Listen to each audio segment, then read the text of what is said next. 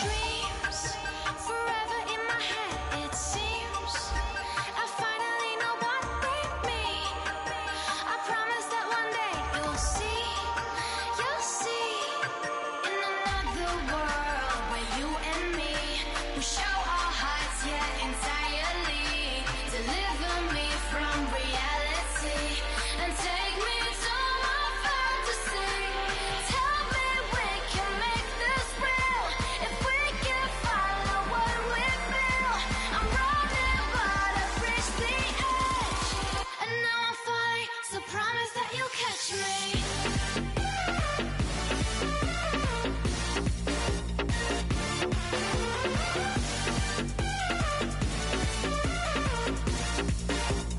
Promise that you'll catch me.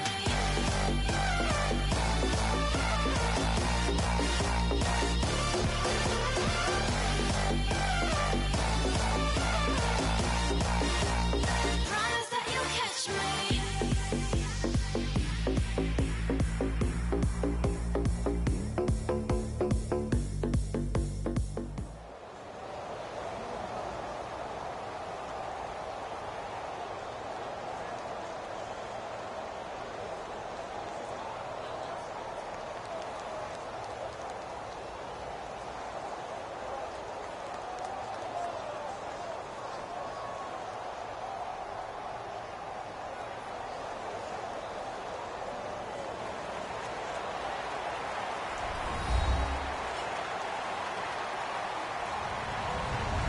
Hello, everybody.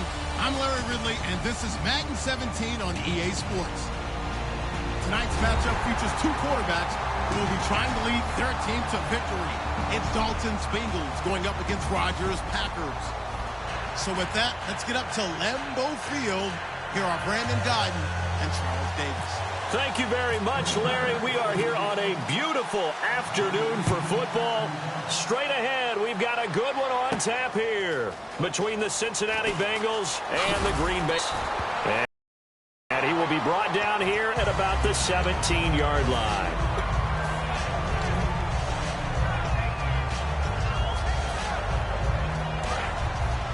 And on the outside, they're playing press coverage.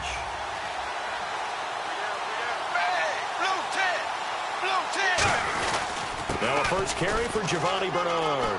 They find some open field here.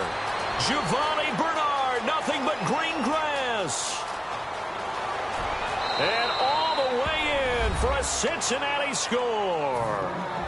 Giovanni Bernard, 82 yards. And the Bengals are going to take a first quarter lead.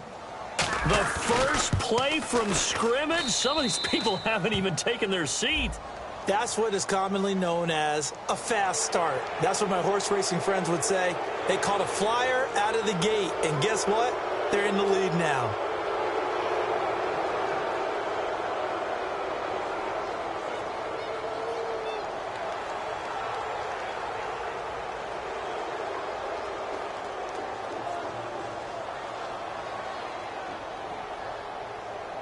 Now another shot here at the PAT.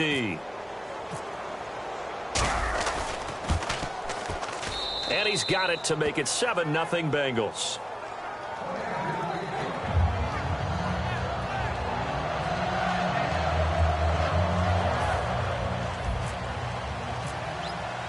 After the touchdown, here's Mike Nugent now to kick this one away. That's fielded in the end zone. And he'll get it up past the 20 to the 22-yard line.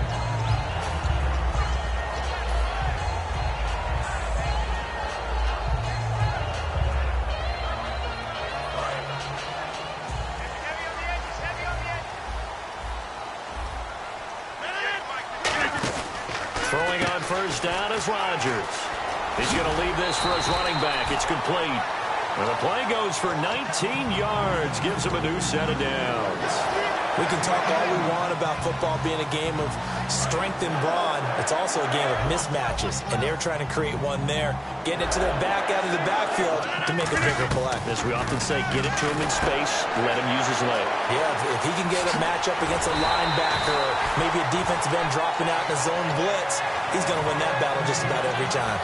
As we continue to advance in the NFL, as people continue to scout players, they really don't care as much about body types as they care about those guys who can make people miss, run through tackles, and gain all that additional run after catch. Anybody who has that ability, they want them on their team. And a wide receiver to watch in this offense, certainly Jordy Nelson. And most defenses watch him run past them. Jordy Nelson can run every route in the route tree and take it to the house. Possible run anticipation. Here's the D-line sandwiches together. They'll run. This is Lacey. And he will lose yardage here back at the 23-yard line. It'll be a loss of a yard, and that'll bring up a 3rd and 11 situation. Throwing is Rodgers on 3rd down. And Cook has it left side. And he will get this into the end zone. Touchdown, Green Bay. Jared Cook, a 22-yard touchdown grab. And the Packers are within an extra point of tying this thing up. To throw is Rodgers. And they don't get it. They tried for the 2-point conversion there, but unsuccessful. Now after the touchdown, here's Crosby to kick it away. That'll be taken in the end zone. And he will be brought down here at about the 17-yard line. Now the Cincinnati offense ready to see what they can do here. And they hit the home run last drive. One play on the ground all the way to the house. Now the defense, maybe they're expecting a run here.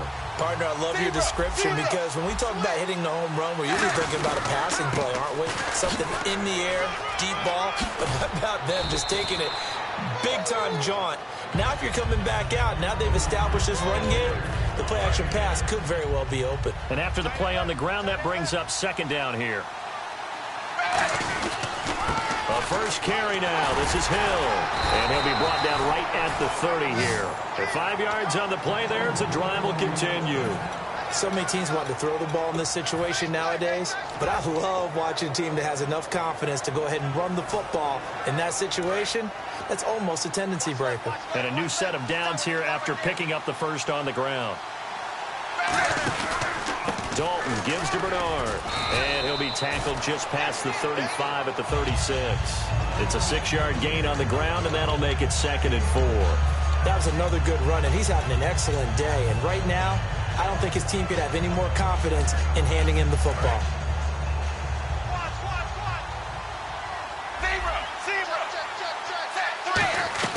And now to the air, Dalton, eluding the pressure right.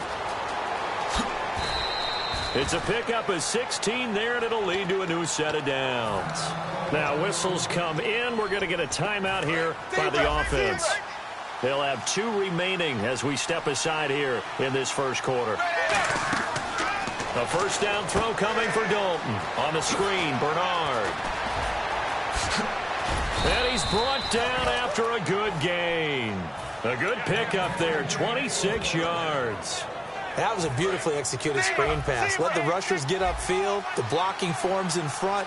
Lofted it to the runner. And now, not only does he have open space in front of him, he's got an escort as well, and they pick up big yardage. He couldn't quite hold it. Got hit. Ball pops out. Incomplete. First try for this offense today, and our first chance to get a look at Tyler Eifert. And he's part of the new wave of tight ends in the NFL. They use them in every position, sometimes even by themselves as a wide receiver. It's a loss of 2, now 3rd down. That play never got off the ground because of the defensive front. They owned the offensive line, which allowed the linebackers to see their openings and run straight to the ball. That's why that play just never had a chance. So Dalton now. Looking for Green, and it's intercepted. Picked off by the former first-round pick, Demarius Randall. Now the Packers get set to go. And that last drive, a long drive, but not just that. They had a great air attack going. Do they stick with that? I would think that they would, because if they were confident enough to do it on the last drive, starting backed up in their own territory, why would you change anything? They've got to be confident about what they're presenting and continue to do so. Yeah, because the secondary, they really look clueless. And that was amazing because that drive went and went, no adjustments, and no big plays by the defense to knock the ball away. On 2nd down, Lacey.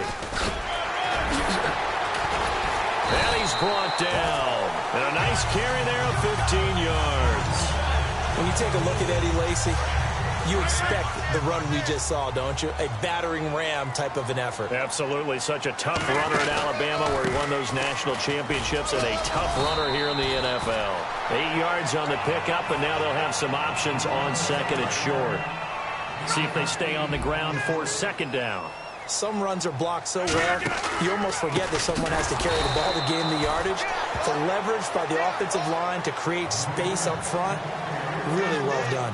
With Charles Davis, I'm Brandon Gaudin. Second quarter about to get underway with the Packers in possession of the football. They'll come up on a 3rd and 4 here to start things out.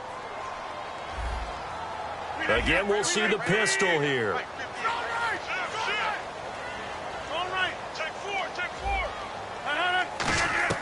From the gun on 3rd down, Rodgers.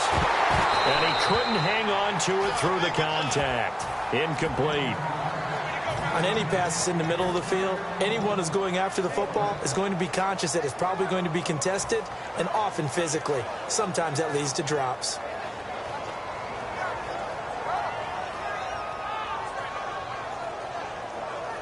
NFL teams last year a little under 50% on 4th down conversions. This is a bit tougher. 4th and 4.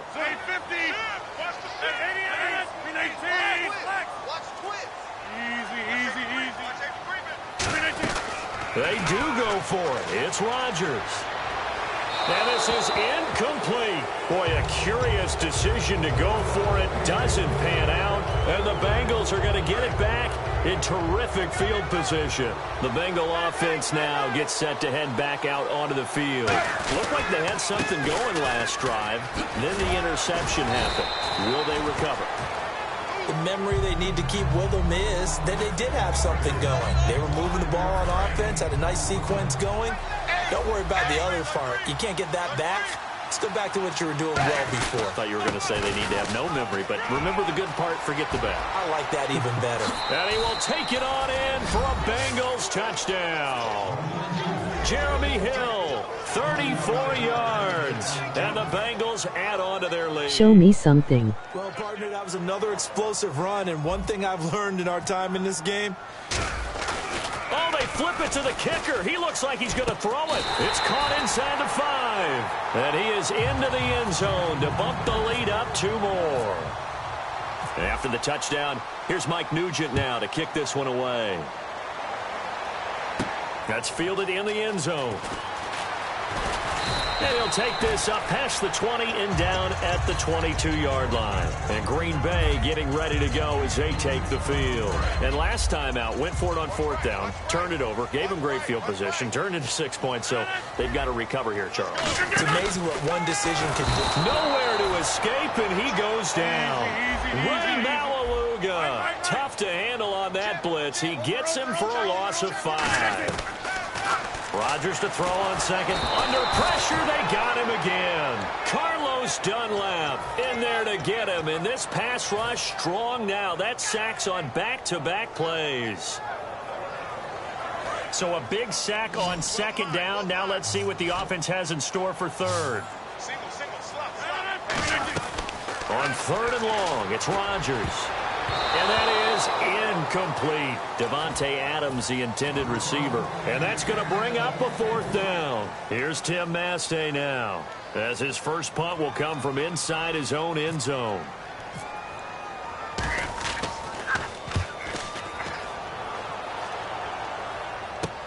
Jones on the return.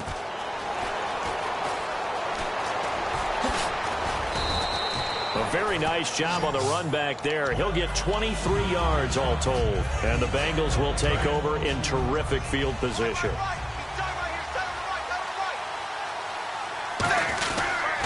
Now a toss play to Bernard. And for one of the few times here today, this run's not going to go anywhere. No gain on the play. It'll be 2nd down. So 2nd and 10 here. And that's one of the few times they've been able to contain him. He's had a heck of a game, and maybe he's getting a little bit tired from how many times he's carried the ball. But I always think back to what all those old coaches say. The ball's not that heavy. Keep carrying it, kid. And for Eifert, he had the ankle surgery. They're just hoping he's full go early on in the regular season. And that's exactly what he's hoping for as well. Very frustrated about the ankle injury. It occurred in the Pro Bowl, and that's one that just drives you crazy because it didn't happen in a regular season or a playoff game. He wants to get back out there with his team. And he will take it on in for a Bengals touchdown.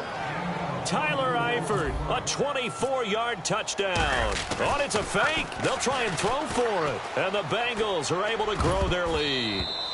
And no, it falls incomplete. So the two-point conversion, no good.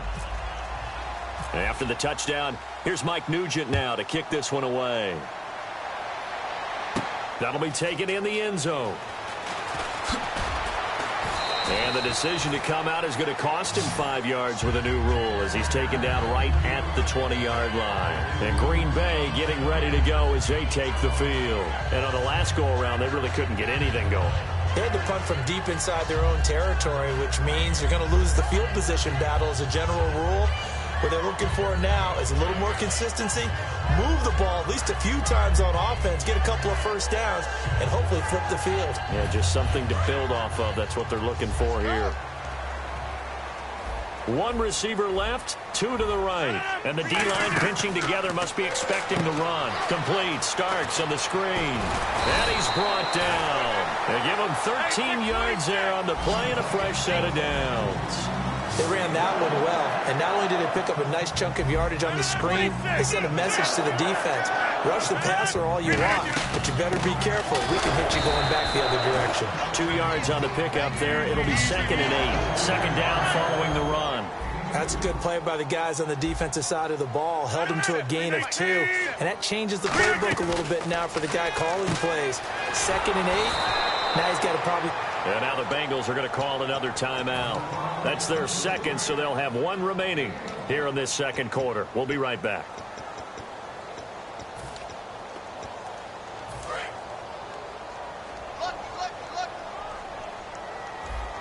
Another pistol look here. Throwing is Rodgers on 3rd down.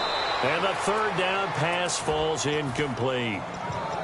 As tight ends go, he might not provide the super flashy plays very often, but he's pretty reliable. Usually an excellent target and normally catches what's thrown to him, but he didn't on that play. So it looks like the offense isn't going anywhere. They're going to go for it on 4th and 7. Now Rodgers. He's got his target. It's Cobb. That one good for 21 yards. And they're able to pick up the conversion here on 4th down. So after that big play, let's see if they can catch their defense maybe on their heels. So a pause here for us as well. Time to pay some bills. We're back to Lambeau following these words. Now a 1st down carry. It's Lacy. Give him a couple on the carry there. 2nd and 8. I do know from experience that when you slow down someone's running game, you're now doing the dictating on defense, and guess what? And now on the pitch, the ball's loose, and the Bengals grab it. The big fella, he's at the 30. And this is taken into the end zone of...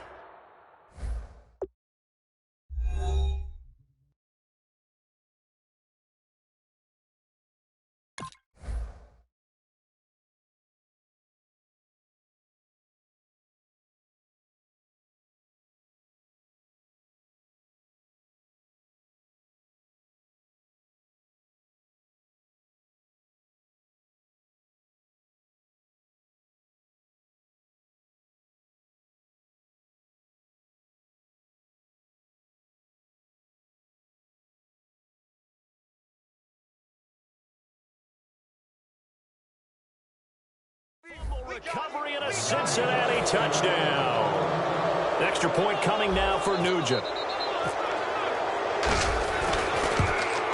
He's got it, and the lead swells. It's 28-6.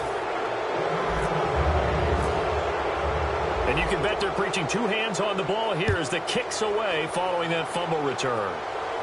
That's fielded in the end zone. And the decision to bring it out is going to cost him about 7 yards all told as he's taken down back shy of the 20. And Green Bay getting ready to go as they take the field.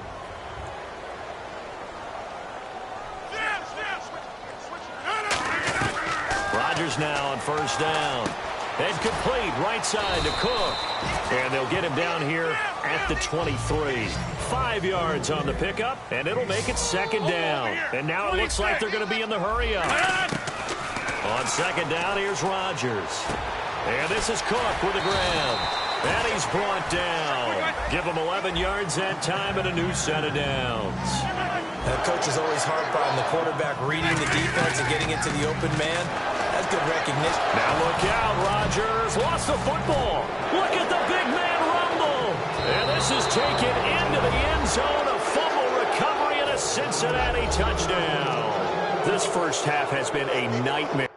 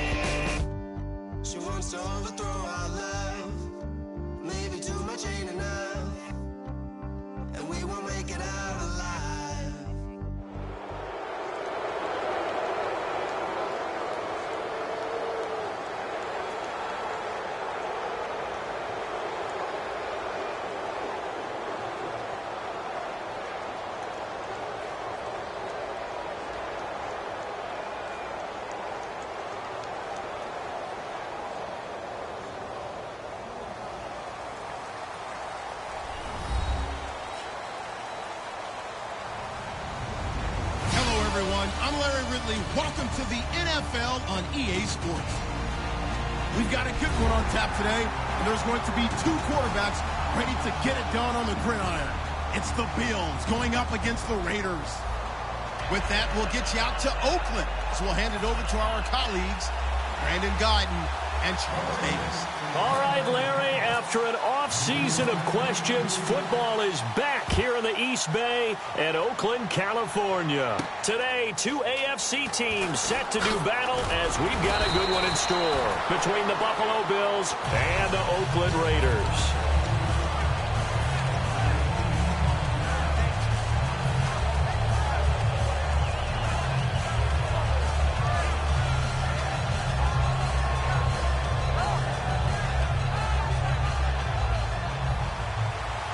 Shift together here from the D-line. Here's the first carry for LaShawn McCoy. And he is going to lose yardage here. That's going to go as a loss of a yard, and it'll be second down. Doesn't matter who you're rooting for in this game. The effort of the man with the football, getting away from one and trying to turn forward and get some yardage, I really liked what he did there.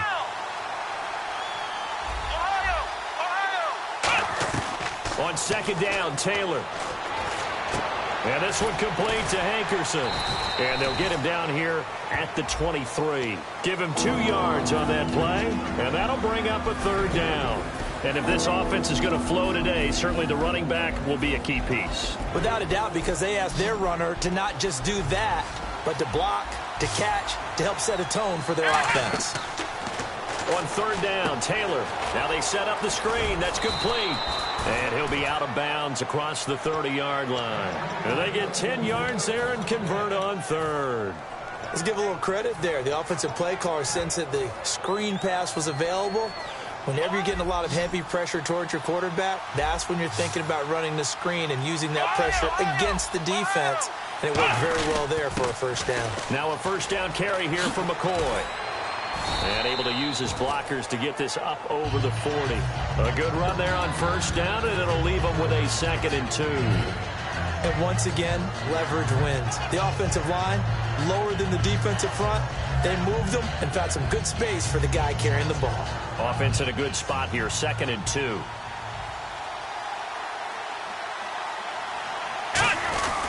They'll run with a backup. This is Williams. Oh, he shifts past him. Cuts back, left sideline.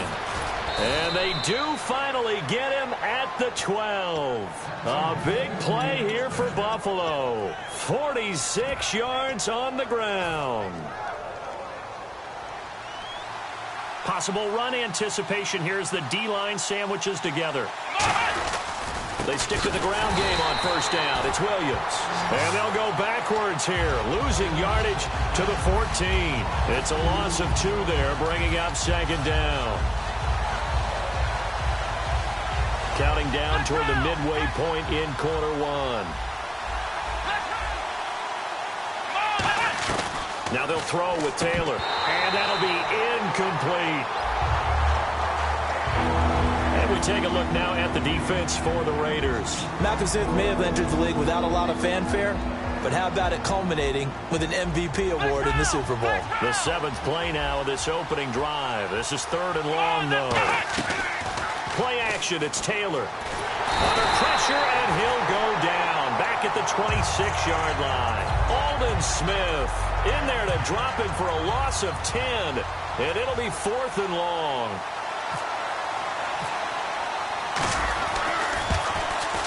That is inches from the upright. It's no good. Wide to the left, and this will remain a scoreless game. That opening drive looked good for a moment there, but they'll wind up being turned away thanks to the missed field goal. And those especially hurt when you come into a game on the road. You're trying to get things to go your way early, and now you suffer a setback right out of the gate.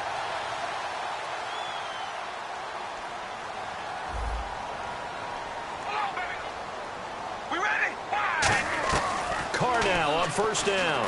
And his first look is incomplete. The big tight end, Clive Walford, the intended target. And it'll be 2nd and 10.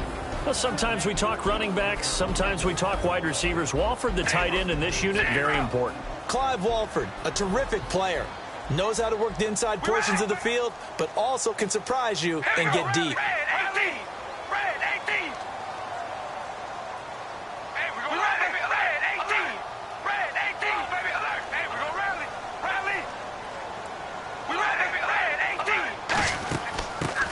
first carry for Latavius Murray. And they get him down, but not before he takes it across the 40-yard line.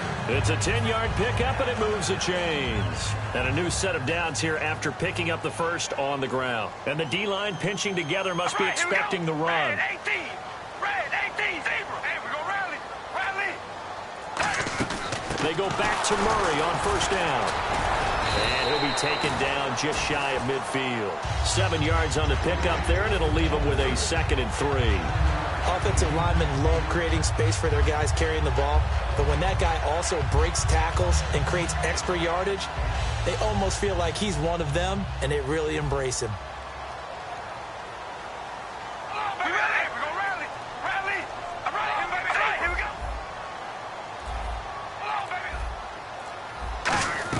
On second down, here's Carr. Brought in by Walford, right side. And this time he's able to take it down to the 42. 8 yards on the pickup there, and it moves the sticks. Every quarterback likes having a reliable target at tight end, and I think young quarterbacks especially, because they want to get the ball in their hands quickly. I think these two, Derek Carr and Clive Walford, that's a pretty good connection for years to come for Oakland. Yeah, he started to come on strong end of his rookie year. Now the Raiders really hoping for that second-year jump out of Walford. Give him 3 on first down. It'll set up a 2nd and 7. Partner, we know today's NFL is really built around the guy throwing the football. But these short runs, they still pay dividends because they can take their toll on a defense, and they can add up as the game goes along. You control the clock, you control the ball, and that way you often control the game.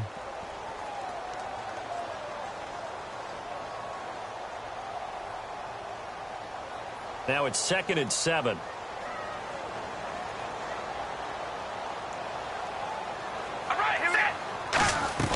Here's Carr to throw. Completes it right side to Cooper. A big play there for the Raiders.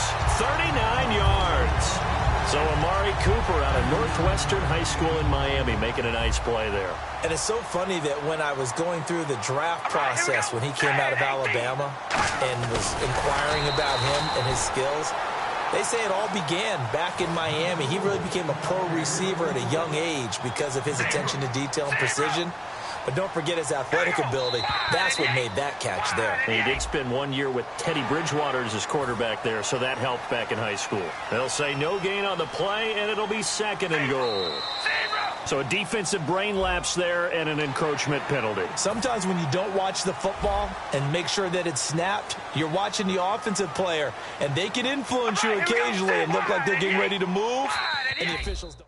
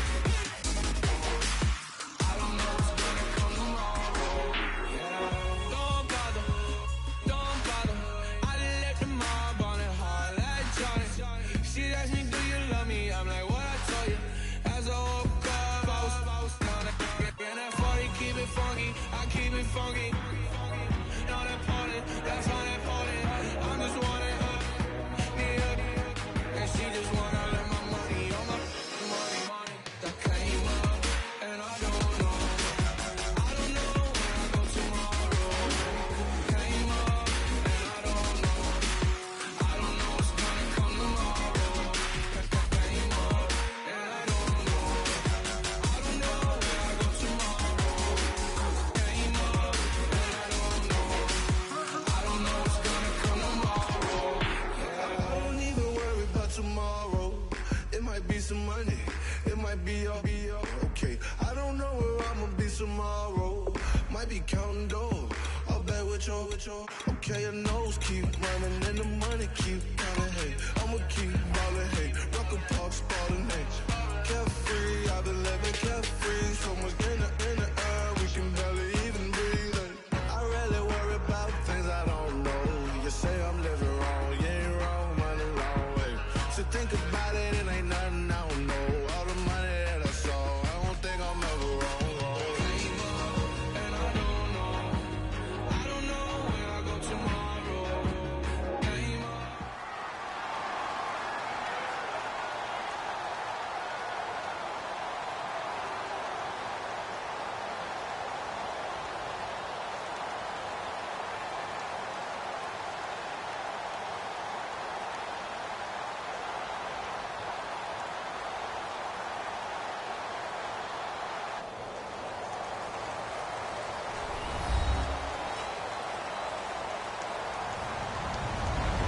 Everybody, I'm Larry Ridley. You're tuned in to the NFL on EA Sports. As we head towards kickoff, two quarterbacks will be on the field today trying to push their team to victory. It's Dalton's Bengals going up against Bridgewater's Vikings. With that, we send you up to US Bank Stadium in Minneapolis as we hook up with our commentators, Brandon Godden and Charles Davis. Larry, it's the newest facility in the NFL, and it is a beauty as we come to you from US Bank Stadium here in Minneapolis. Coming up, we've got a good matchup on tap between the Cincinnati Bengals and the Minnesota Vikings.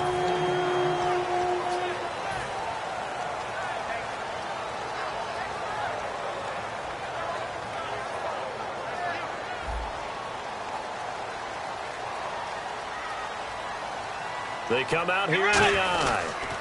Now the first carry for Adrian Peterson. And he is going to lose yardage here. That's going to go as a loss of 2, and it'll be second down. And the offense there, the O-line, everybody really on offense, they were just manhandled at the point of attack. Yeah, you could pretty much call them all out, couldn't you? Almost by name, right? That was a very tough sequence for the offensive line. But how about that defensive front creating a new line of scrimmage and creating a lost yardage possibility? Let's go. A second down throw for Bridgewater. Being chased out left. Now he'll throw deep left side. And he's unable to grab it. Thought he might have had position. Couldn't hold on. Third down. Now hold everything here. We're going to get a timeout by the offense.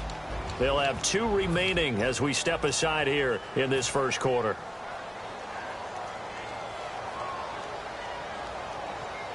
Three and out, a real danger here on their opening drive as they come up on a 3rd and 12.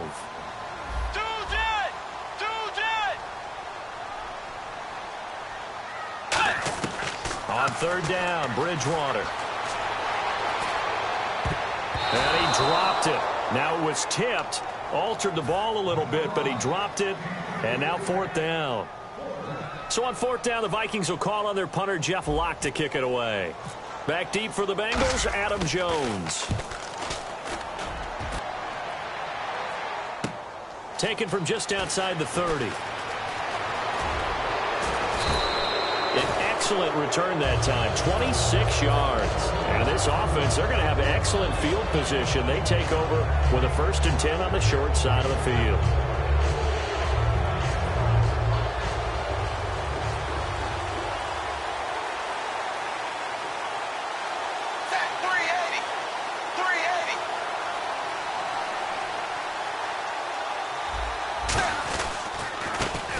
Carry for Bernard. And able to break 1 tackle, but then quickly brought down. A gain of 3, second down. Some of the most unselfish players on any football team, defensive tackles, because we ask them to just eat up blocks and allow other people to make tackles. But when he can make a play himself, as we just saw there, that's a big day. Call it a gain of 5, and that's going to bring up a 3rd down. And here's the offense today that hopes to get off to a strong start. And some extras coming up on the line here, readying for the blitz. On the toss, Bernard. And he's able to pick up the first down here before he goes down at the 26. Well, how many times do we say in this game that speed kills, and it does it in so many different ways? In this case, you got a back who's quick and shifty, can make moves, make people miss, but also gets to and through a hole before it can close down. That's some of the benefits of that speed, not just outrunning people in the secondary, and that led to a really nice game.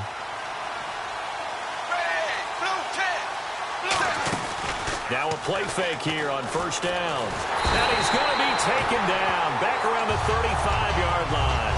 Linval Joseph breaking through to get him for a loss of 7. Sometimes I watch games and wonder why they use play fakes on certain passing situations, because it's not going to fool anyone. I don't know if that was the case here, but the end result was the same. No one fooled. The quarterback was hit.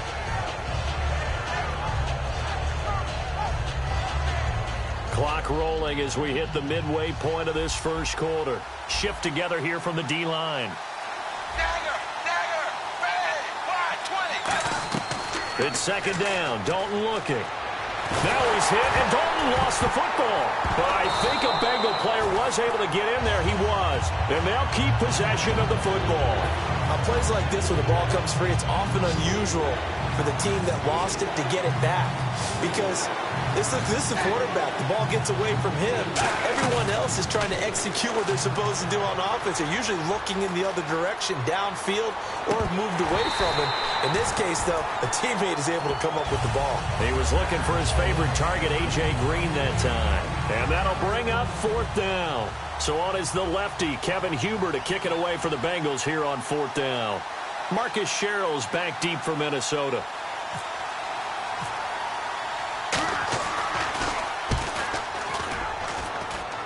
And this is going to be ruled out, I think, just inside the 20. Yes, it will. Side judge calls it at the 19-yard line. And now out comes Minnesota. And on the first drive, 3 and out. I know that these are professional athletes, but I would imagine sometimes you get the nerves at the beginning of a game still, don't you? Those don't ever go away.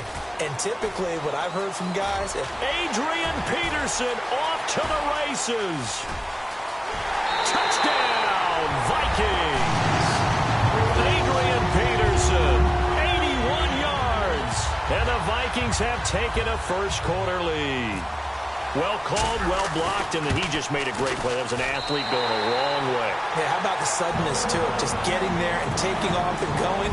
For the defensive guys, plays like that really hurt. And so we have the touchdown now. Here's Blair Walsh to kick this one away. That's fielded in the end zone. And he's able to get it across the 20, but not by much, as he's marked down at the 21-yard line. The Bengals offense now, they head back onto the field. And last time out, they had to punt the football away. Anything positive possibly to take from that? There always is when you're punting the football away. It doesn't sound like it because you're giving it up, but you've avoided a mistake. At least you didn't turn it over, You didn't turn it over, right? You're giving your defense a chance because you're punting the ball away, and they're set to go on the field as opposed to sudden change after a turnover. Wow, now we've got to go out there and stop people. So, yeah, there's always something positive to be gained from it. Dalton throwing on second down. And he's going to drop this off to his fullback. And he's able to get out to the 32, brought down there. Just 4 yards on the pickup, but that's good enough to extend the drive.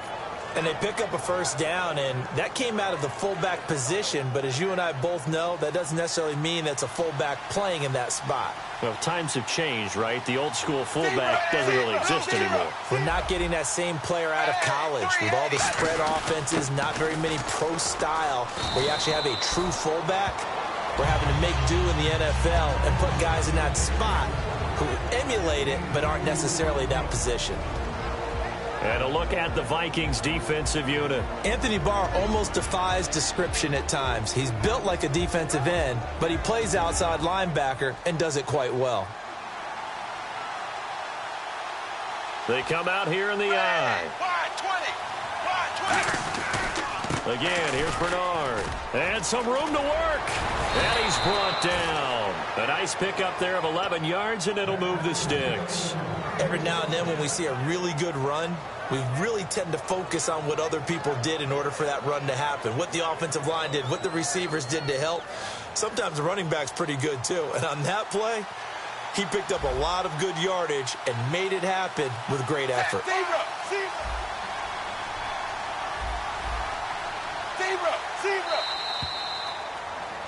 Alongside Charles Davis, Brandon Gaudin, and it's the Bengals with a football to begin quarter number 2, and they've got it here with a first down.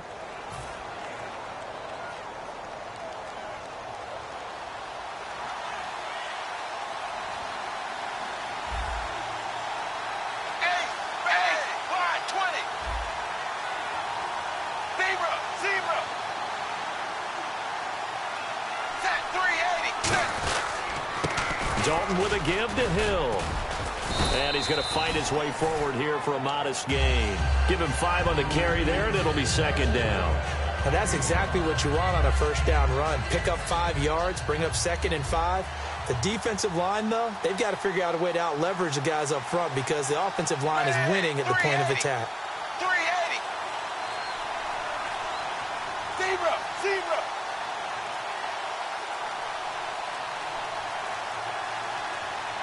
Now the play clock hits 0 here, and we're going to get a delay.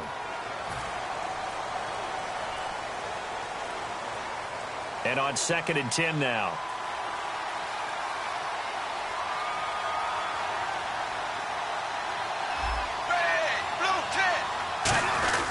Following the penalty, it's Hill. And nowhere really to go there. He'll take this up just shy of midfield. Give him 4 on the ground there. They're now left with 3rd and 6. On any running play that's called, they're always hoping that it's going to break big and go the distance. But when you get a nice game like that, you're able to do so many things anyway. You can come back and run essentially the same play again, continue to move the ball on the ground, or you can decide to throw the ball now because usually you have the defense back on its heels. Now a first down carry. It's Hill. It's a loss of 2 there, bringing up 2nd down. But there's another example of why they haven't scored any points so far. I think it's time to abandon the run game, spread things out, and go to the air. It certainly can't be any worse than what they've done so far.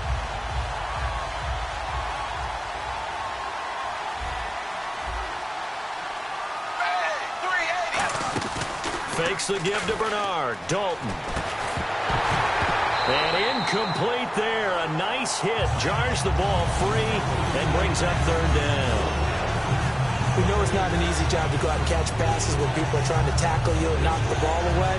But the bottom line is that's a pass he's got to have and a pass he should have caught. 12 yards to go on 3rd down.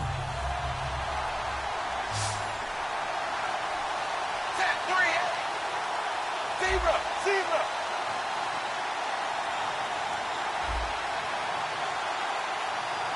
And they'll send the slot in motion left.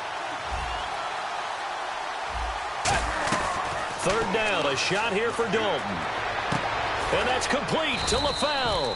And he gets the first down here as he's taken down at the 24. Well, the advantage has certainly shifted to the defense as we began that 3rd down play, and they found a way to foil it and pick up a first down. 3rd time's a charm, right? 2 incompletions. Had to have it on 3rd, and they got it. Yeah, they stuck with it, weren't daunted at all, and picked it up. The best defensive linemen, they play with great leverage so they can get low and not get bowled over by offensive linemen. They have excellent hands. They can throw people off on a play.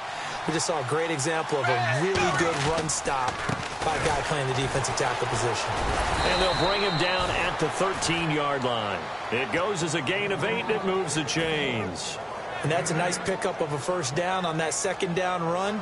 And at that yardage gained, they can run that play on any down. Well, just play after play after play on this long drive for the offense. Possible run anticipation here as the D-line sandwiches together.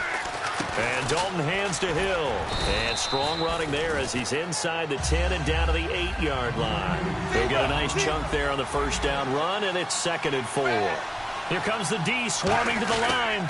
This drive is turning into an extended one, and the guy carrying the ball, Another timeout called by the Vikings now. Still a couple yards short of the first as the 3-yard gain brings up a third down. We always like to talk about defense in terms of levels. First level defensive line, second level linebackers, third level defensive backs. On that run, that was what we call a first level run, and it was stopped by a second level player. 380. 380. And the Vikings are going to beef up their secondary here. 6 DBs on third. Now Bernard. And he pulls his way into the end zone for a Bengal touchdown. Giovanni Bernard taking it in from 4 yards out. And the Bengals are an extra point away from tying up this football game.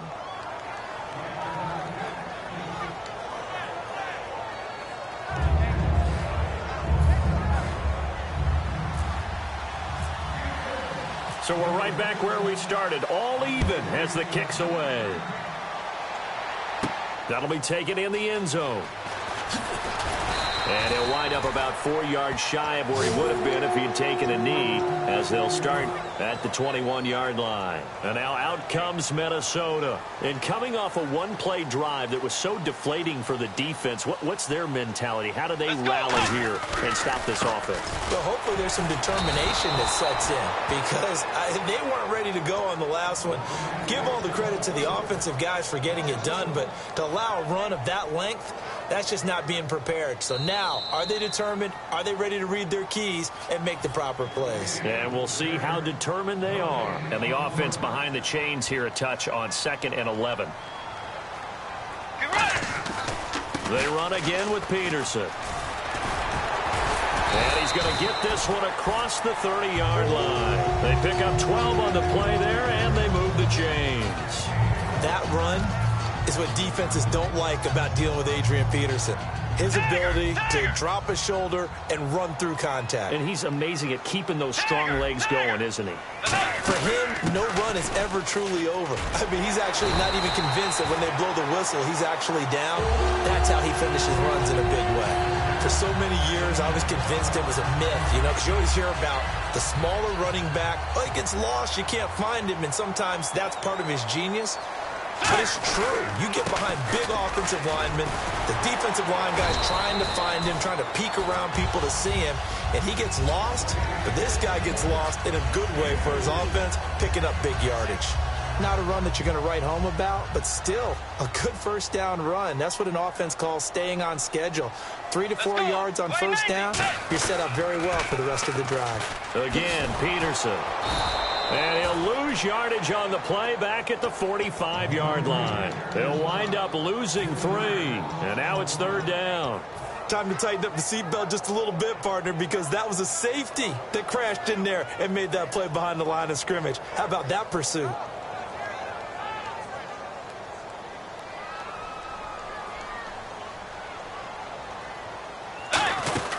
Third down, it's Adrian Peterson. A good pickup there, 7 yards, but it brings up 4th down. Mike Zimmer's made his decision, and that decision is to try and go for this thing on 4th down. They'll run for it. Peterson, and he has the first down yardage before they bring him down right at the 45. Now whistles come in. We're going to get a timeout here by the offense. And with halftime on the horizon, they'll be out of timeouts from here forward.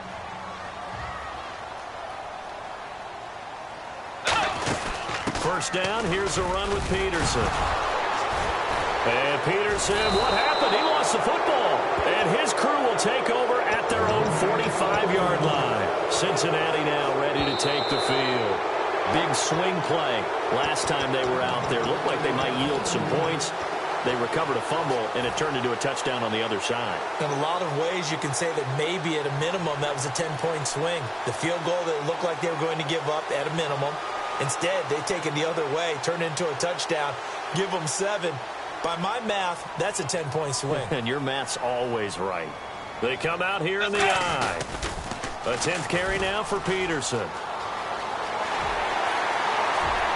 Touchdown, Vikings!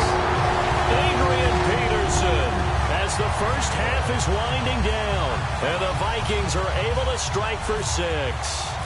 And that touchdown gives them a touchdown lead before they attempt the extra point. What a great way to end the half. Yeah, great job to put themselves in front, and now see on the sideline, special teams defense scrambling, saying we want to preserve this for the final moments of this second quarter. And so we have the touchdown now. Here's Blair Walsh to kick this one away. And no return on this one as the fair catch is signaled for and taken. Now this Bengals offensive unit ready to see what they can do here. And with time quickly fading here in the second quarter, not sure how aggressively, offensively they want to play this. I think we'll find out just how much they trust their guys in this situation if they decide to take a shot.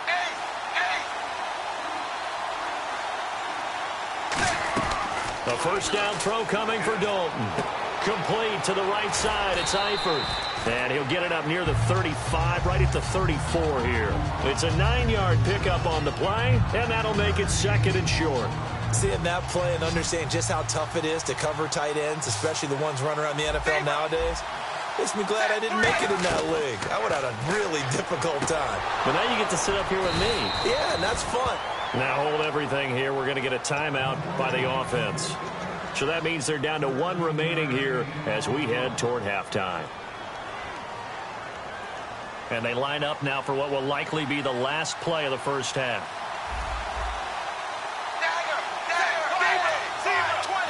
And the D-line pinching together must be expecting the run. They'll run it here with Bernard. And he cut Giovanni Bernard. Nothing but green grass. And he's in for the touchdown on the final play of the first half. The prayer is answered. How did they get that done? And after that touchdown, we are just a PAT away from a tie game. And I know everyone's going to look at it and go, guess what? Tie game, all even, They just scored. If they kick this extra point and tie it, they're going to feel like they're the ones that are in control. That'll be taken in the end zone.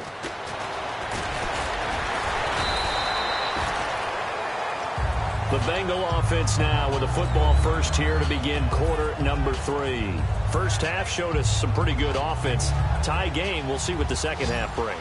And it'll be interesting because I think both sides feel pretty good about what their offenses are doing.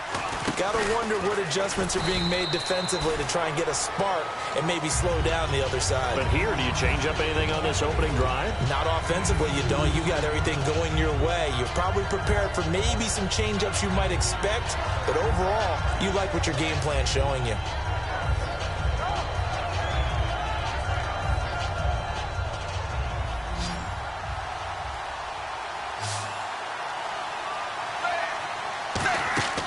Second down, Dalton. On the screen, Bernard. And he will lose yardage and be backed up to the 24. He lost 2 there, and it's third down. And that screen there on second down certainly didn't develop how they had hoped. Is that one they should have even tried, or is that one the quarterback sticks in his pocket? I think the latter. I like what you said there because trying is one thing. We can second guess just about every call. But in this case, when you realize that it's broken down, just throw it at the feet of your intended receiver so that no one can pick it off, right? You don't have the ball tipped up in the air, and you come back and try and pick up the first down on third down. That way you don't lose any yardage. Nice completion there for Andy Dalton. Charles, you worked some of his games when he was at TCU. Now you've worked his games in the NFL. What progression have you seen? I've seen a guy who took over as a freshman in college and got better and better each year. Always added a little bit more to his game, gets stronger. But the best part about him is he's always been accurate.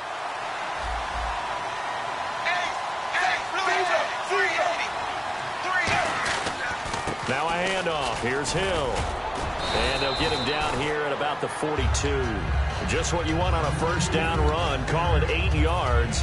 And it's 2nd and 2. And that looked like some pretty easy yardage there right up the gut. And he's a guy that has some height to him. So when you don't have to drop a shoulder or create or get through contact or trash, makes it a lot easier to stay upright, see the field, and make a run as we just saw there. Andy Dalton. Quick hitter here. It's complete. Just a 1-yard pickup on the play, and they'll be faced with a 3rd and inches. I wouldn't be surprised to see the next step in utilizing this position is to actually utilize more of a scat back in this spot, because we saw the catch there, right? He made it. He's a bigger, stronger guy, maybe not quite as elusive as maybe someone else you would put there. Yeah, didn't get the big yardage there you might out of a smaller back. They'll try and run for it. Here's Hill. Hill's hit, and he lost the football. And they will take over possession of the football at their 42-yard line. Now we take a glance at the offense as they work their way back out for their first possession of the second half. Their defense did its job, yielded no points. Now it's the offense's turn. And how much fun is that when you set things up to start a half, and you just tell you guys, hey, if you can shut them down, get it back for our offense, we can roll. And they played out perfectly. Now, can the offense do what they wanted to do at the half, which is find those weaknesses and now attack them and score some points. And break this tie. Well, Brandon, he's had a great day, and sometimes that just happens. It is the NFL. They will make some plays against you.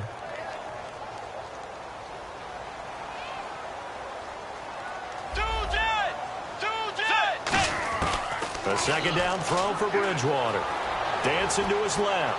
Now he'll turn and throw deep back to the other side of the field. The intended receiver was Laquan Treadwell. And that's going to lead to a 3rd and 11. Well, they haven't had a whole lot of success in the passing game here. Now in the second half, he's thinking, I guess maybe just take a shot deep. I think you're right. Almost looking for a bailout, isn't he? Can my receiver go up and make a big play for me? Can I create a penalty downfield, maybe pick up an interference call and get that yardage downfield? Anything trying to get going again, but you're right. He definitely took a shot. No gain at all on the play there, and that brings up 4th.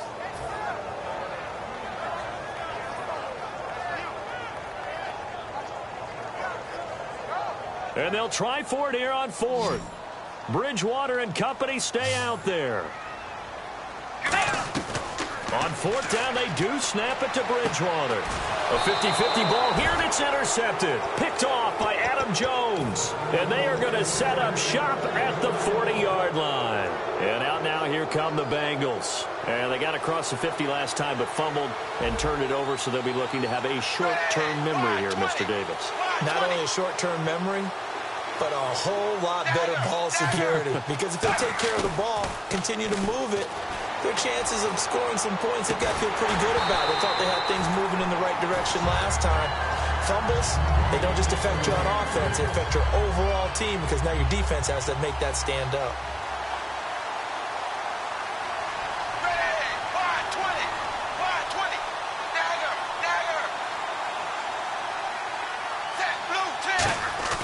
Second and 10. Dalton once more. He's just going to dump this one off to his fullback out of the backfield. Give him 9 on the play, and that is going to set up a 3rd and 1. It's interesting because when I'm watching college football and I'm evaluating guys for the draft now, my list of fullbacks, pure fullbacks, it's a very short list. I'm probably evaluating more punters and kickers now than I am fullbacks. But it doesn't matter what you call the position, it's who you put there, and there we saw completion. And how about this one now? In their own territory, a gutsy call. They're going to go for this on 4th and a yard. Here's Bernard. And he will have a first down here at about the 40. It'll be a gain of 11. And on 4th down, they're able to convert and move the sticks. Oh, 4th and short, right at midfield. This is where you tell your offense, I've got faith in you guys to get me a few yards. And sure enough, they repay that faith and keep the drive moving with a first down. And they're definitely showing blitz here. They come out here in the eye. They'll hand it off now. Hill. And a short gain there down to the 37-yard line. 3 yards on the pickup there, and it'll be second down. Tough day. Tough sledding right there, and it's been that way the entire game. Not a whole lot of room to ramble for him.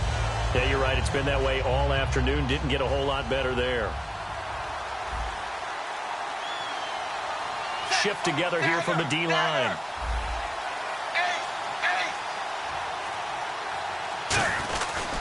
On second down, Hill fighting his way down to about the 35-yard line. 3 yards on the pickup. That's going to set up an interesting 3rd and about 4 to go. Well, that's not a run that's going to make any of the highlight tapes, but they've been moving it well all game on the ground. This is another one that keeps them moving forward. And we return, welcoming you back to Minneapolis. All square, 14 apiece to score as we get ready for the 4th quarter.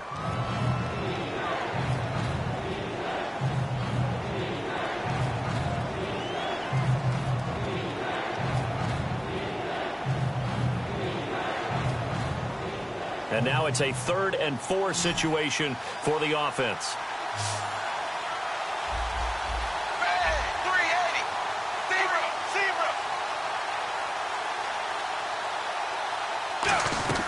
Third down from the gun, Dalton.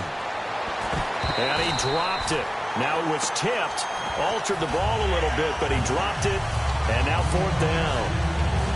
Well, we're not playing 3 yards in a cloud of dust football anymore. I kind of get why those old school coaches sometimes didn't want to throw the football. Because if it's popped up in the air, it almost turns into slow motion. And both sides trying to get to the football, and you're holding your breath wondering whether it's going to go good or bad for your team.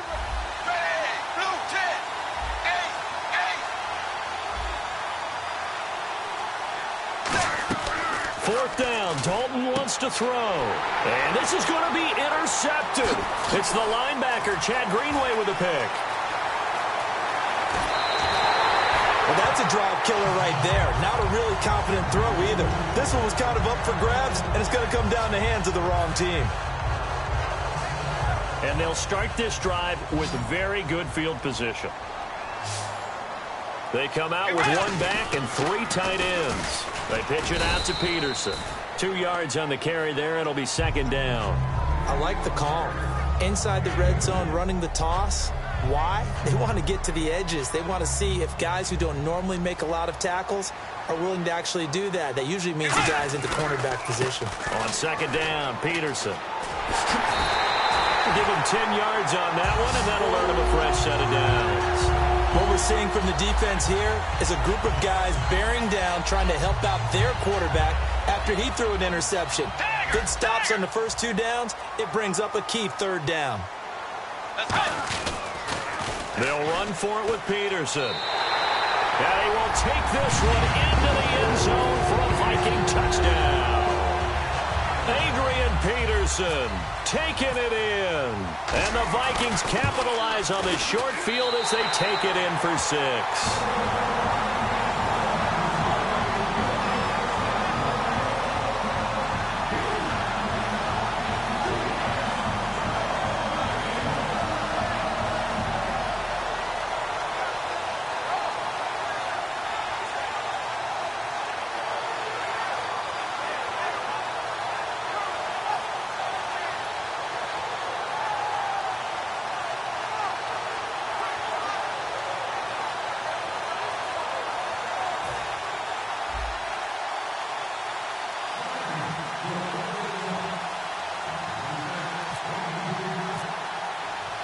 So we have the touchdown. Now here's Blair Walsh to kick this one away. That's fielded in the end zone. And he's up past the 20 to the 22-yard line. So now the Bengal offensive unit back out onto the field. And following the interception, just any...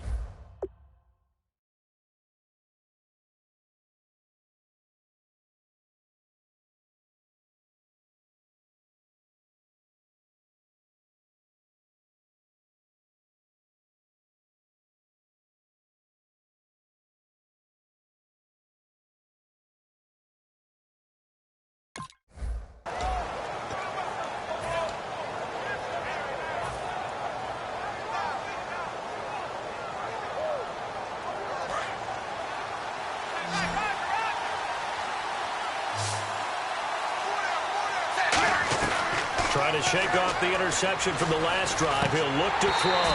And it pops free. The collision there jarred the ball loose and brings up 2nd down. Whenever I see an in-route dropped, as we just saw in that play, I'm always thinking that in the back of their mind, they're worried about what's coming at them because they're going towards traffic on that route as opposed to being away from it and maybe having a little bit more space. And he's brought down. A nice pick up there, 10 yards, and it'll move the sticks. And they're going to hurry back to the line now. When you execute a drag or a crossing route really well and give them a chance to let it develop a little bit, you can gain some significant yardage hitting your tight end on that one. They'll run it now out of the gun. And able to use his blockers to get this up over the 40. 8 yards on the pickup, and now they'll have some options on 2nd and short. Okay, he didn't break that one all the way, but you got to know that he feels like he's right on the verge. That's probably exactly what he's telling them in the huddle right now. And he'll get up to the 43-yard line. 2 yards on the pickup there, but it's enough to give him a new set of downs. But we always talk about good down and distance, allowing offenses to expand their playbook. Well, 2nd and 2, that means your playbook's wide open. You can run just about anything. But a lot of times, the play caller, he just looks down at his sheet, sees the short yardage runs, and goes to one of those. Now a 10th carry for Hill. And he'll be taken down just shy of midfield. It's a 7-yard carry to set them up with a 2nd and 3. Looking to speed things up here, going with some tempo. That was a good run, probably right on the edge of breaking into something really big. So the defensive guys right now are talking about, okay, what can we do to slow him down before he truly gets started? Even in today's NFL, when we think of the tight end position now as really a glorified wide receiver, we're still asking a lot of those guys. They have to block as well. Every now and then, they don't come down with the football. They get 6 on the pickup there as the drive will continue. And, of course, the quarterback in this situation, he's realizing time is becoming a factor. Let's see if they can get some points on the board here late. Now Dalton with a 1st and 10. They'll tussle for it, and this is going to be caught. It's a gain of 24 that time. And it's good enough for a Cincinnati 1st down. They're going to hurry back to the line now. And really just a heck of a catch. That's a really good receiver making a nice play. And against a really good defensive back. Right there together, and over the top, the receiver wins the battle. It looked like they had something there, but I think that he was thinking about running with the football before he actually hauled it in, and that led to a big drop. Time starting to run out here in the 4th. This defense just trying to keep the offense off the board and preserve this potential victory.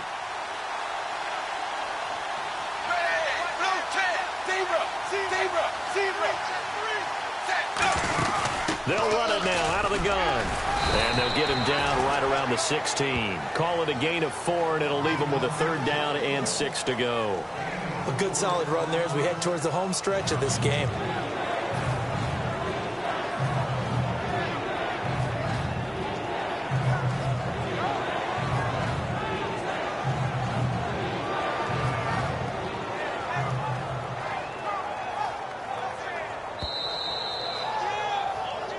Time for a break.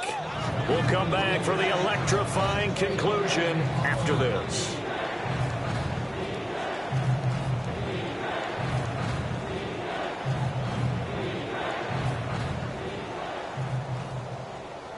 And the offense readies for play number 10 of this series. And the D looking like they may blitz. 3rd down, a shot here for Dalton. And incomplete. The contact made the ball roam free and brings up 4th down. Looked like they had an opportunity for a big play across the middle, but he didn't have the concentration or the focus necessary and dropped it before he could haul it in.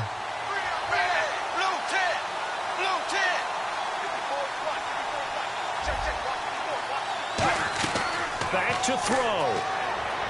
And, a crusher there as it's intercepted. Picked off by Harrison Smith. And a big turnover there as his guys will get the football back. Now the Vikings offense works their way back onto the field. They have the lead, still a 1-possession game, but the defense got the stop. They've got the football now, just salted away, right? Exactly. That's all the defense is counting on from their offense. They did their job in a big way. You know they're over on the sidelines now starting to take their tape off and, hey, we've done this thing. The offense has to put it away, and that means ball security. Absolutely. Stranger things have happened.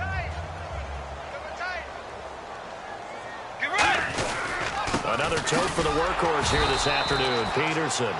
And now the Bengals are going to call another timeout. That'll leave them with just 1 remaining in this 4th quarter of play. So while the offense has had a big day, no one on that side of the ball is excited about seeing a loss like that. Their goal, to make every play positive. And when you have a bad one like that, your next goal is to not let it spiral into more.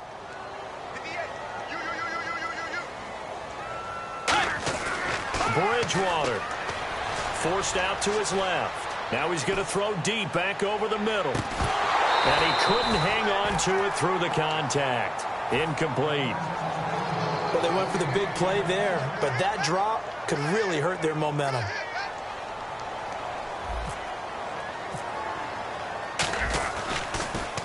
He gets this one away, and boy, it's another boomer. Here's Jones. Now on the return, oh no, the ball is loose. And his guys will take over at their own 44-yard line. The dive unsuccessful. The big fella can't pick it up. Now the Vikings offense gets set to take over here. And a tight game after punting last time. See if they can get something going on this drive. As they head to the field now, with the game this close, you've got to feel there's a sense of urgency for them going on offense right now. But they have to do it without letting panic creep in and affect their play. But that kind of run on first down, that's a winning type of a run. That just sets things up for them moving forward as they begin the drive. They run the counter now. It's Peterson. Adrian Peterson. He cuts left sideline and a crease there. Touchdown, Vikings. And that rushing touchdown, his fourth, puts him just one shy of the NFL record in a single game. And we all know he would love to get to that record and even beyond it, but he doesn't need to in order to impress in this one, does he? What a performance. What an absolute great game that he's had here in this one. That's fielded in the end zone. And nice work on the return as they'll start their drive just past the 30-yard line. The Bengals getting set to go. And they had a nice little drive going last time. Threw the interception in the red zone. Costly. Bad enough to throw it anywhere, but that drives coaches insane when they're thinking about, hey, we got a shot at points already. We're already in a spot where you're thinking you got 3 on the board for sure, and to come away with nothing, that's a really tough one for them to swallow. Yeah. Will they make up for it? It's a tried-and-true formula, and I don't think it'll change for as long as we play football. If someone's trying to throw the ball and you can put pressure on them and make it tough, that's only going to help your defense. Yeah, he's since being hurried. He got rid of it before taking the hit, but incomplete.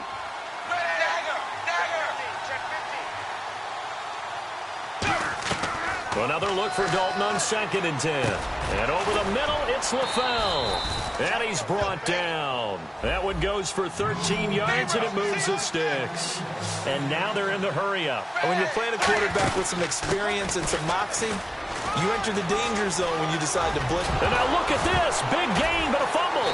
And the Vikings pick up the football. And they will take over at the 29-yard line. And the Vikings now heading onto the field. And they will simply, Charles, be looking to duplicate what they did last drive when they were able to push it in for 6. And they hope it'll be that easy, right? To be able to take exactly what happened before. Adrian Peterson off to the races. Touchdown, Vikings. And he just tied the NFL record on that 5th rushing touchdown. He's the 6th man ever to do that in a single game. And, partner, did you just say that he tied an NFL record there? Yes, sir. I mean, we're talking 5 touchdowns on the ground against an NFL-caliber defense. Is that good? I'd say that's fantastic. What a game for him. It really is something. We are watching quite the effort.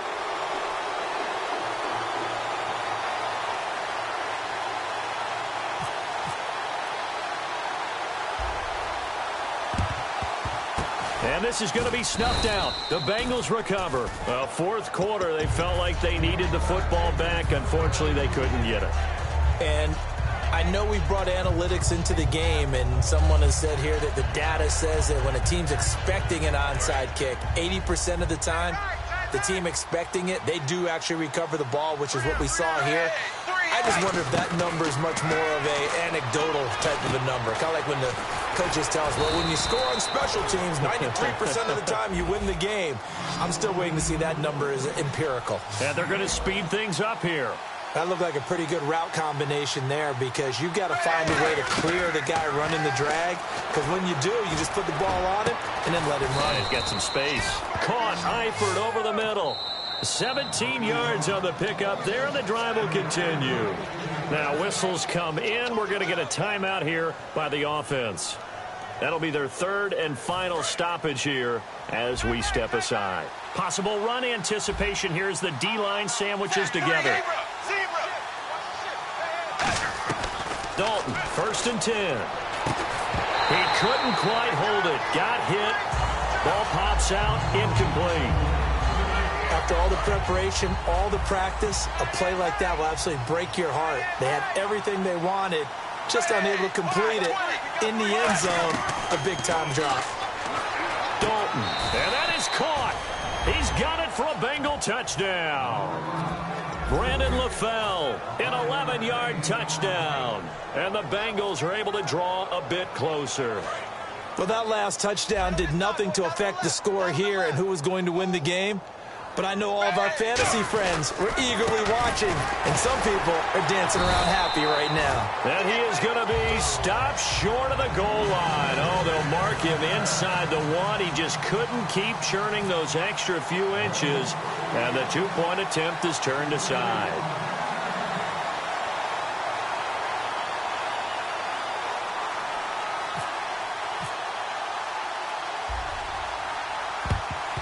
And the Vikings hands team able to recover, and that should just about do it. They knew they needed a miracle. They had to have that onside kick. They didn't get it. Well, as we knew, even before they put the toe to the leather on that one, their chances of getting that done, slim and none. And I do believe we saw Slim just leave the door, didn't we? We did indeed. I think we're down to none. All right, Charles, so you win the game. Not only do you get the W in the left-hand column, you get some momentum for the coming week. Now when you go into the week and you're telling the guys what mistakes have to be corrected, what we have to do to win going forward, you have their full attention. They're excited, they're happy, and they know if they can build that momentum, they can ultimately achieve all their goals.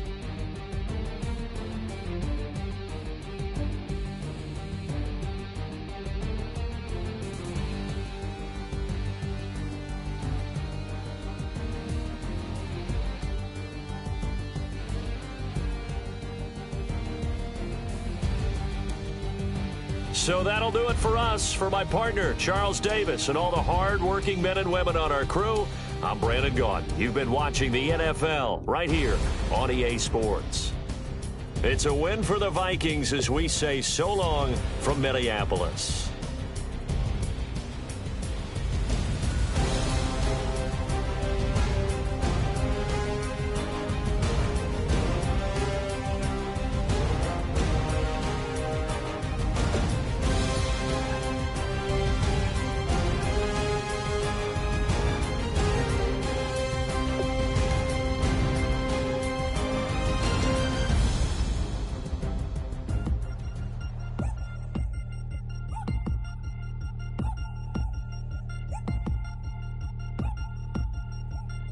Three chains. Ow. Caught up in my, put your head on backwards, then skate off after engaging laughter about what just happened.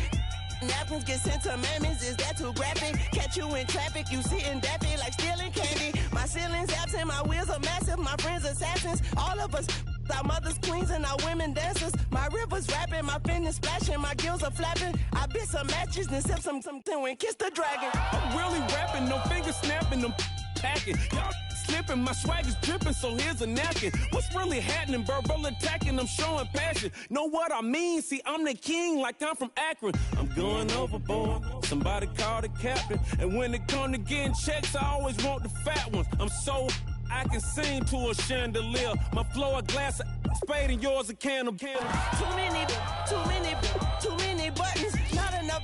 These fucking the SWAT is coming. Shoulder, no shoulder shrugging at your nugget. Stick it like acupuncture and Magnus honey. Knock on the side door 3 times and have your money. Or get to stepping like Kappa stomping. I slap. I'm having lunch with Italian Sonny. Don't ask the subject. Lord, why you took rabbit from me? He say don't ask me nothing. Too many bodies, too many bundles. Not enough. These bugging, I heard they stung you. It's gonna be trouble. We come through and catch you while you cuddle. Barrels like tunnels. Don't even mumble. I'm back to ballin', I'm in the back full of only. Pull on the scene enough. Queen playing Pastor Troy. Ready turkey, spaghetti, and castor oil. That's turn your guillotine to a fashion show. In 4 minutes, I turn this into forensics in a foreign car with a foreign. It's long-winded, paper long, and you taking long. You just don't get it. Hung the phone up on Say Tony, want a song with me. Hotter than Mississippi, the summer of the 1950s. In a van full of some white. Get pulled over for swerving like hi, officer. When he asked me why I was swerving, I'm swerve, officer. I can make it bounce by myself. I can make it bounce by myself. I can make it bounce by myself. I can make it bounce by myself. I can make it bounce by myself. I can make it bounce by myself. I can make it bounce by myself. I can make it bounce by myself. Got a mansion, a condo, a cabin. I sleep in my phantom.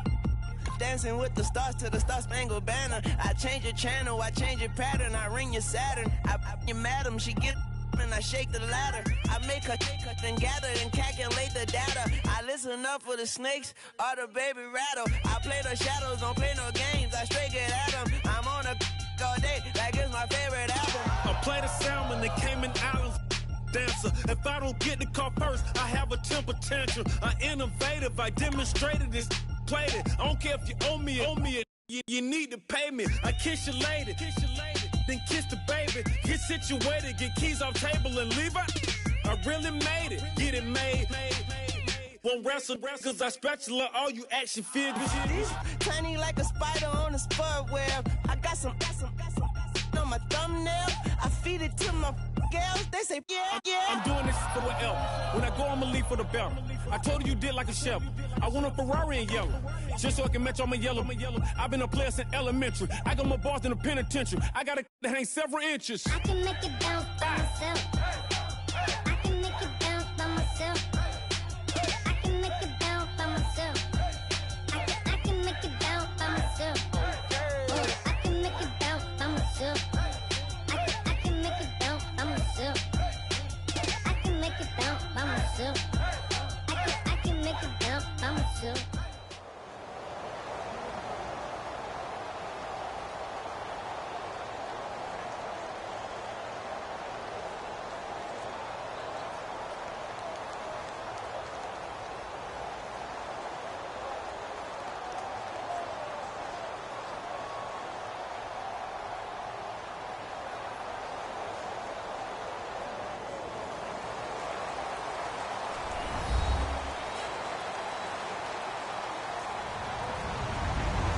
Everybody, I'm Larry Ridley, and this is the NFL on EA Sports. Tonight's matchup features two quarterbacks who will be trying to lead their team to victory. It's the Bills going up against the Packers. With that, we send you up to legendary Lambeau Field in Green Bay, Wisconsin, where Brandon Godden and Charles Davis have the call. Gentlemen. Thank you very much, Larry. We are here on a beautiful afternoon for football. Coming up, we've got what should prove to be a good one between the Buffalo Bills and the Green Bay Packers.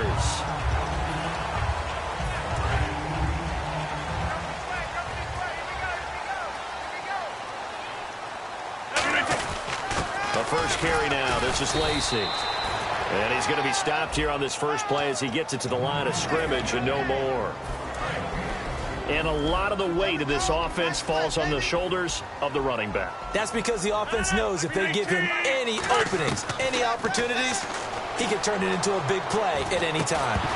And the hit jarred it loose. It's incomplete. Jared Cook, the tight end, was the target. And it'll be 3rd and 10. And we take a look at the Bills' defense. Ronald Darby's selection makes a general manager look good. A terrific ball hawk who is eager to tackle in the run game. And this is going to be incomplete. Well, that was pretty nice to watch if you like a defense's perspective, because they understood where the first down line was as much as the offensive guys did. Did not give up any more ground, and when the ball was thrown, reacted really well and swatted it away. One of the advantages of zone defense, you never take your eyes off the quarterback, and when he reacts, you do exactly the same and go get the ball.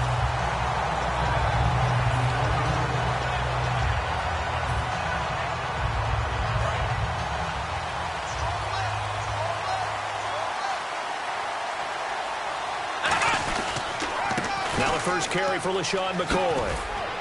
And a nice gain there as he'll be taken down just shy of the 20. A good run there on first down, and it'll leave him with a 2nd and 2. First play of the drive, let's give credit all around. Excellent blocking, but the guy carrying the ball, he was the finisher. A really nice run. They'll run with a backup. This is Williams. And he goes nowhere. He'll lose yardage back at the 17. It's a loss of 2, now 3rd down. When you think of Mike Daniels, you think of strength. Hard to knock off the football, but surprising quickness and ability to move and evade people. How about that play there? Well, he can squat 600 pounds, so that's how he caught people's attention coming into the league, and he caught our attention right there. And he's brought down after a good gain. A big gain there on 3rd and long. 30 yards. Well, plenty of credit has to go to the guy carrying the ball. He broke the tackle and gained the yardage. But that doesn't necessarily mean that the defender's bad. They're not going to make 100% of the tackles all the time. Even the best in the game will miss one occasionally. The key is not to let it snowball and miss tackle after tackle. On that play, credit to the offense, but that doesn't make the defense bad. It's a gain of 17 that time. And the Bills are going to have a 1st down.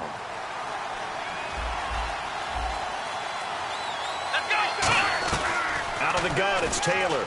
And he whips that one incomplete there. He was trying to get it to LaShawn McCoy. And that'll make it 2nd and 10. And here's our first look today at this offense.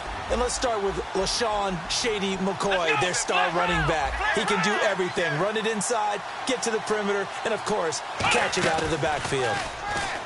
To throw is Taylor. Looking left side for Watkins, and he's got him. And all the way home for a Bills touchdown. Sammy Watkins, 35 yards. And the Bills have taken the early lead. As a fan, is there... Oh, they flip it to the kicker. He looks like he's going to throw it. That is caught inside the 5. And he'll get into the end zone as the 2-point conversion is successful. After the touchdown, it's Gay to kick this one away. That'll be taken in the end zone. And the decision to bring it out is going to cost him about 7 yards all told as he's taken down back shy of the 20. And Green Bay getting ready to go as they take the field. And a 3-and-out on that first drive. We'll see if they can do better here. They should have a better opportunity because the nerves should be settled now. That first series, everybody goes out with a little extra emotion. So now they get a chance to go back out and say, okay, now we're into the game. Let's go play and play as best we can. You almost get a mulligan then on that first drive? Sometimes it absolutely serves that way. You get a second opportunity. Nothing big happened. But then again, you didn't commit any mistakes either. Off you go. That was a nice completion on an out route. And those types of plays are the result of arm strength by the quarterback and timing by the receiver. They go play action here on first down. Oh, the ball comes out on the hit, but they'll say it's incomplete. Randall Cobb, the intended receiver. And that'll make it 2nd and 10. Not too many things get to a quarterback of this magnitude, but I think it's safe to say that pressure can get to any quarterback. Now, he's obviously a great franchise quarterback, but felt the pressure, threw it incomplete. Over the middle, it's Jared Cook. It's a gain of 5. And just like that, it's 3rd down. They gave up the completion there, but this is what zone defenses count on. Catching the ball and not much run after the catch. To throw is Rodgers. And complete right side to Cook. Normally, he's pretty reliable. Usually catches what's thrown to him. On that play, he simply dropped it. And no move to get the offense off the field. They're going on 4th and 5. Here we go on 4th down with Rodgers. And it is incomplete. So certainly an interesting call there to go for it. And the Bills are going to take over in excellent field position. And now out come the Bills. And they'll just simply be looking to build off the confidence of the last time out where they scored a touchdown. And confidence is powerful, isn't it? When you scored once, you feel like you can go back out there and get it done again. Doesn't matter what the defense throws at them. They feel like they're in a groove right now, and they want to get out there and show it. Yeah, hoping to stay in that groove here this go-around.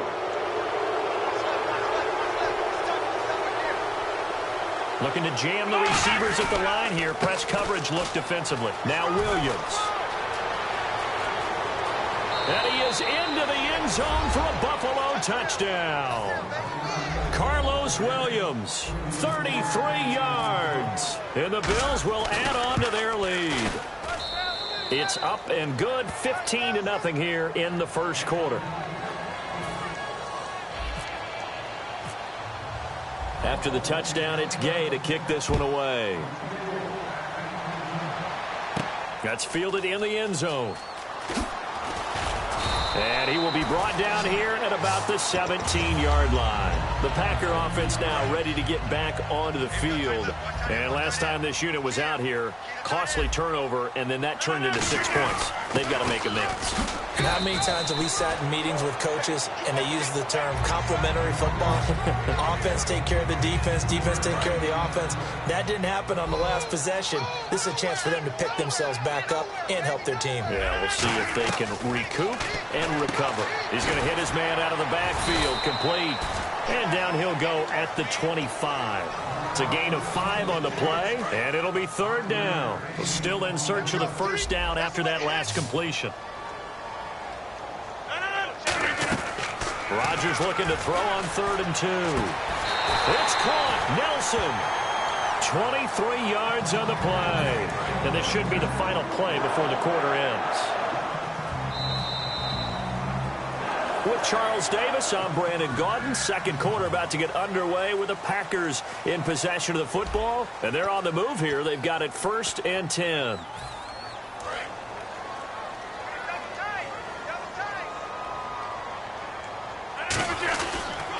Rodgers with a give. It's Lacy. And he's brought down. 13 yards there on the pickup. And that leads to a Green Bay first.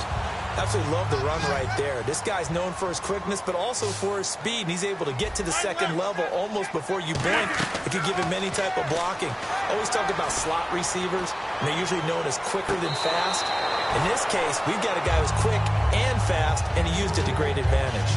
One thing I know from experience is that when the deep ball is thrown and you're the defender, you've got to fight that little bit of panic that emerges. You've got to play the ball really well. It's a 50-50 jump ball play. And guess what? They took a shot. How are you going to win it? And in this case, they managed to get it done. That one good for 16, and the drive will continue. And now the passing game here in the second quarter is starting to heat up a little bit. Don't you feel the rhythm starting to happen, right? You see it. Now the confidence is starting to rise. I think now as a play caller, because that has happened, you lean on it a little bit more. You don't go totally away from running the football, but you do say, guess what? We can throw it. We can throw it well with a whole lot of confidence. 319, Rodgers will try again on 2nd down. Going to throw deep, trying to get it to Adams, but it's intercepted. Picked off by Corey Graham. And to the 12, that's where it stops. The return is halted at the 12-yard line. And here come the Bills. And that recipe on their last drive that resulted in a touchdown looked pretty good, so they'll be hoping to do that once more.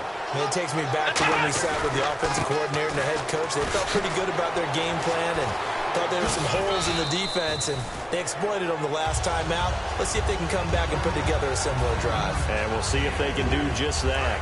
And after the play on the ground, that brings up 2nd down here. It'd be hard to say that a defense wouldn't be ready for a first down run.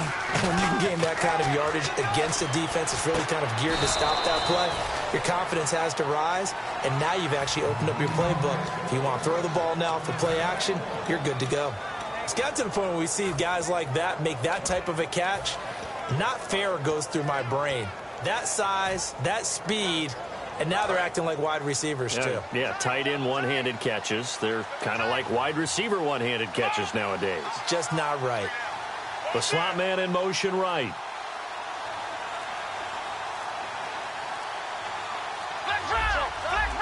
The play clock's running down. So a penalty that can frustrate a coach so much, a mental error, and it'll back him up 5 yards.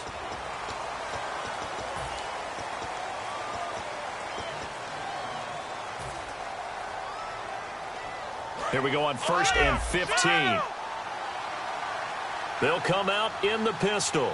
Looks like the defense in press coverage here. After the penalty, it's McCoy. So a nice job to break the one tackle, but not much daylight after that as he's brought down. Stop made there by Julius Peppers. Well, so many times we look at a short run and we praise the offense for trying to set the tempo and establish things, but the defensive guys, hey, they just won the battle there. It wasn't a big run given up. They don't always have to absorb the body blows. Sometimes they dish them out themselves. Now Taylor toward the sideline, and look at that catch. Dragging the toes, and that's going to be a first down. Well done. If you're running out route, it's likely you're going to end up near the sideline. And what did we just see there? Toe tap. You got it. The benefits of practice. Toe tapping, foot dragging, picking it up, and making sure it was a catch. That's going to go as a loss of 4, and it'll be second down. 2 minutes to play here in the first half. We're back to Lambeau following these words. Let's go. Now Taylor to throw on second down. Buying time to his left. And some room to roam now. Taylor hit. He lost the football. And they'll start out with great field position at the 47-yard line in enemy territory. The Green Bay offense now about ready to take possession here. And the interception last time on the opponent's side of the field, certainly not what they want. Put it mildly, that is so frustrating because... And now the Bills are going to stop it as they call a timeout. It's just their first, so they'll have 2 remaining here before we get to halftime.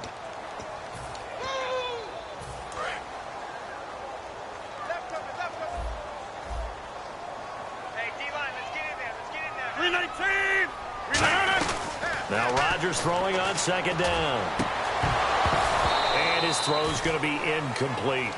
Today's NFL, these big guys are featured receivers. They move them all over the place to try and find good matchups, and they had one. They were just unable to complete the pass.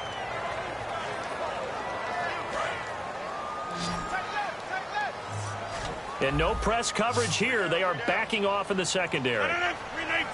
Over here. On third and long, it's Rodgers. And he finds Cook. And he'll be taken down, but not before getting this inside the 30. Give him 30 yards there. And now a first down following that long gain. And the D-line pinching together must be expecting the run. Now Rodgers steps away to his left. And he'll go down here right around the 23-yard line. Yeah, he only gets a few yards on 1st and 10, but he's better off doing that than throwing an incompletion or even worse, an interception.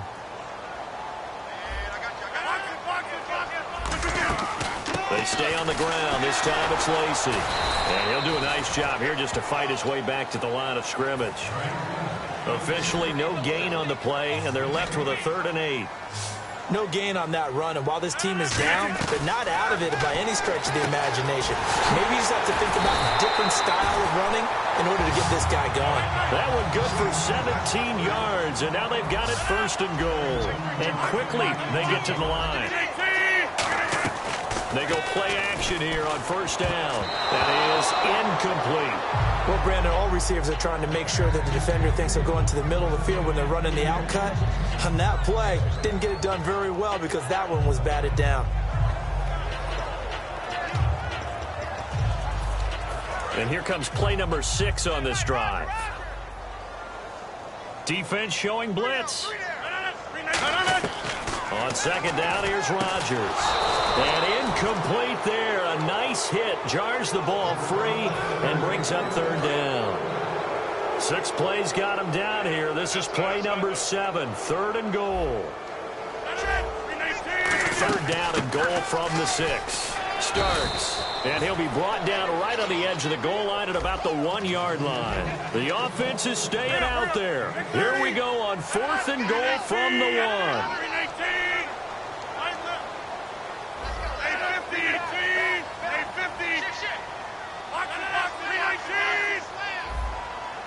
Now they bring a receiver in motion right.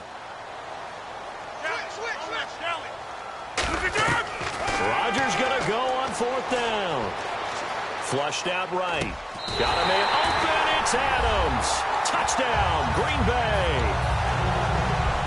Davante Adams in the final seconds of the first half. And the Packers make some inroads here on that deficit. Now after the touchdown, here's Crosby to kick it away. This fielded a few yards into the end zone. And with the new rule, that decision to bring it out will cost him about 5 yards as he only gets to the 20. First half in the books. You're watching the NFL on EA Sports.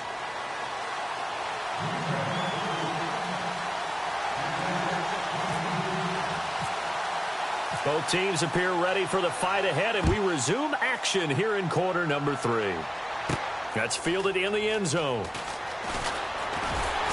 And a pretty good return here. He'll be stopped just shy of the 25 at the 24-yard line. Out come the Bills now as they'll go on offense first here in this third quarter. They have the lead. Now they'll be looking to extend that lead.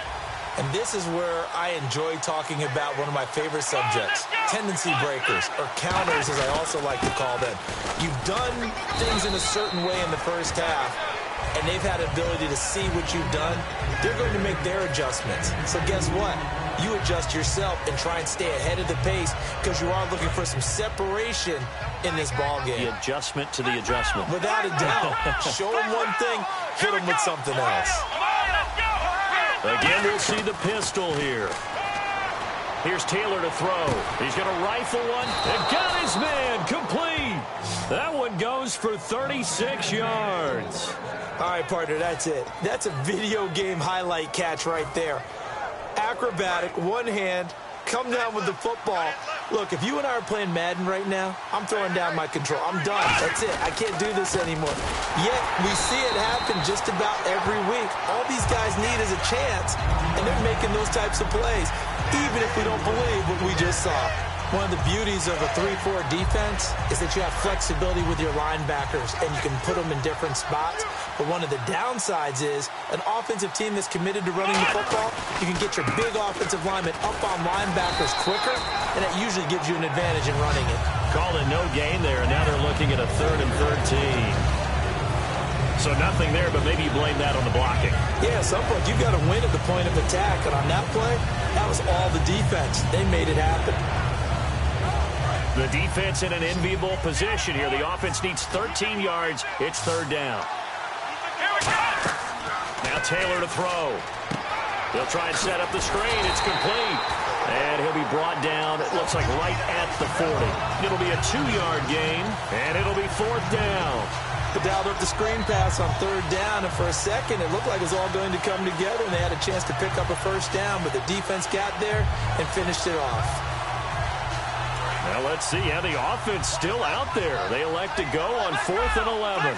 And on the outside, they're playing press coverage. Watkins alone on the left side. Now it's Taylor. And this is incomplete. And Charles, a little random sidebar, but it ties in with the NFL. One of the coolest things the first weekend of exhibition games was when the Ravens tuned into the Olympics. Certainly did. They stopped the game. Everyone watched the big screen to see Michael Phelps go for the gold in the 200-meter swim. Baltimore-born man. That's caught inside the 20. It's a big play there for Green Bay. 43 yards. And at this stage, down in the second half, looks like they just wanted to find a way to get it in the hands of their playmaker, and they did. I think you're exactly right. I don't think the coordinator's looking at his play sheet and trying to figure out which play will work well. He's trying to figure out how to get the ball to the playmaker that you just described. Looking down at that sheet, you find people plays, not necessarily X's and O's, and that's exactly what they did there.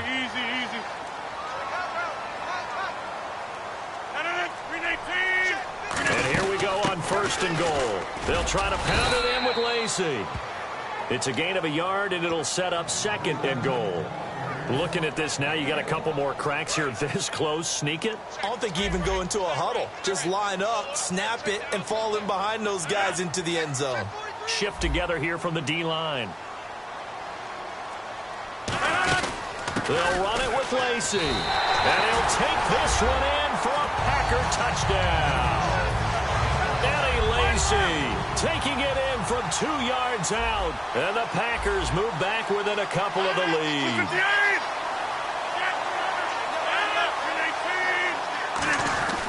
Rodgers will throw for it. And unable to connect. They don't get the 2-point conversion here. Now after the touchdown, here's Crosby to kick it away. That'll be taken in the end zone. And it's a pretty good return here as he'll get it up to the 29-yard line.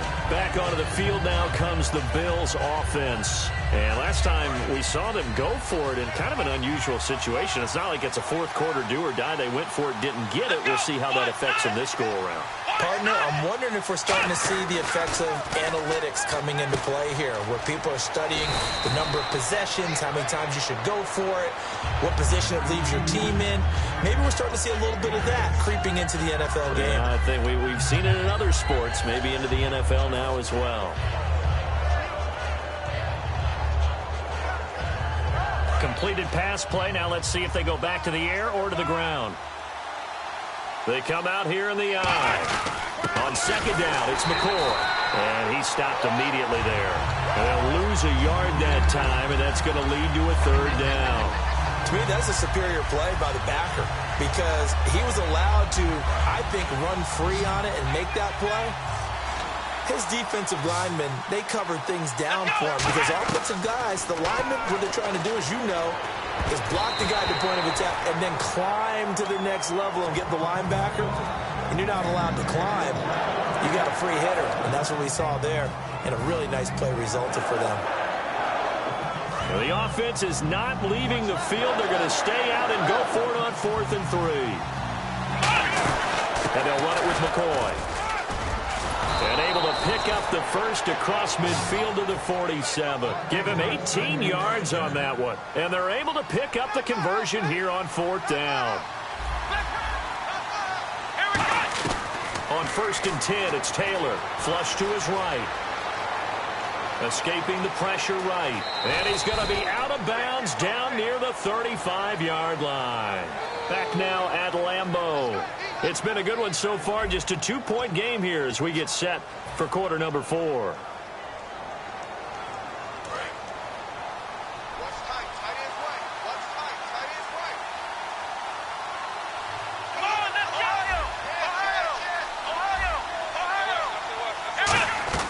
Throwing now, Taylor on 1st down. Being chased out left. And he's just going to throw this one out of bounds here. Nowhere to go with it. Incomplete. I hope I don't sound too rah-rah on that one, but that's the exact right throw. Either your receiver gets it or no one gets it. Give him a lot of credit for being really precise with it. Got rid of it. No one got it. And here comes play number 6 on this drive. Now they'll run it on the toss. And he is going to lose yardage here. That'll go as a loss of 5. And they're going to face an uphill battle here on 3rd and long. And this situation with a lead 4th quarter, they're liking keeping the ball on the ground, I'm sure. It's just smart football, but you know the defense has to know it as well. They've got to stop them here. So now we're going to see that loading the box in a big way. 6, 7, 8, 9, whatever it's going to take. Puts a little bit more pressure on your big offensive line. 7 yards on the carry there, but now they're staring at 4th down. So a pressure kick here for Dan Carpenter. This is a 49-yard attempt, right hash. And he missed it. It's no good. And this score will stay right where it is.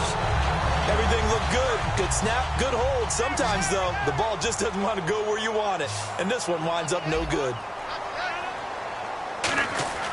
Throwing on 1st down is Rodgers.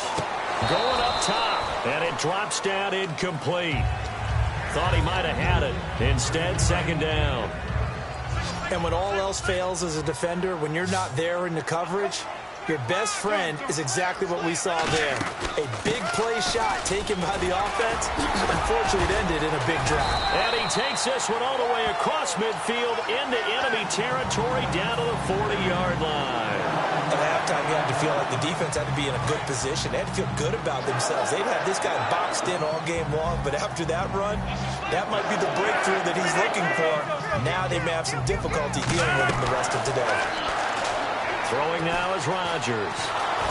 And this is incomplete. The defensive coordinator came into this game with a plan to get to the quarterback with whatever type of pressure is necessary.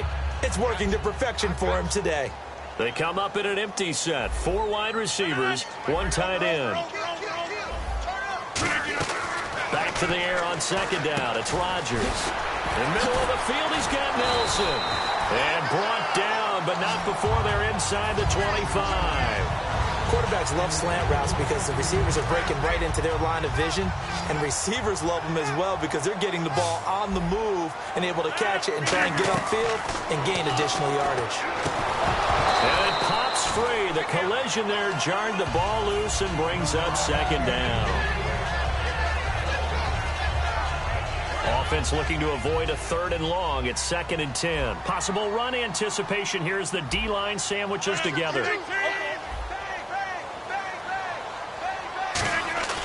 Rodgers will try again on 2nd down. He's going to let it go deep for the end zone. And he's got it. It's caught for a Packers touchdown. Eddie Lacy. He scored on the ground and through the air. And the Packers have moved out in front here in the 4th quarter. Here we go now as we get set for a big 2-point conversion. Rodgers, and look at this. They get the turnover they needed. And he's into the clear. Picked off by Ronald Darby. 30. Past the 20. And they will finally put it into the return, but not until he takes it back all the way inside the 10-yard line. Now after the touchdown, here's Crosby to kick it away. This fielded a few yards into the end zone. And he'll get it up past the 20 to the 22-yard line. And the Bills' offense comes out ready to take over. And they had compiled a pretty long drive last time. Unfortunately, though, it ended with no points after the missed field goal. And that can hurt the psyche of the team because as they drove downfield, you know you're never supposed to count points in your mind until they go up on the board. Well, let's face it, we've been there. We've seen teams before. They were counting on those points. They didn't get them. Can they come back now, start over again, and grind it out? Again, it's McCoy. And not much of an opening there as he's only going to get this to about the 32. They got 2 of the 3 they needed there. Leaves them with 3rd and just a yard. And the offense moving quickly to the line. Now Taylor. And incomplete. The contact made the ball roam free and brings up 4th down. Everything about that play tells you about today's NFL offenses and what they're asking out of running backs. You can't just be a guy who can run the football. You have to be able to catch it as well, and he didn't get that done on that play. They come out with 1 back and 3 tight ends. It'll be a pickup of just 2, and on 4th down, they're able to convert and move the sticks. I tell you, on 4th and 1, when you're way back on your side of the field, I thought this might just be an attempt to draw them off and get the first down that way. But they were going for it the whole time, and they wind up getting it. Here we go! This time Taylor will throw. Got a man, and he hits him in stride. And now the ball's out. Fumble near midfield. And the return comes to a halt right at the 44-yard line.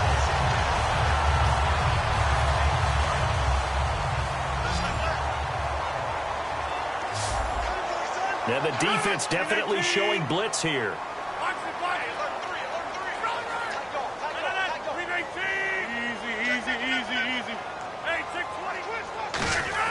Rodgers looking to throw. Oh, no, he lost the football. Now this is picked up by the Bills. And the return this time will go out to the 42-yard line. Here's the Buffalo offense now as they get set to take over here. And they had the fumble last time that led to a touchdown. That's a no-no.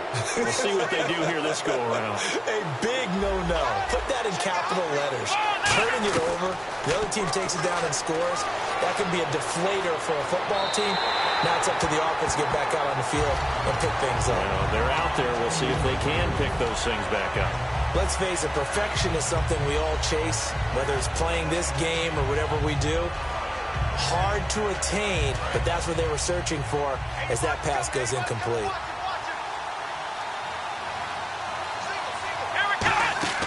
He's back to throw. They'll set up the screen to McCoy. Oh, he's got some breathing room. And all the way home for a Bills touchdown.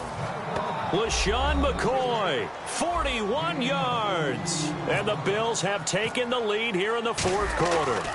and touchdown and congratulations and zero relaxation ahead of them, right? Way too much time on the clock for them to start celebrating. Yeah, part one is done, but now on the sideline, you can already see them scrambling down there. They're getting those defensive guys ready. Yes, you have to get those guys ready, and you also have to talk to your special teams guys.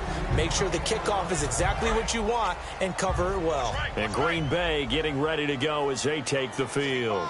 And last time the turnover on the fumble, and they were in enemy territory, so that had to be very frustrating.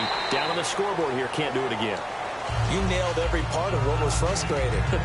Down on the scoreboard, had a drive going, had pushed it past the 50-yard line, so they felt like they were in striking distance, and to come away with nothing, not a good feeling at all, to put it mildly. Now they can't afford to do that again. Yeah, now can they get that bad taste out of their mouth here? I think that's a big-time play there because the slant route is really hard to cover because the timing is so quick.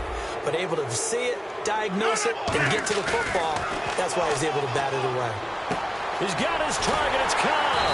And he's got the first down yardage before he's brought down at the 42. And Brandon, from our time in college football, where receivers weren't running the traditional NFL route tree, one thing they did learn, find open areas, find soft spots, and set up and catch the ball. And I think we just saw that there. Yeah, we saw that indeed, picking up the first. And he's brought down. They'll get 16 yards there, and it'll give the Packers a first down. So many times you hear today's NFL described as a space game. Get your best players into space with the football in their hands. That's why sometimes you just swing it out to your runner, get him out in the flat, and let him have a chance to make people miss an open field. That was a nicely run slant route, and what the receiver's trying to do is make the defender think he's going upfield for a deeper route, and then breaks it off, usually after about 3 to 4 steps, and cuts towards the middle of the field. And now what he's trying to do is use his body to keep the defender away from the football and get the quarterback a really nice target. Everything about that play was beautiful. A great corner route where the receiver worked the defensive back inside and then broke back to the outside to the corner. But how about the throw by the quarterback? Anticipation on the break from inside to outside. He threw the football. As the receiver turned around, the ball greeted him. And they'll bring him down at the 13-yard line. 4 yards on the pickup, and that'll make it a second down. He decided to run a hitch route. It really helps to have a guy who can turn it loose. And, boy, he rifled one in there on that one. Not much run after catch, but it worked really well. They'll come out in the pistol. They'll look to throw. A dump off to Lacey. It's a 9-yard gain, and it keeps the drive moving. Now hold everything here. We're going to get a timeout by the offense. That'll be their third and final stoppage here as we step aside. Back to throw. And, a crusher there as it's intercepted. Picked off by Corey Graham. And a big turnover there as his guys will get the football back. And the Bills getting set to go. The clock cannot be stopped here. Defense can't do anything. So kneel it down, take it home. No doubt about it. It's what you practice for in winning situations each and every week. Victory formation. Take a knee and go on into the locker room and celebrate. Call it a victory. And, you know, every win is sweet, and I'm sure everybody enjoys a huge victory, but sometimes only winning by 1 score, 2 scores, a field goal, that can feel pretty satisfying too. Without a doubt, because now you know that your team responds in critical pressure-packed situations. As a coach, as an organization, that makes you feel awfully good.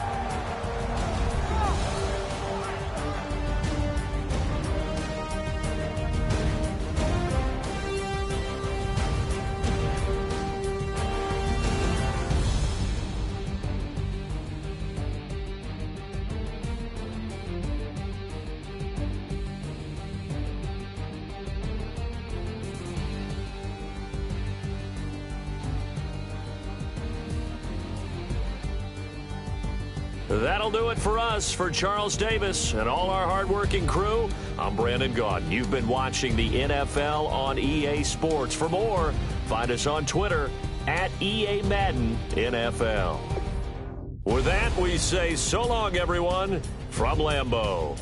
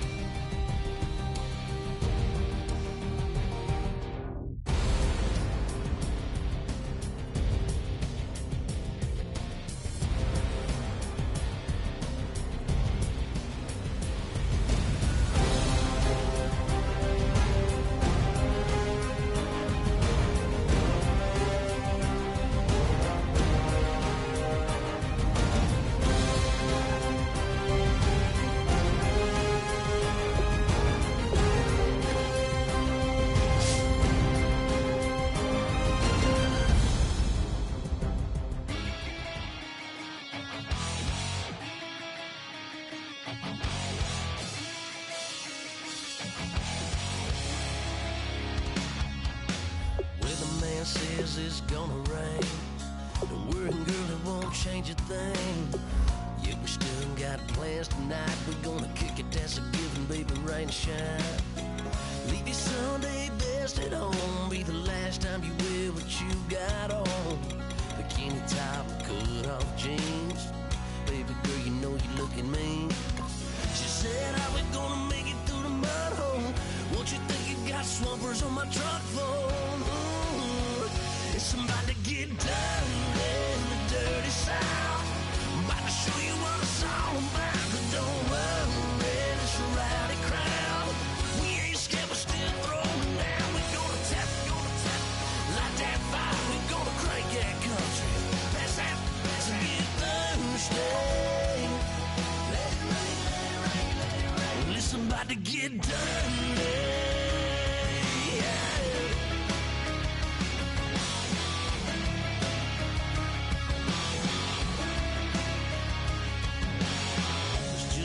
About a good old flood, watching that red clay turn to mud. Sling it up, slap past the doors like a new paint job on a 4x4. Girl, you're gonna have a good old time. Can't let a little bit of rain change your mind. Let your hair down, kick off in boots. Once in your life, let yourself cut loose. Go and get money from head to toe, clean it off, living in a swimming hole. Listen, about to get dirty in the dirty South. I'm about to show you what it's all about. And don't worry, it's a rowdy crowd. We ain't scared, we're still throwing down. We're gonna tap, light that fire. We're gonna crank that country. That's a get Thursday. Let it rain, let it rain, let it rain. It's about to get dirty. Somebody get dirty. Girl, your whole life's about to change. Baptized in muddy water, let me hear you say, let it rain, let it rain, let it rain, let it rain. Listen, about to get dirty in the dirty South. About to show you what it's all about. And don't worry, it's a rowdy crowd. We ain't scared, we're still throwing down. Tap, light that fire, we gonna crank that country. That's that.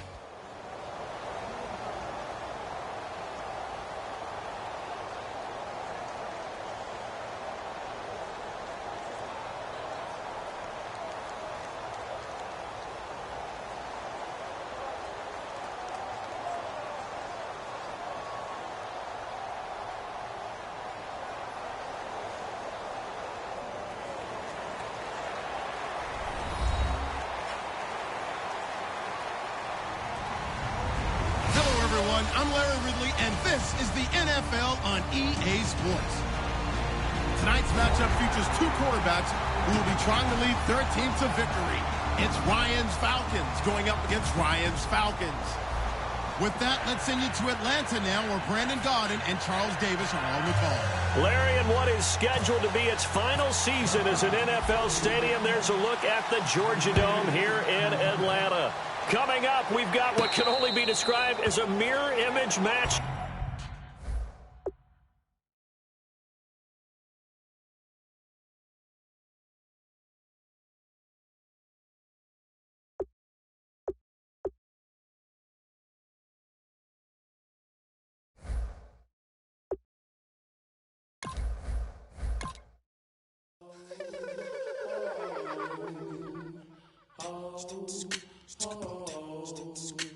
Hello, my name is Kamal. I am from the clouds. I'm a human now, but I used to be a raindrop, word up. I'm really good at putting words up. I make them levitate and circle with the birds. I don't need to force it, I let it occur. Whatever occurs, thank you. Feel like I was touched by an angel. Once again, a whole nother angle. I got a lot of holes in my ankle. I got a lot of love and a whole lot of ignorance, and that's a good thing if you want to relate. I'm just trying to relate. I'm just trying to relate. I'm just trying to relate. I'm just trying to relate. Now, presence, come out, come out.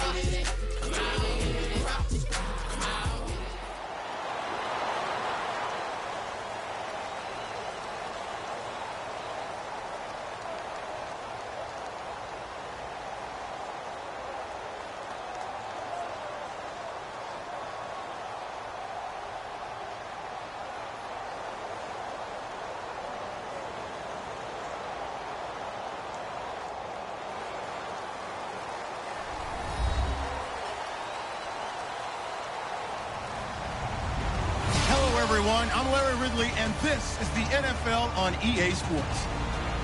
Two teams will need their quarterbacks to step up and lead their offenses on the gridiron today. It's Ryan's Falcons going up against Ryan's Falcons. So let's get over to the ATL, Atlanta. Standing by our commentary team of Brandon Godden and Charles Davis. Thank you very much, Larry. You are looking live at the Georgia Dome here in downtown Atlanta. Coming up, we've got what can only be described as a mirror image matchup between the Atlanta Falcons.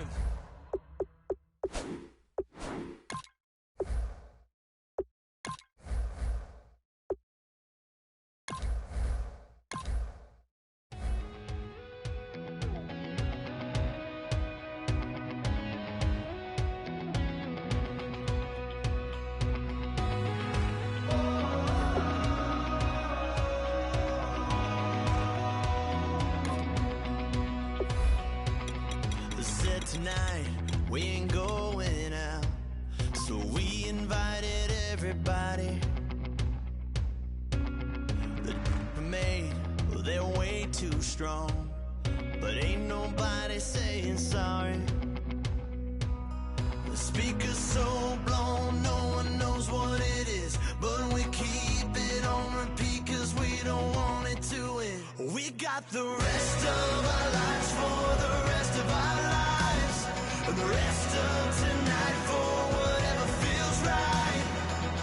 We're doing it our way, just acting our age. One day we'll look back just shaking our heads, but right now we're too fast to slow down just yet.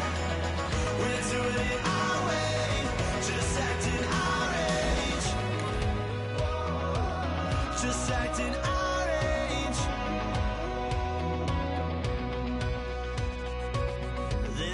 Here that I just met, but we're acting like we go back. It's 3 a.m., we ain't done yet, trying our best to make it last. Freedom running through us like an open, we're too high on being young and they're still too.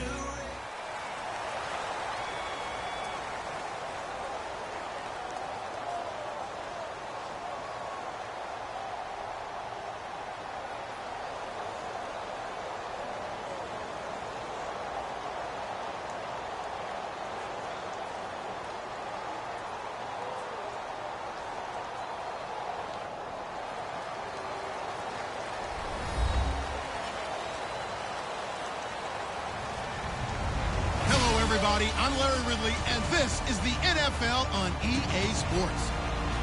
As we head towards kickoff, two quarterbacks will be on the field today trying to push their team to victory. It's the Titans going up against the Buccaneers. So let's get you over to Tampa as we say hello to our commentators, Brandon Godden and Charles Davis. Thank you very much, Larry. We are here on a beautiful afternoon for football. Straight ahead, we've got a good one on tap here between the Tennessee Titans and the Tampa Bay Buccaneers.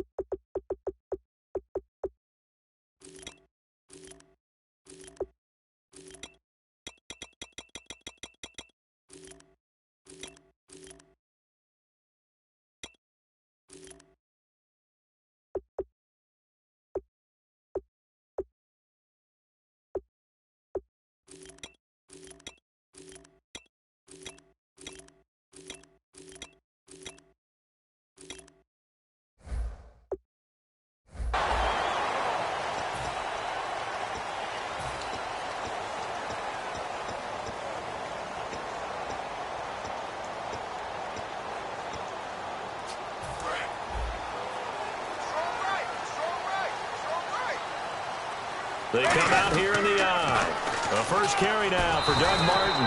And nothing doing on his first run. Back to the line of scrimmage, and that's it. Rashad Johnson on the stop.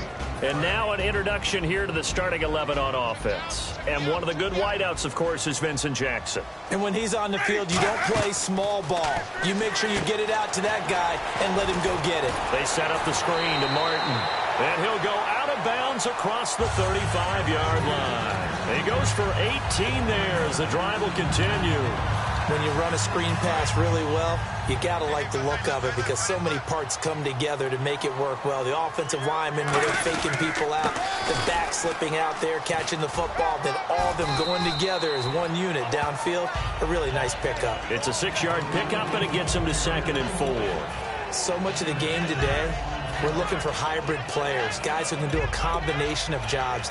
And anyone who plays a strong safety position, now more than ever, is a hybrid-type player. Half defensive back that covers passes and half linebacker that makes tackles. We just saw the linebacker make that play. And he'll take this one across the 45 up to about the 46-yard line. A 3-yard pickup on 2nd and 4. Now they'll need to convert here on 3rd and a little more than a yard. Winston sneaking it. Just a 1-yard pickup there, and it'll be 4th down. And in their own territory, needing only a few inches, they're going to line up to go for this thing on 4th down. Winston keeps it himself. Call it a 1-yard gain on the play, and they're able to convert here on 4th and inches. Man, you talk about a coach setting the tone on the first drive of the ball game.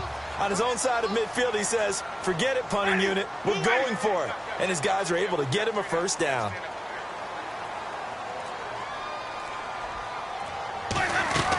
Winston to throw it this time. Caught. Safarian Jenkins, right side. And he'll get it down here to the 43. It's a gain of 9 yards. And it'll be 2nd and about a yard. And there's a completion to the tight end. And look at the size of these players nowadays. At that spot, 6'4", 6'5", and up.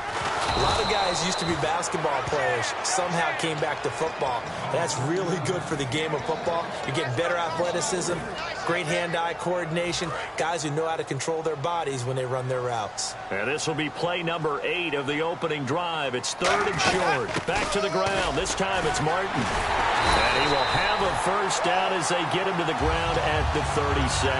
They get 9 out of that one, and as a result, the drive continues.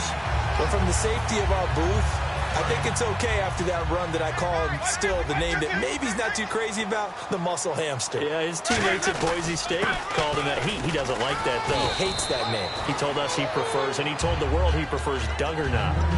It's always tough when you come up with your own nickname. It doesn't stick. I hope it works for him, but I have my doubt. We're going muscle hamster here in the booth. They'll try to throw now. Winston dancing to his left. And an alley to run. And he'll be out of bounds, able to get it down to the 25 there. They get 5 out of that one, and it moves the chains. That was an excellent job of recognizing the situation. His first read wasn't there. Heck, his second read wasn't there. But he bought himself a little extra time scrambling out of the pocket, got to the sticks, and picked up the first down. First down. Here's the run with Martin. Oh, he breaks a tackle, and he's got an alley. It's a pickup of 16 there, and it'll lead to a new set of downs. And this has been an excellent drive to start the game off. Move the ball downfield well. Now they're set up at 1st and goal after that last really nice run. Exactly how a coach would draw things up. This is how you want to start a game, and that's all they've preached all week long about how they want to come out of the gate. To throw is Winston. And he's into the end zone. Touchdown, Buccaneers. Cameron Brate from 8 yards out. And the Bucs take the ball down the field and score on their opening drive.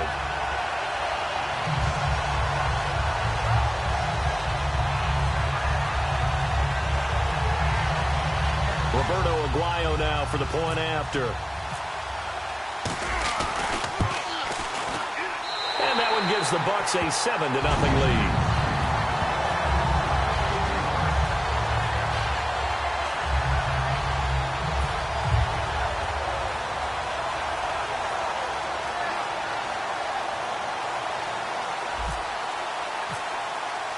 The Bucs ready for the kickoff.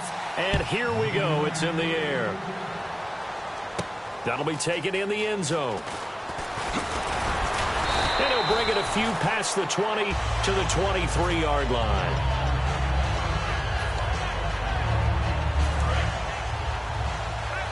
And the D-line pinching together must be expecting the run.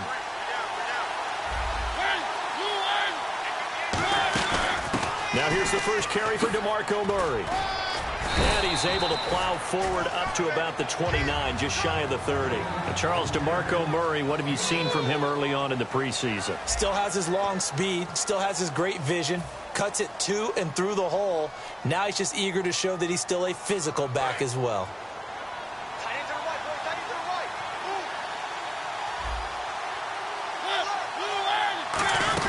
That was second down run for Murray. Room here to run.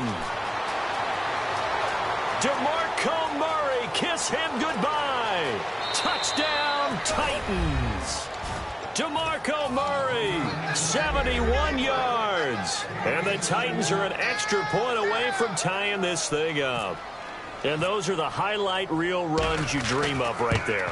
When he gets a seam and just gets through it, how about the explosiveness, the burst to get there to begin with, and then once he's in full gallop, good luck trying to track him down. And those plays so demoralizing for the defense. Absolutely, because you've done so much work trying to keep people in front of you.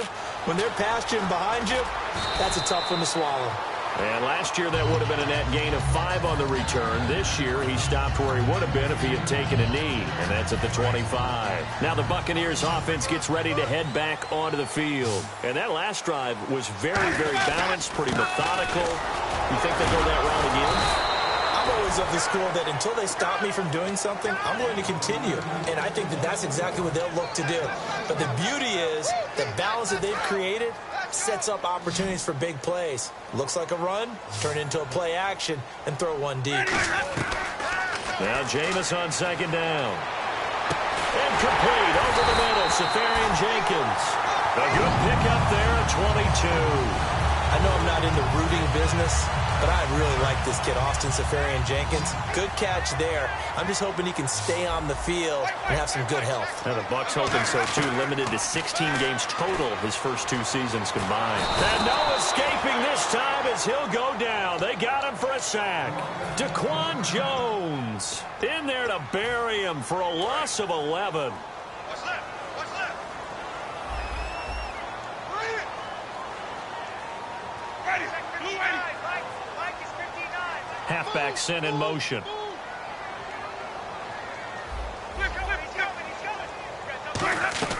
Second down, Winston. Forced out to his left. They'll get a couple yards on that one. And they're going to be staring at a 3rd and long here. And we have to give credit to him for buying time and extending the play. But, you know, there's some really upset defenders on that one. They thought that they had him. Instead, he was coated in Teflon and got away. Jameis to throw it. Now they go screen. It's complete. It'll be a gain of 9, and that's going to make it 4th down.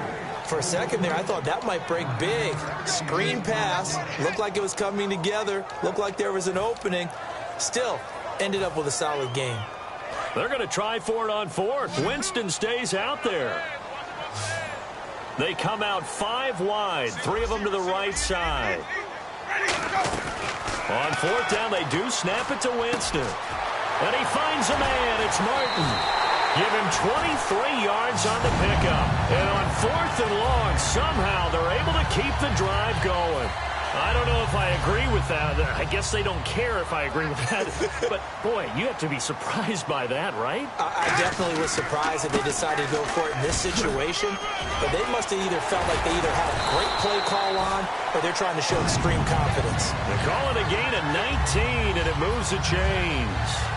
Whether it's what we call an even front or an odd front, and an odd front's real easy to figure out. If that guy is lined up over the nose of the center, typically that's an odd front defense. Odd number of people, meaning 3-4 versus the 4-3, which is an even front.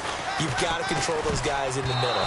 Whether it's the nose or the 2 defensive tackles in a 4-man front, if those guys can't get moved, you cannot run the ball in the middle of the field. And in that play, they were able to actually take care of business. And some changes here as the D-line separates some. On second down, Martin looking for a crease, can't find one. Stopped at the line of scrimmage. They'll lose a yard, and it brings up third. So often you hear defensive coaches talk about we need all 11 on every play in order to be a good run-stopping unit. And sometimes it starts to sound a little cliche. But did you see the free... And he pulls it in for the Buccaneer touchdown. Vincent Jackson. A 14-yard touchdown. And the Bucs are able to strike for 6. And he knocks it through. The kickoff unit is out on the field, and they will send this one away. This fielded a few yards into the end zone. And he's able to get it across the 20, but not by much, as he's marked down at the 21-yard line.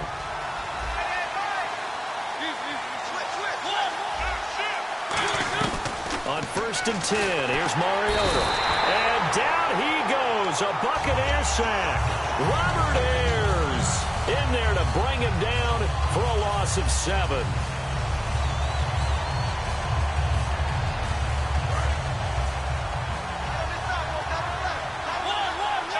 Shift together here from the D-line. Here's the former Heisman winner. It's Derrick Henry. Cuts it out to the sideline. And they're going to get this one all the way out across the 45. A big play there out of the running game. 33 yards. That outside handoff to the left, that play has to warm the heart of an offensive line coach because they controlled the left side where they were supposed to. They didn't allow anything to leak from the back. And he's got his man. That's Wright for the Tennessee touchdown. Kendall Wright, 52 yards. And the Titans are an extra point away from tying this thing up. And we've got a good one brewing. We're all knotted up at 14.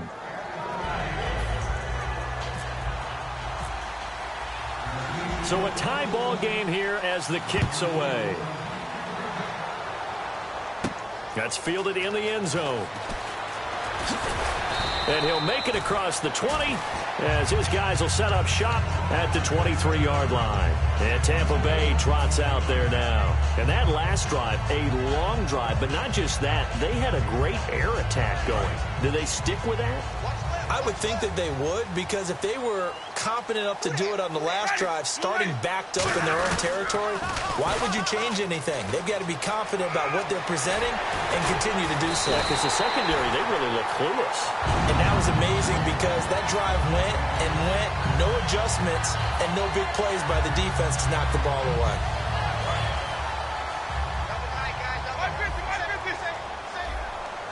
One receiver to the left is Evans. Here's Winston. And he's got his man in stride, complete. It's a pickup of 14 there. And it'll give the Bucs a first down.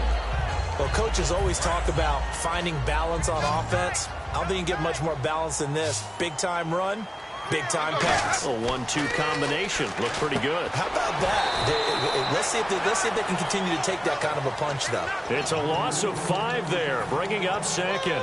You know what the key to a good screen pass is, don't you? Bet you're going to tell me. Good blocking? Well, good blocking eventually. But first is good acting. You want to let the defenders go past you, leak out to whichever side or even in the middle where you want to set up the screen, and then you do your blocking.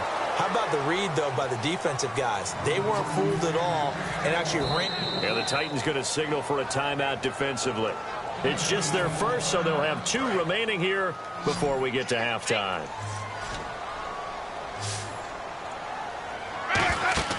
Third and long for Winston. Oh, it's a screen pass. That's complete. He loses 4, and it brings up 4th. Now another timeout here called by the Titans.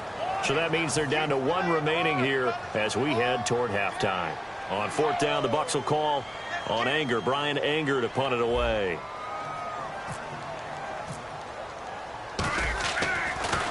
And now a high kick, but he hit it straight up. And the fair catch is taken at about the 13-yard line here. It's just a 32-yard punt with no return. And it'll be Titan football. And here comes Tennessee as they get set to take the field. And the ball backed way up, so thinking with this amount of time on the clock, probably just sit on it, and we'll see these two teams go to the lockers. Yeah, I don't think you want to overthink it in this situation. Either side of the ball. Just go ahead and finish up the half and get on out and talk about it. To throw, Mariota, eluding the pressure right. He's going to flip one out here to his running back. It's a 9-yard pickup on the play, and it'll be second and about a yard to go for the first. So many times you hear today's NFL described as a space game. Get your best players into space with the football in their hands. That's why sometimes you just swing it out to your runner, get him out in the flat, and let him have a chance to make people miss an open field. And now it looks like they're going to be in the hurry-up. Defense really showing respect to the deep ball here, playing off. And he can't find a receiver, and he's brought down. That's it for the first half. 2 more quarters to go. We'll have plenty more to see after the break. So both teams have their marching orders, and we'll get going again here in quarter number 3. This fielded a few yards into the end zone. And the decision to come out is going to cost him 5 yards with a new rule as he's taken down right at the 20-yard line. The Titan offense now working their way back onto the field. First half showed us some pretty good offense. Tie game, we'll see what the second half brings. And it'll be interesting because I think both sides feel pretty good about what their offenses are doing. Got to wonder what adjustments are being made defensively to try and get a spark and maybe slow down the other side. But here, do you change up anything on this opening drive? Not offensively, you don't. You got everything going your way. You've probably prepared for maybe some change-ups you might expect, but overall, you like what your game plan's showing you. It's incomplete. Took a shot, couldn't connect. So ways to go here on 3rd and 10. Another pistol look here. On 3rd down, Mariota backing up. Going deep here for Matthews. And he couldn't hang on to it through the contact. Incomplete. On every offensive coordinator, every play caller sheet, they have about 5 or 6 plays per game that they call shot plays or big plays. And you don't get many opportunities to dial them up. And they just did. And they drop it with a great chance to make a big play. That's going to hurt. On 4th down, they snap it to Mariota. Finding time. And he is out of bounds, getting it across the 30-yard line. 11 yards on the pickup, and they're able to move the chains as they convert on 4th and long.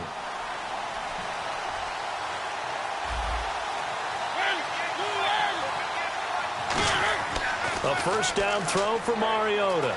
Flushed out right.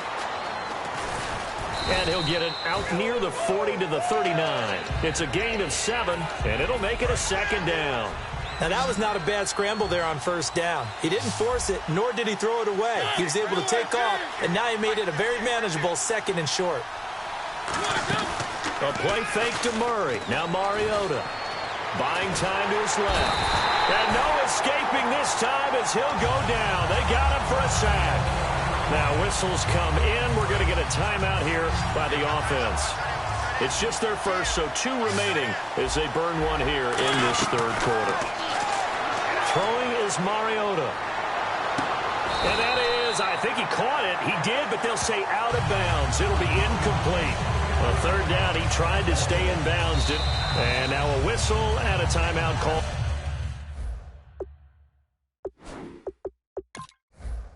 By the kicking team. And that's going to leave him with just 1 timeout remaining still in the 3rd quarter. We'll see if that comes back to haunt him. We'll be back. Now look at this. 4th and 12, and they're going to line up to go for it. They'll come out in the pistol. They're indeed going. It's Mariota. And it is incomplete. A surprising move to go for it. Predictably, at least somewhat predictably, it doesn't pay off. And the Bucs are going to take over with excellent field position to boot. Really nice starting field position here for the offensive unit. Possible run anticipation here as the D-line sandwiches together. Winston with a give to Martin.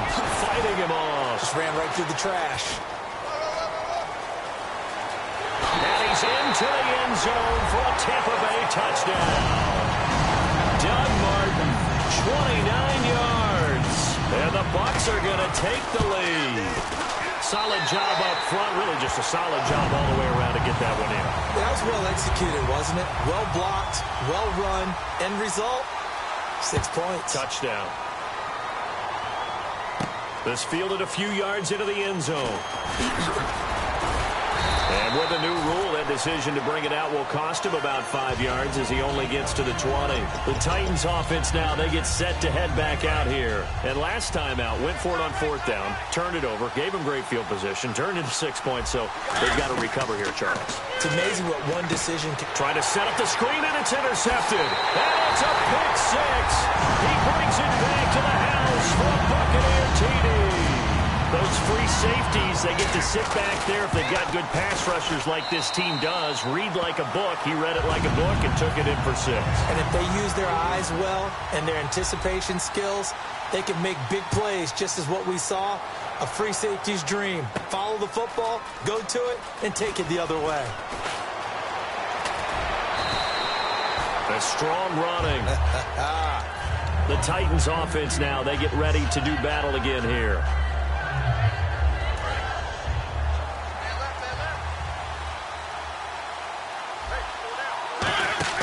They begin the drive with a run by Murray. Looking to find a lane, but he can't. Reined in at the line of scrimmage. Credit him with a 1-yard gain there to make it 2nd and 9. And they're going to hurry back to the line now. 2nd down, Mariota. And this one caught by Delaney Walker. And he's brought down. It's a 10-yard pickup, and it moves the chains. And the D-line pinching together must be expecting the run. Hey, when Marcus Mariota was at Oregon, throwing to the tight end wasn't much of an option, was it? That spread offense, you didn't have him on the field too much. Now the ball comes loose. Complete to Wright. But it looked like the Titans were able to recover, and indeed they will keep possession of the ball. And the defense not able to get it. From a defensive perspective, what's that moment like when you realize the ball is loose? It is a moment where all concentration goes right to the football. That's caught inside the 20. And he gets this one all the way down inside the 20-yard line. And the young buck showing that ability, that agility to dance outside of the pocket, complete the deep ball. And don't think for a second that the coaching staff didn't have their heart rate accelerate a little bit there, right? Anytime you have those young quarterbacks and they get outside of the pocket, you're just hoping that they make good decisions because so many things can happen that can go wrong when you throw it downfield like that. He got away with it there and in a big way. 2nd down here after the incomplete pass.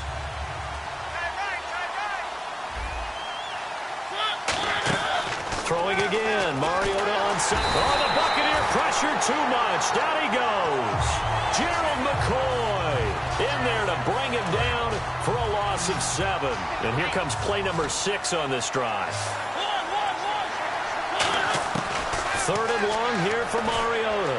Deep drop. Steps away to his left. Looking for Green. Beckham, and it's intercepted. Picked off by Quan Alexander. And a very good return as he takes us all the way up to the 35-yard line. And Tampa Bay trots out there now. And they were able to punch it in the end zone last time. They'll be looking to do that again here for the defense. Obviously, they'll be looking to stop them from punching it back in the end zone. It always is punch-counter-punch, isn't it? And which team has the advantage? Well, let's just go back. Last time on offense, they rolled downfield, got into a good rhythm. You can see a little more bounce in and out of the huddle. You can see the sideline really get into the game.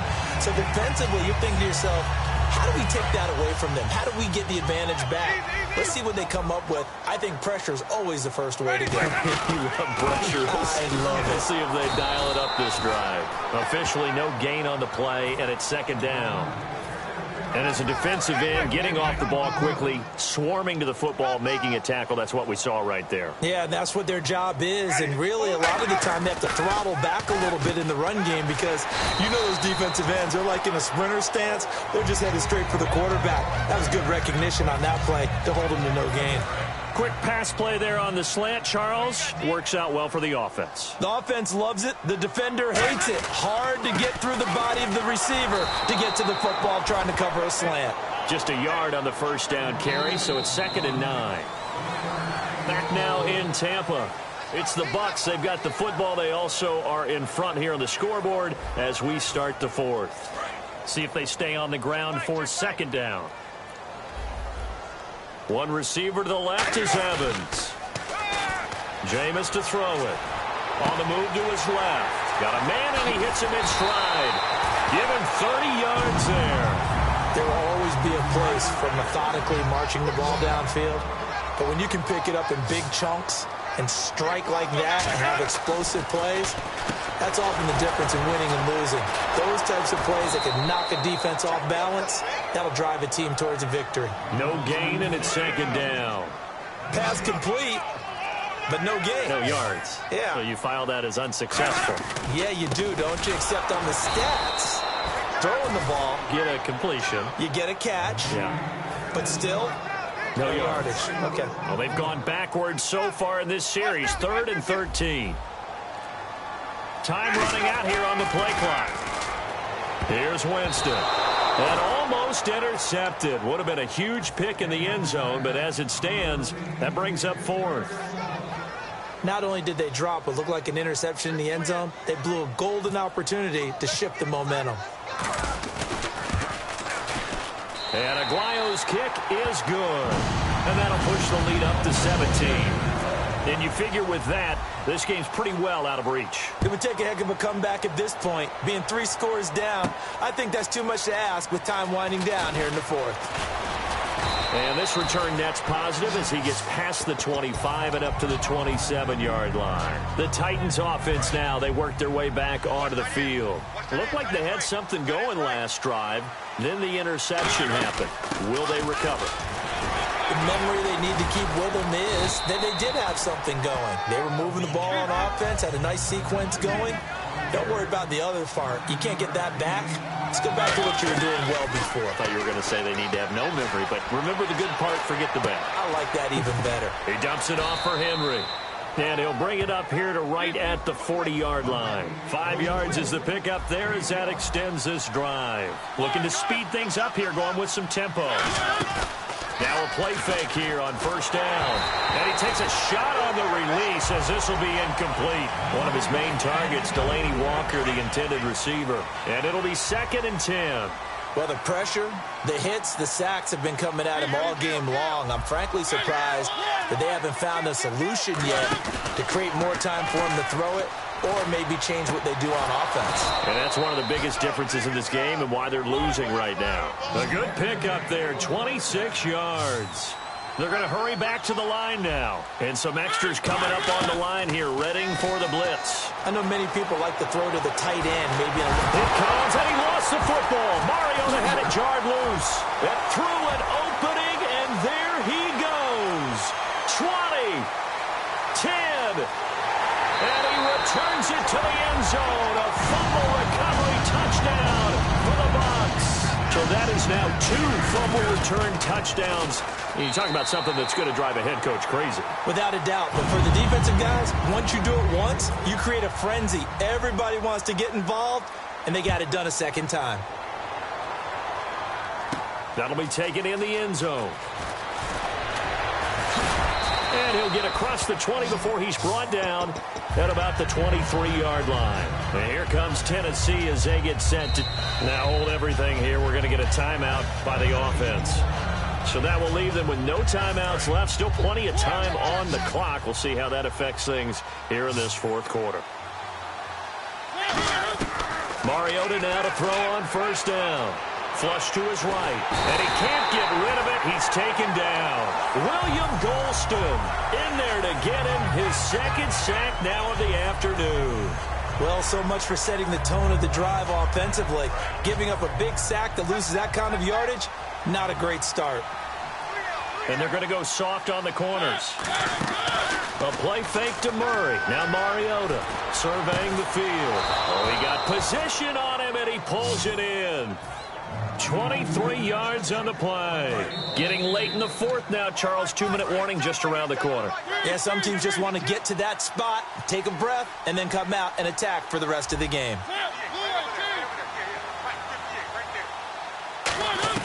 A first down throw for Mariota. And they get to Mariota here as he's dropped on the sack. Quan Alexander in there with pressure yet again, and that's the 7th time they've dropped him here this afternoon. Throwing is Mariota. Now they set up the screen. That's complete. And he'll be taken down at the 46-yard line. Give him 16 yards on the play. And that's going to make it 3rd down and less than a yard. 3rd and short yardage. Mariota. Throwing for his running back, and he's got him complete. 12 yards there as they move the chains. Looked like a pretty good, safe play right there. No, he's had trouble with the interceptions in this game there. Hits his guy out in the flat. Yeah, so many times we hear quarterbacks and offensive coordinators talk about in your progressions, you're either throwing the touchdown. Got a man, it's caught at the 6-yard line. And he will score. Touchdown, Titans. Dorial Green Beckham, 42 yards. And the Titans are able to close the gap just a bit. It's complete. And he'll find his way in for 2. And we're back to a 2-score game. The lead's cut to 16. So 2 scores down. Time definitely not an ally. But here comes the onside kick.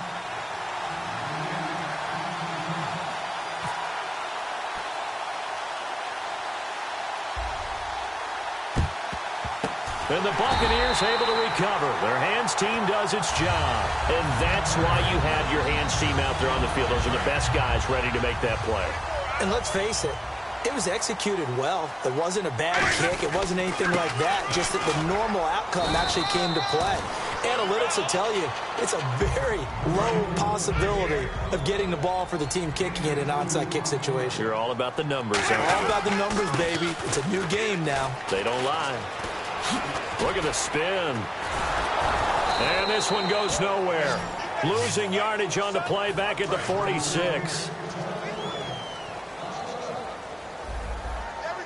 And dime look defensively here for the Titans on 3rd. He's going to loft one deep left side here. And this one incomplete. Well, apparently taking a knee is not in vogue. They're not able to add another touchdown on. And now the ball game is over. And, you know, winning is good for all the obvious reasons. But if for nothing else, it makes tomorrow's film session a little more palatable, doesn't it? Oh, indeed it does. Sometimes it helps you in the grading because the coaches will look at it, and if it's a borderline play for you, if you won the game, you might get a plus in your column instead of a minus.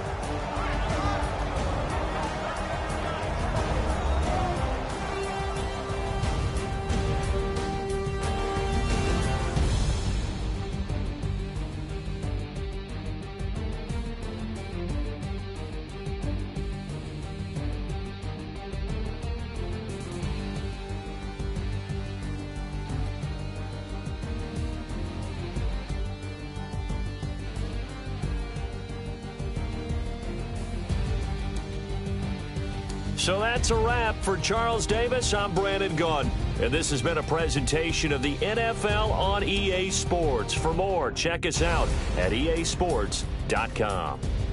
The Bucs are winners here as we say so long from Tampa.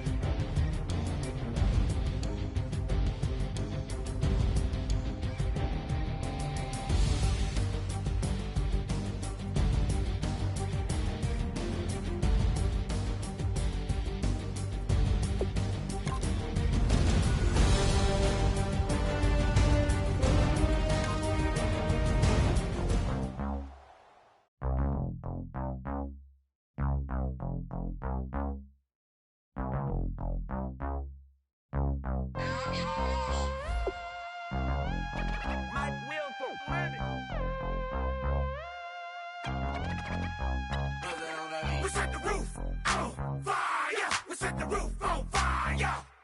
We set the roof on fire. We set the roof on fire. We set the roof on fire. We set the roof on fire. We set the roof on fire. We set the roof on fire. We set the roof. We set the roof. We set the roof on fire. We set the roof. We set the roof. We set the roof on fire. If I'm not mistaken, home team made it. 2 threes on my feet, then I pump fake. Baby girl, grab the cool. Kiss it. Sweat lead, Mr. Couldn't took it quicker. Hottest on the planet, got the place lit up. Fly, got expensive taste, sight into it. We ain't on the same team. Cheer up. Bunch of that make sit up. I ain't come to blend in, boy, I stand out. Money talks, you just popping off at the mouth. If I'm the topic, then the conversation hit it. Ray Shrimp getting booked up in every city. Flash out with cash, had the spaz on the waiter. She messed up my order 3 times in a row. I'm good on gas, I just filled up my tank. Now let's fill up her head and let's see if she goes. We set the roof on fire. We set the roof on fire.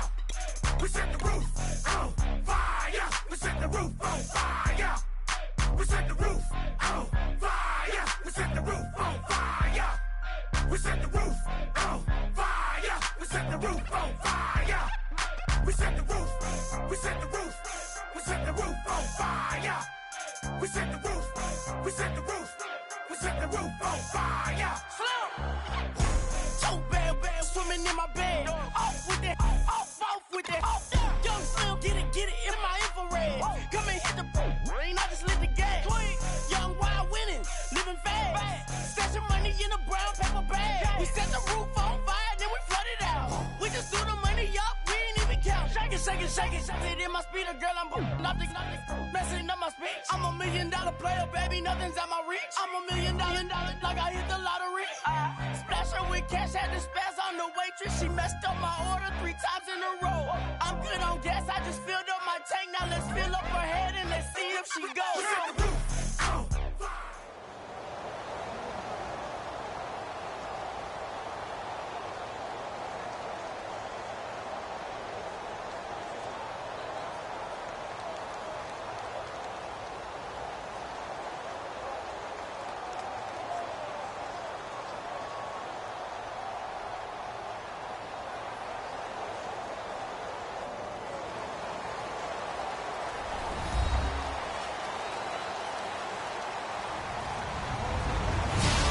Everybody, I'm Larry Ridley, and this is the NFL on EA Sports.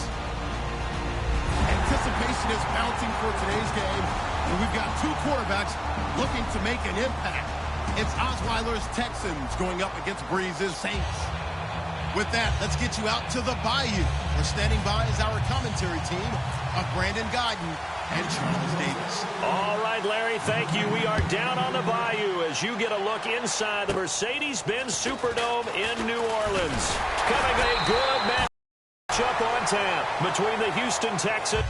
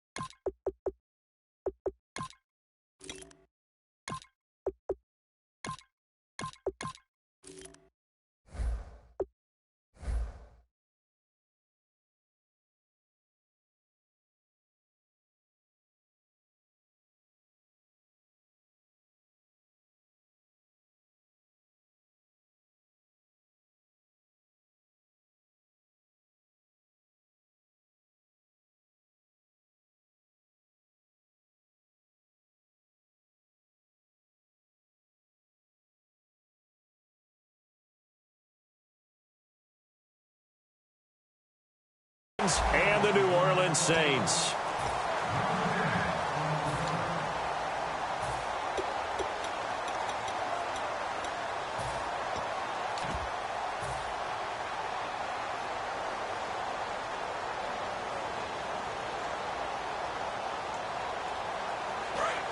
shift together here from the D-line.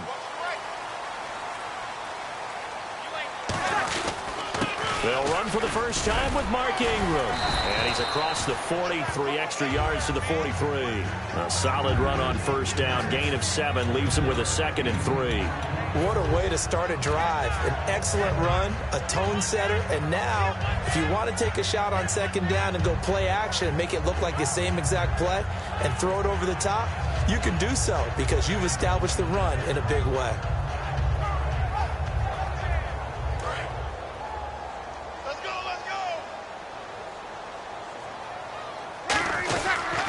And the first carry for the former Clemson Tiger, C.J. Spiller.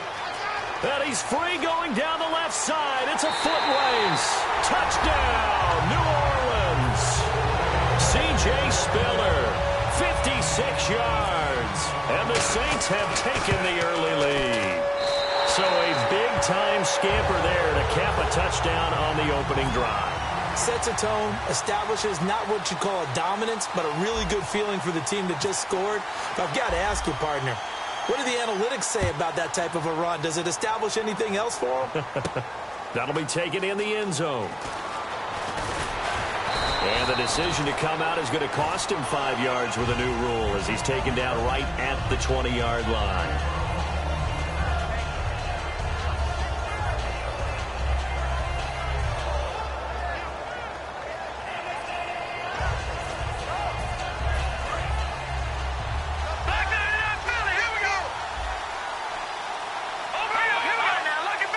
Miller, the lone setback.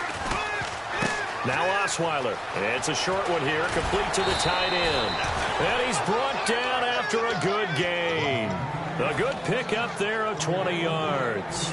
So the offense has it 1st and 10. How about the timing on that one? Boy, they were in sync, weren't they? 3-step drop, ball's out of his hands right. Now the ball's out. Osweiler lost it. Nowhere to go here. He lost the football. The Saints say they have it, and they do. So the defense there, opportunistic. It's nice to give them credit, isn't it? Because so many times it's more a matter of what the offensive guy didn't do. Didn't secure the ball, didn't cover up. In this case, let's just give credit to where it belongs.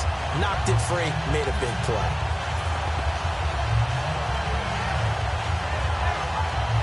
And a great spot to start this drive from here.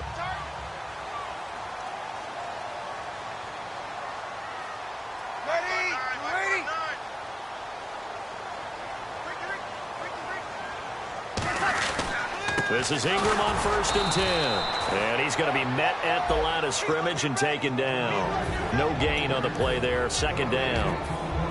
And a very good offensive unit here. One of the reasons they're so good is running back Mark Ingram. Took a little while for him to find his footing when he got into the league, but the former Heisman Trophy winner has it now and has really upped his pass receiving potential. A nice player.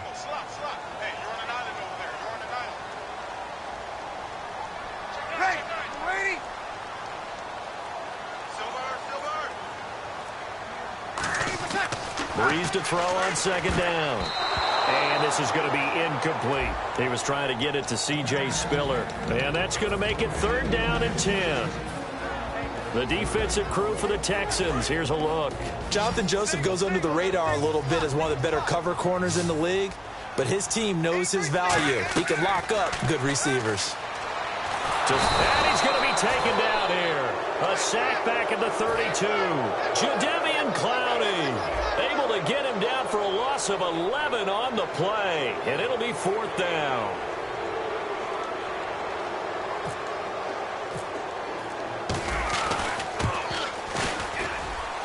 And his kick is good. Didn't hit it all that well, but he got enough on it to put it through. And the lead moves to 10-zip.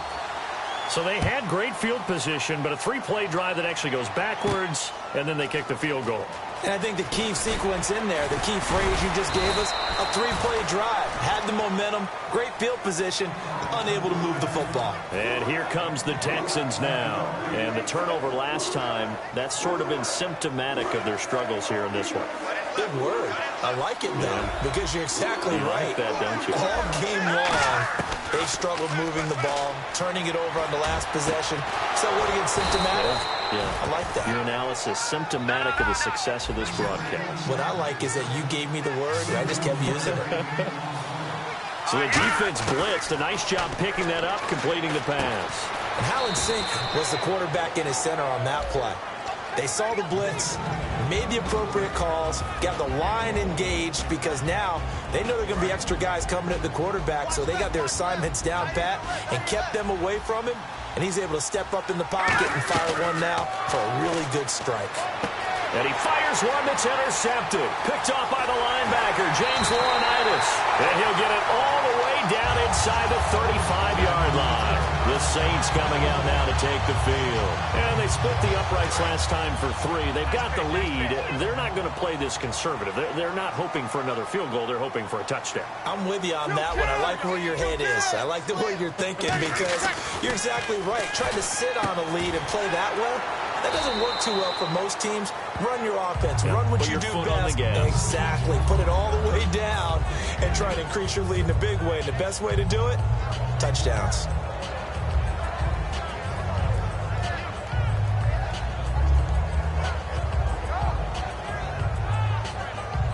Possible run anticipation. Here's the D-line sandwiches together. Now a toss to Spiller. He juked him. He won't go down. And he'll be a couple yards shy of the red zone here at the 22-yard line. 2nd and inches is oftentimes an invitation for an offense coordinator to take a big shot downfield because he feels like he can come back on 3rd down and pick up the 1st down. But sometimes you just don't want to break tendency. Stay with what you are, stay with who you know, and go get the 1st down. That's exactly what they do. And incomplete. Crisis averted. Almost picked. Instead, 2nd down. Pretty nice coverage there, but a missed opportunity for an interception. Let's face it, a lot of these defenders, they've got it all. Speed, athleticism, hands, a little bit questionable. They come out here in the eye. On 2nd down, Ingram. And able to push his way forward here for a good little gain. Give him 4 on the ground there. They're now left with 3rd and 6. Well, if you're a football guy, that's a pretty run because everyone is in sync right there. Obviously, the guy carrying the ball, but how about the people up front? Leverage, athleticism, they created some nice space for him. Here's Spiller. And he's got the 1st down as he gets it to the 8. It's a 10-yard gain there, and it sets him up now 1st and goal. So this game's not very far along, and he's already found the end zone once, and now he started this drive with another big gain, another 1st down run. I've got to wonder if I'm the defensive coordinator, what do I do in this situation? It's only the 1st quarter, but do I go ahead and sell out and try and slow him down and make him beat me another way? Because the risk is if I don't, he ends up having a monster game. With Charles Davis, I'm Brandon Gaudin. It's Saints football to begin quarter number 2, and they'll come up looking to keep this drive moving. Now whistles come in. We're going to get a timeout here by the offense. They'll have 2 remaining as we step aside here in this 2nd quarter.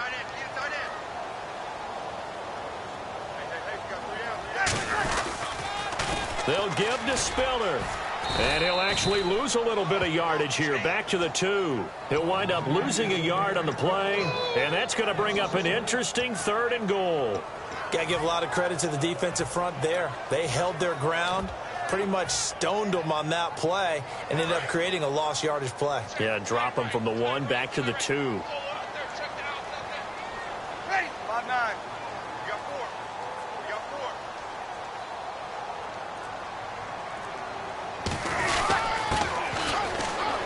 And he takes it across and into the end zone. Touchdown, Saints.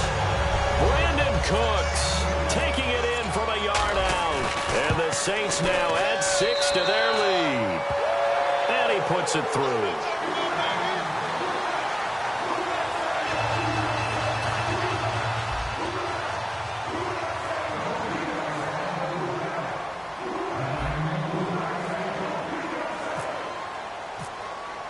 Morstead out now following the touchdown to kick.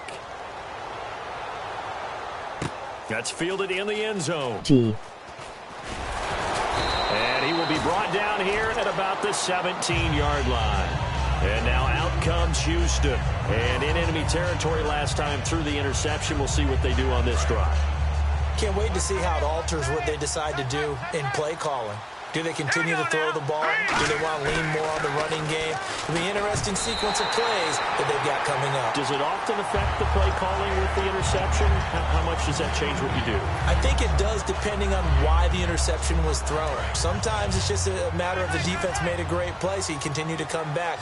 But if it's on you, if the offense just doesn't have the confidence, if they're a little bit shaky, maybe try and take the pressure off and run the ball a little bit. Escaping the pressure right. And this time he's got the hook up. It's complete. And a nice gain of 21 yards. Looked like the defense put pretty good pressure on him, but he's able to flush out to his right to try and evade people. On the run, had to get on his horse. Still accurately throws a nice pass for a first down. A first down carry now for Miller. And he's across the 40, 3 extra yards to the 43. It's a 6-yard gain on the ground, and that'll make it 2nd and 4. And there's a run to be happy with. Good, solid yardage. You'll take that anytime you hand the ball to a back. 2nd down following the run. They come out 5 wide, 3 of them to the right side. Osweiler. It's complete to Fuller. The ball comes out, and this is going to get out of bounds, so they will gain a bit of yardage on the play, actually, and they'll hold on to the football as well. And I have to admit, partner, that I've often thought that I don't like this rule, where the offensive player fumbles the ball, it goes out of bounds, and they get to keep it. That's just because you're a defensive guy. That's why you don't like it. Yeah, you're right. It is a slanted view, isn't it? But this is where, for the offensive team, the sideline is their friend. Usually it's not there for him. Yeah, exactly right. I actually played for a guy in college. You know what he used to name the sideline? Sammy. Sammy sideline, and use him well.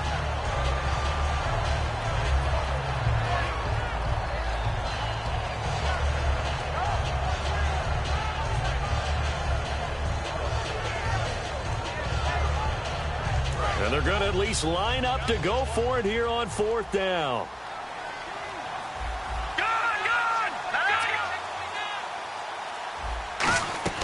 Here we go on 4th down with Osweiler. And did he get the feet down? No, they'll say he did not. It's incomplete. Boy, a curious decision to go for it. Doesn't pan out. And the Saints are going to get it back and in great shape.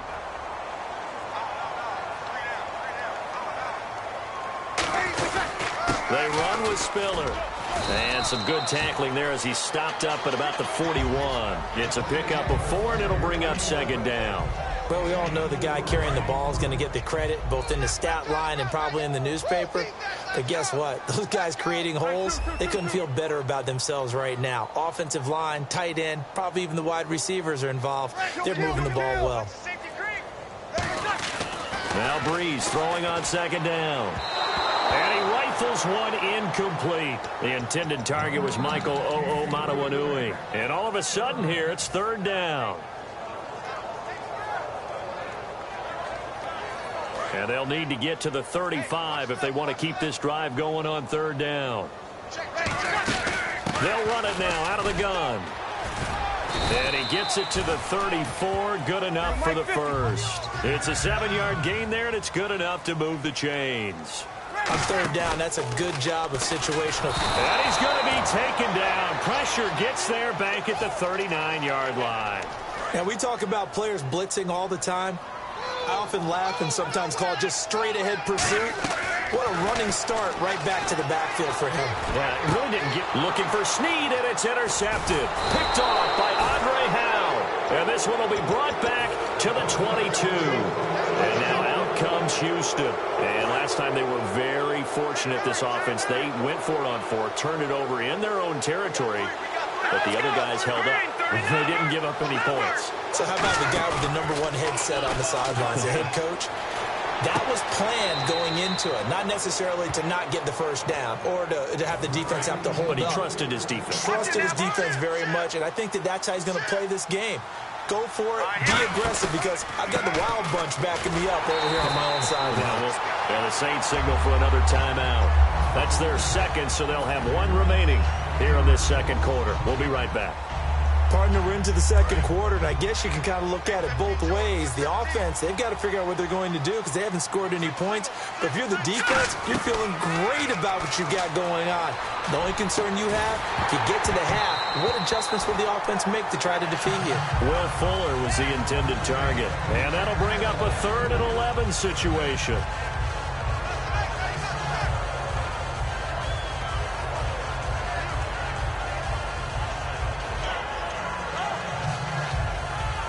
And the 2-minute warning lurking. This will probably be the last play before we hit it. Yeah, they want to get themselves in position to score in this last shot before the clock hits. Here's Osweiler to throw. He rifles one that's intercepted. Delvin Breaux with a pick.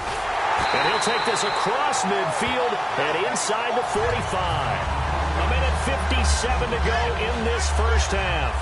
We're back to New Orleans after this. And the D-line pinching together must be expecting the run. They come out with 1 back and 3 tight ends. This is Spiller. And he is going to lose yardage here. That's going to go as a loss of 2, and it'll be 2nd down. That's a nice play by the defense, but the offense can't let that one play define them. Let it go, move on, and start over again.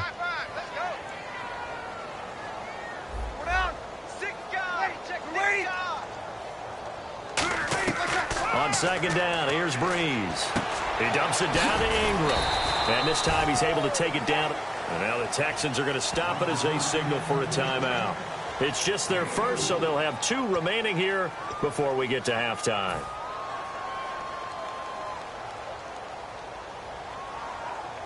The first down line at the 34 here on 3rd down.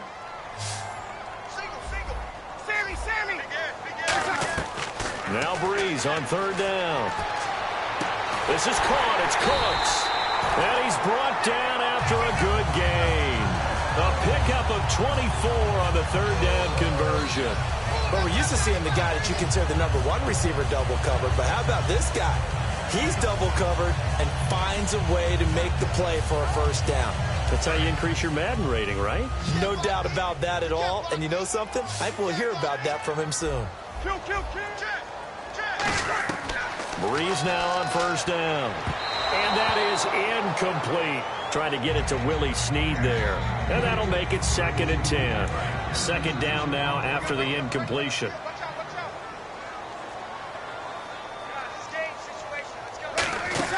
Back to the air on 2nd down. It's Breeze. They go screen. This is Ingram. And he'll take it down here just shy of the 15 at the 16-yard line. Give him 3 on the play, and they're going to face a 3rd down. So still in search of the first down after that last completion. Now Breeze again. Trying to get it to Thomas, and it's intercepted. A great read, and it's picked off. And he returns it up just shy of the 20 to the 19-yard line. The Texans offense now, they get set to head back on the field here. And the ball backed way up, so thinking with this amount of time on the clock, probably just sit on it, and we'll see these 2 teams go to the lockers. Yeah, I don't think you want to overthink it in this situation. Either side of the ball. Just go ahead and finish up the half. And get. It's caught inside the 25.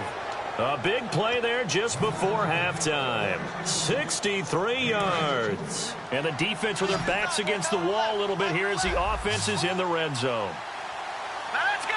Green, go. Shift together here from the D-line. They go play action here on 1st down. And that is incomplete.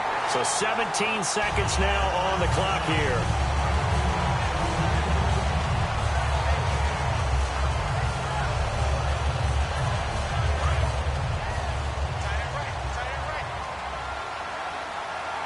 Miller, the lone setback.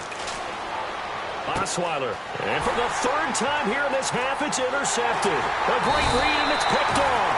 And a big turnover there as his guys will get the football back. Now the Saints offense, they get ready to go back to work here. And you got to think, if this is anything other than just taking a knee, I'd be very surprised. Yeah, they've got enough to talk about at the half. Why do anything else? Just get out of there. Cooks will come in motion right.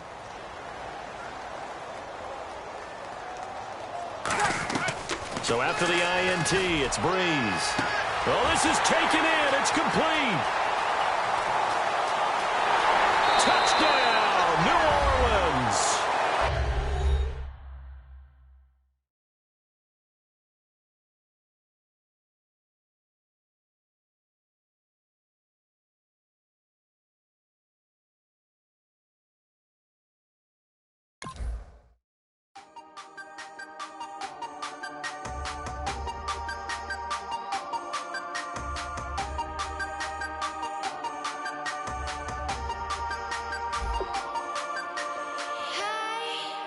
You never had your head this way.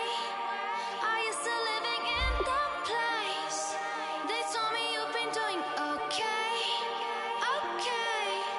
In another world where you and me, we show our hearts, yeah, entirely. Deliver me from reality and take me to my fantasy. Tell me we can make this real if we can follow what we feel. I'm running, but I've reached the edge, and now I'm falling. So promise that you'll catch me.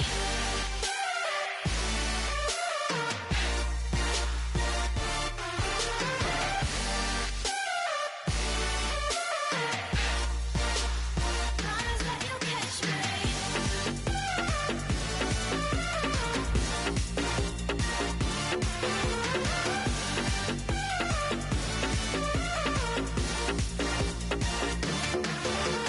Dreams forever in my head, it seems. I finally know what they mean. I promise that one day you'll see. In another world where you and me, we show our hearts, yeah, entirely. Deliver me from reality and take me to my fantasy. Tell me we can make this real if we can follow what we feel. I'm running, but I've reached the edge, and now I'm falling. So promise that you'll catch me.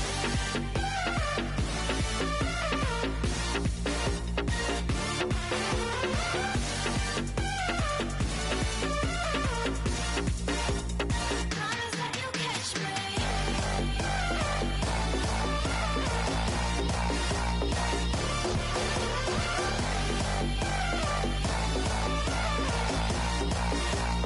Promise that you'll catch me.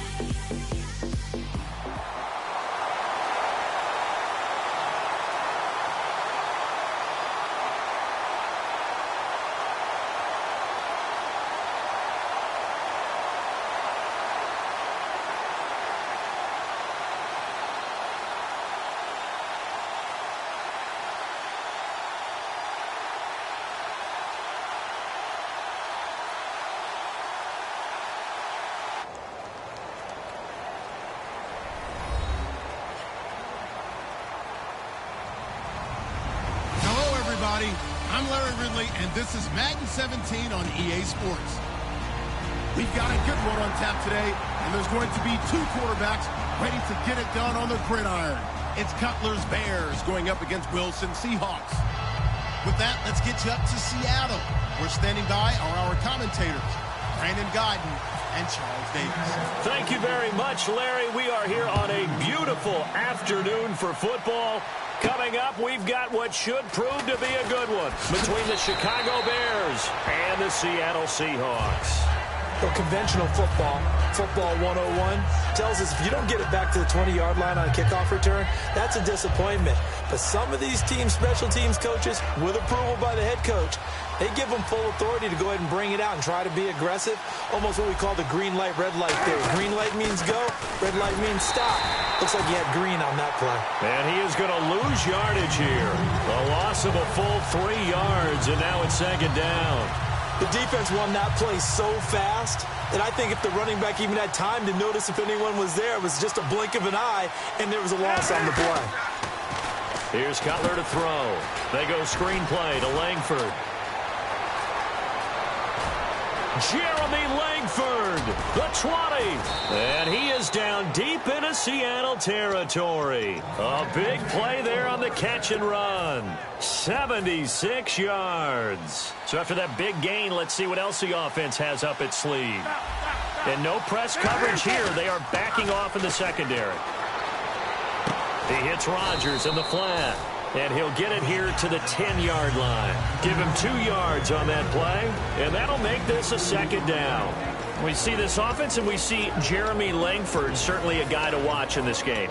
He plays a game with great determination, Brandon. In college, he played multiple positions before settling in at running back. He made the right choice.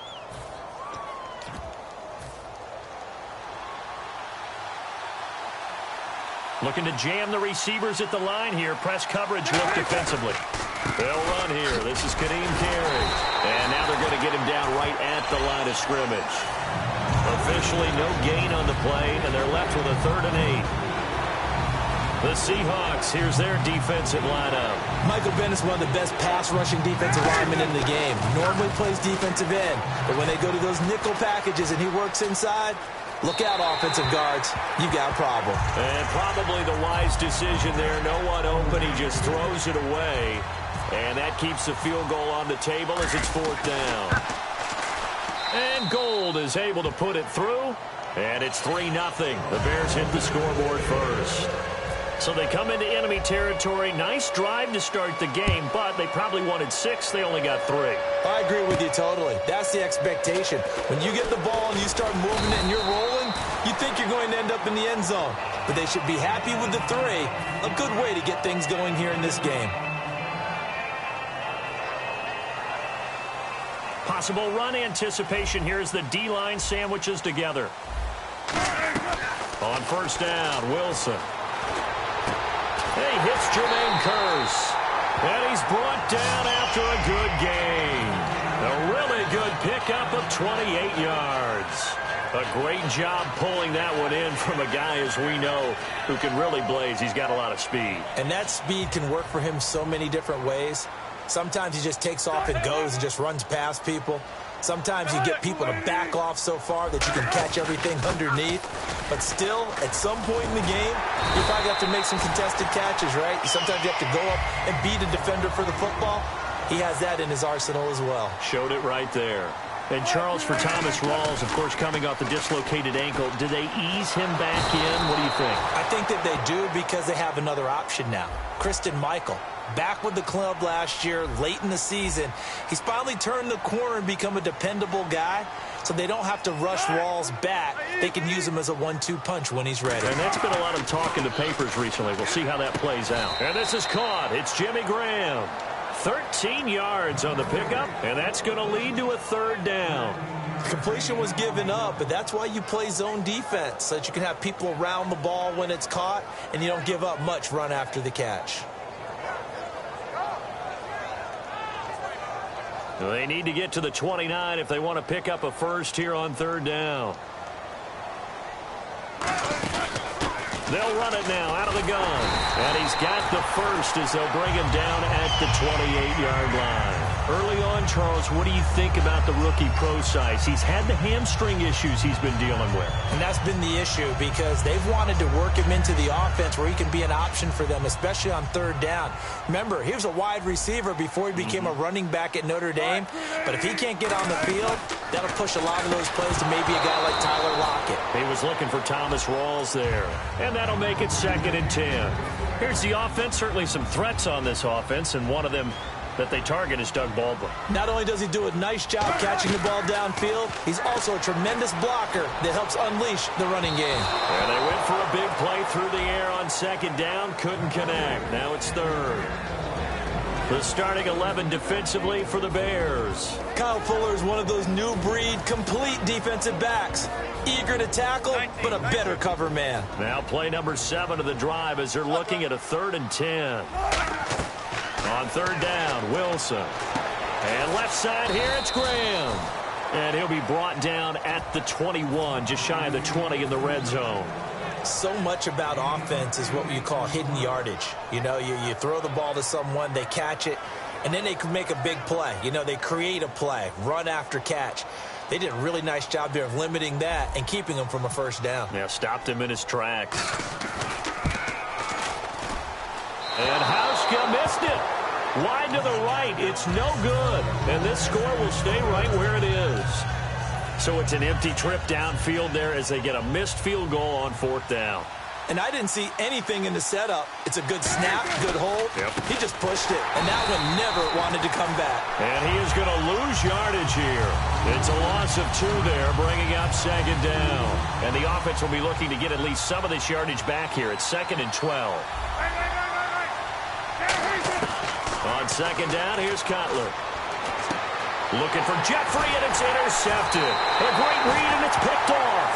And he brings it back to right around the 26-yard line. The Seahawks offense now, they get ready to head back onto the field. And they have to feel like they missed on an opportunity for points last time when they couldn't connect on that short field goal try. And no doubt about it, because they were counting on those points. In today's NFL, let's face it, that's really a chip shot, right? That's anything inside 40. Yeah, they're counting on that going through the post. But we've seen it happen to teams before. Some of the best kickers in the world can miss kicks like that. Can they come back now and redeem themselves? And he will score. Touchdown, Seattle. Thomas rolls 26 yards. And the Seahawks have taken a first-quarter lead. And he's able to put it through. Alongside my broadcast partner, Charles Davis, Brandon Gaudin hits the Seahawks with a football to begin quarter number 2, as we'll see one following the score on the final play before break. Here's Hauschka now to kick it away. That's fielded in the end zone. And he'll take it back to about the 19-yard line. Onto the field now come the Bears. And following the interception, just any interception, are you a little bit more cautious when you start that next drive, or no, you just throw that out the window? I think you are. I don't think that there's any way you can run back out there and go, totally didn't affect me. Just go ahead and be loose with the football again. You're going to take care of it, but you have to be careful about being too cautious, because now you can't run any offense at all. Still want to attack. We'll see how they attack them here.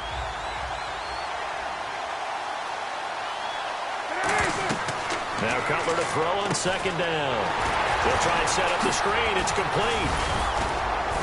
And he'll get this up to the 30-yard line.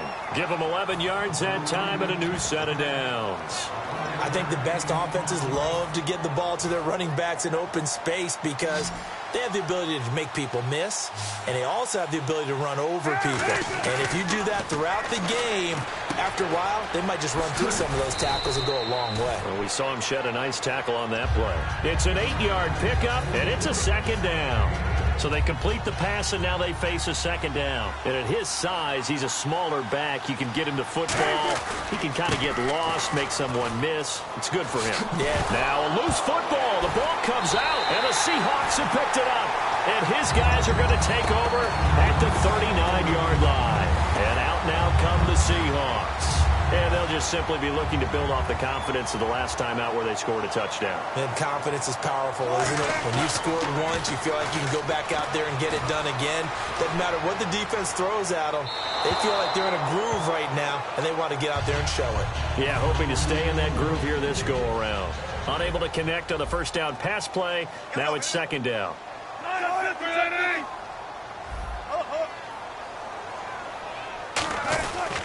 Wilson going to give to Rawls. They get 6 here after the incompletion, and it'll leave them with a 3rd and 4. Well, they were handed great starting field position on this drive, but now they face a 3rd and 4. Frustrating for a defense, energizing for an offense. Finding a way to create that type of yardage in your running game, that'll make the guys carrying the ball very, very happy. I don't care how many times you tell the story, it never loses its luster for me. Doug Baldwin. Looking for Lockett, and it's intercepted. Picked off by Bryce Callahan. And a big turnover there as his guys will get the football back. And now Chicago getting ready to go as they take the field. And a fumble last time. Ball security. Talk about it all the time in the National Football League. They've got to be better at it on this drive. And now off to the races down the right side. He's at the 30. And he is down deep into Seattle territory. A big play there on the catch and run. 82 yards. They isolate Jeffrey to the left side. Now a play fake here. And he is in. Touchdown, Chicago. Darrell Young from 10 yards out. And the Bears have... Oh, they flip it to the kicker. He looks like he's going to throw it. And this one incomplete. So they went for the 2. They don't get it. After the touchdown, it's Robbie Gould now to kick it away. This is taken about 7 yards deep. And all deep in his own territory. He coughs up the football. And this is picked up by the Bears. And his guys are going to take over at the 21-yard line. The Bears offense now heading back out onto the field. And the interception the last time they were out there ended up leading to a touchdown.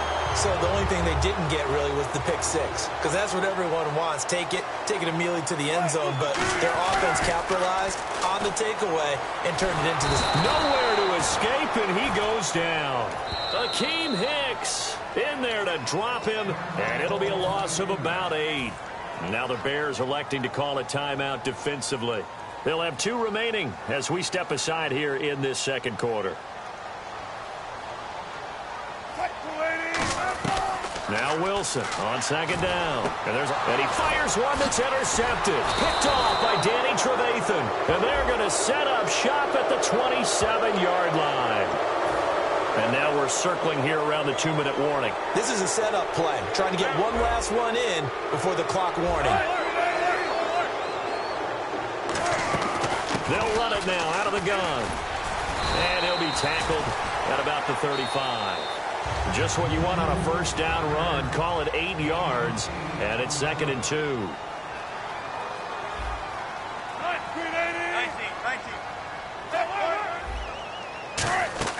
They stay on the ground. Rolls again. And he'll get up to the 43-yard line. It's an 8-yard pickup and leads to a new set of downs.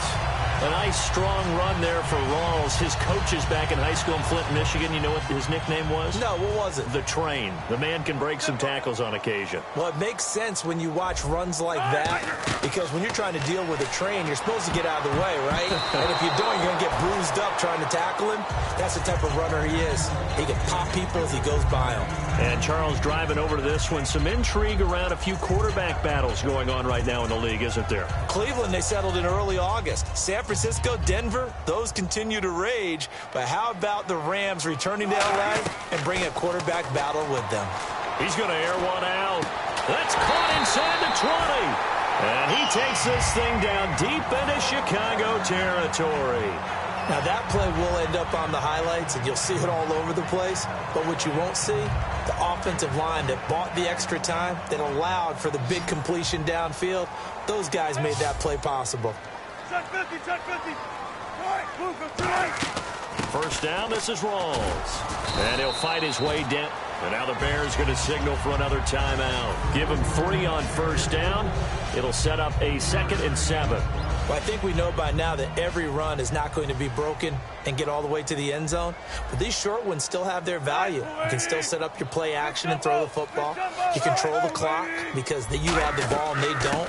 And often the physicality sets the tempo for the game. And play is stopped here. Timeout. It's the defense calling the timeout here. And with halftime on the horizon, they'll be out of timeouts from here forward. Let's see if the defense tries any pressure here on 3rd and 8. From the gun on 3rd down, Wilson. And that is caught, but he will come down out of bounds, says the side judge, incomplete. And for the 2nd time this half, on comes the field goal unit here. Oh, he left this one out to the right. That's a bad miss. No good. And this score will stay right where it is. So it's a 2nd missed field goal here in this first half. He'll have to think about that going forward. Maybe time for a little soul-searching as well. Yeah, the head coach might be looking towards the heavens because you wonder if this will affect the 4th down decision-making going forward. If you get 4th and 3, 4th and 4, situations that used to be calls for the kicker might get a second thought. It'll be And now the Seahawks are going to take a timeout here on defense. It's just their first, so they'll have 2 remaining here before we get to halftime.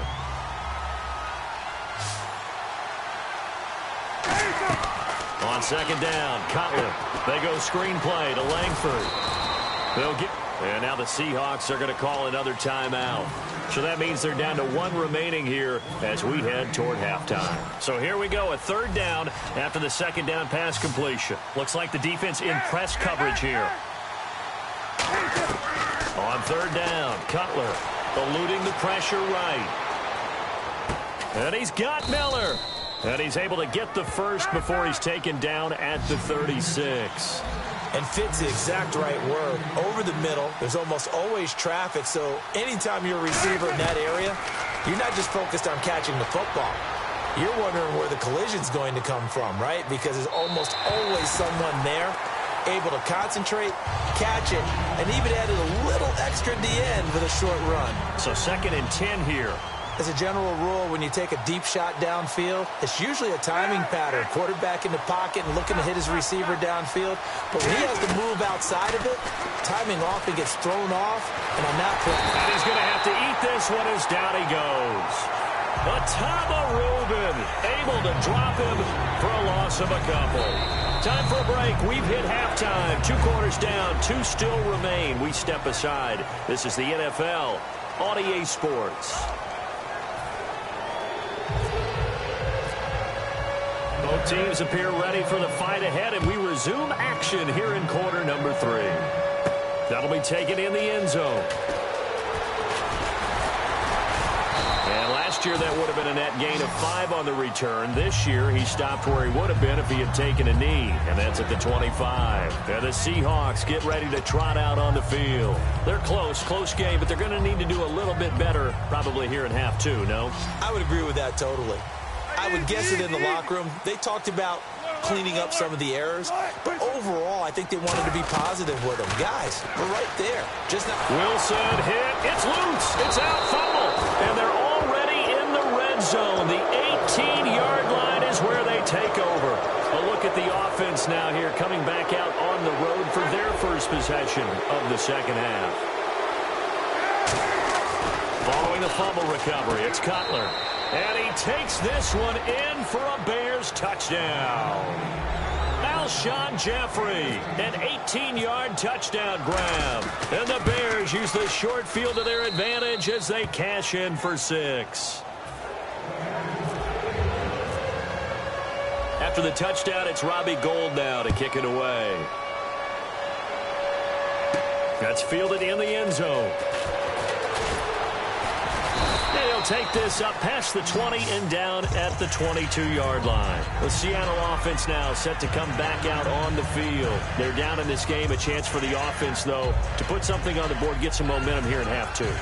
Try and get things kick-started for them. And you know at the half, they discussed how they were going to get that done. This is where scripting comes into play a lot of the time. How many plays do you script coming out of the second half? Most of the time in the first half, you're scripting 12 to 16. I think in the second half, you're really scripting more like 8 to 10. Kind of a start. Looking for Baldwin, intercepted. It's Tracy Porter with a pick. Well, this had trouble written all over from the start. He's got 2 extra defensive backs in the game he's got to deal with. They're in a dime set. So everywhere he's looking, he's seeing a different color jersey. And sure enough, this one winds up being intercepted. Now after the interception, here's Cutler. Out to the flat. That's complete to his running back. And he's able to get it to the edge of the red zone at the 20-yard line. It's a gain of 6 on the play, and it'll be second down. I'm going to show my age here a little bit. We used to talk about running backs catching the ball as safety valves. Nowadays, they're a big part of the passing game. And no escaping this time as he'll go down. They got him for a sack. Cam Chancellor in there to bury him for a loss of 11. Second down, sack by the defense. What type of pressure will they bring here on third? We'll see. Play clock winding down. And they just did not get the snap away in time.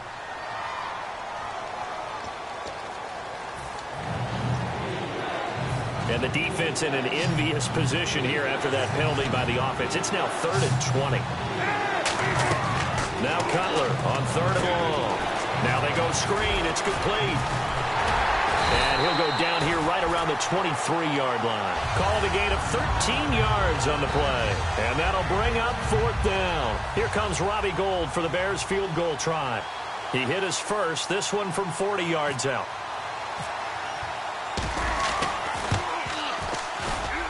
And the 11-year veteran bangs it through, and that will give them a 12-point lead. So a good kick there, and they finish off the drive with 3. And that should be the goal for an offense, finish each drive with points. So that's a nice job there to come away with at least something. And Seattle now ready to march out of the field. They have the ball here for the inaugural drive of the second half. Pretty big deficit, though. We'll see what adjustments were made in that locker room. And I never want to make something more important than it actually is, right? I don't want to create more hype than what is there. But this is I'm doing it, though. This is a really important drive. And we often talk about teams scripting plays to start a game. A lot of them script to start the second half, too. And they're scripting something that they expect to get them into the end zone and back into this game. We'll see if that script is a good one for them. Again on 2nd and 10, it's Wilson. They set up the screen to Rawls. So he loses 3 yards there. Now 3rd down. Time to give a little credit here. That was an excellent read by the guys on the defensive side of the ball. Oh, you're crediting your defense. Got to credit them on that one because they tried to fool them, right? Tried to trick them. Ran a screen, and they went to it and smothered it for a loss of yardage. Flushed out right. And he can't find anywhere to go with it, and he goes down. Pernell McPhee in there to pick up his 2nd sack now of the afternoon. Here's John Ryan now as the drive goes backwards, so he's on to punt it away.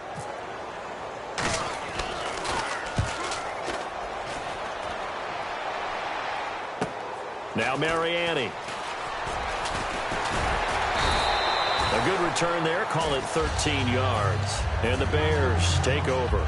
And now Chicago getting ready to go as they take the field. And they're not going to play this conservative, I don't think. They had the field goal last time, and they're up, but they're looking to put a drive in the end zone. Oh, I agree with you totally. No one goes out on the field and says, all right, let's just settle for 3, except in certain situations, trying to ice a game, that sort of deal. Most of the time, it's end zone, and that's what you're thinking, and I believe that's exactly what they're thinking as they begin this one. Yeah, no quarterback ever goes out there saying, hey, let's get 3, right? Not one that I've ever met. He's got time. He's going to loft one deep left side here. Alshon Jeffrey, the intended receiver. And they're going to have a 3rd down. And the offense looking to pick up the 1st down after the 2nd down incompletion. Off the play fake. Here's Cutler. Now he's going to let it go deep, back over the middle. Looking for Jeffrey, and it's intercepted. Picked off by the all-pro free safety, Earl Thomas. And he'll bring this all the way up to the 45-yard line. The Seattle now ready to march out of the field. And on the last go-around, they really couldn't get anything going. They had to punt from deep inside their own territory, which means you're going to lose the field position battle as a general rule. What they're looking for now is a little more consistency, move the ball at least a few times on offense, get a couple of 1st downs, and hopefully flip the field. Yeah, just something to build off of. That's what they're looking for here. A really good pickup of 28 yards. I think that's a big pickup for a 1st down because when you run a drag route against zone, you're sometimes asking for trouble because you might run into a defender. Yeah, well, there they ran into a 1st down. Executed it to perfection. He's got time in the pocket. And he's got room. And he'll avoid the tackle there with a slide. Give him 8 on the play, and it'll make it 2nd down. And now they're in the hurry-up. Partner, he was going through his progressions. Not there, not there. After about the 3rd one, he decided he better pull it down and run for it. And he slides down and avoids the hit for good measure. And 5 yards on the play there as the drive will continue. Not too many more ideal situations in 2nd and 2 in order to try and pick up a 1st down. They ran it and picked it up. And the tip there altered the ball flight, and it falls incomplete. It'll be 2nd down. That one was tipped up in the air and fortunately fell away for the defense because if the offense is able to grab that one, that's a short little jaunt into the end zone because there's not enough reaction time off of a tip ball for the defense to rally and make a tackle. They were very fortunate on that play. 10 yards still left on 2nd down.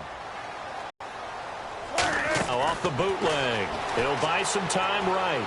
And his throw here's incomplete. He was trying to get it to Jermaine Kearse. And it'll be 3rd and 10 now.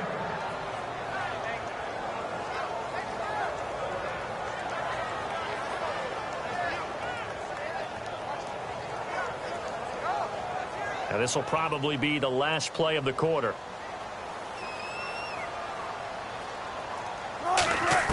On 3rd down, Wilson. And Wilson's going to be intercepted a 3rd time. A great read, and it's picked off. And a big turnover there as his guys will get the football back.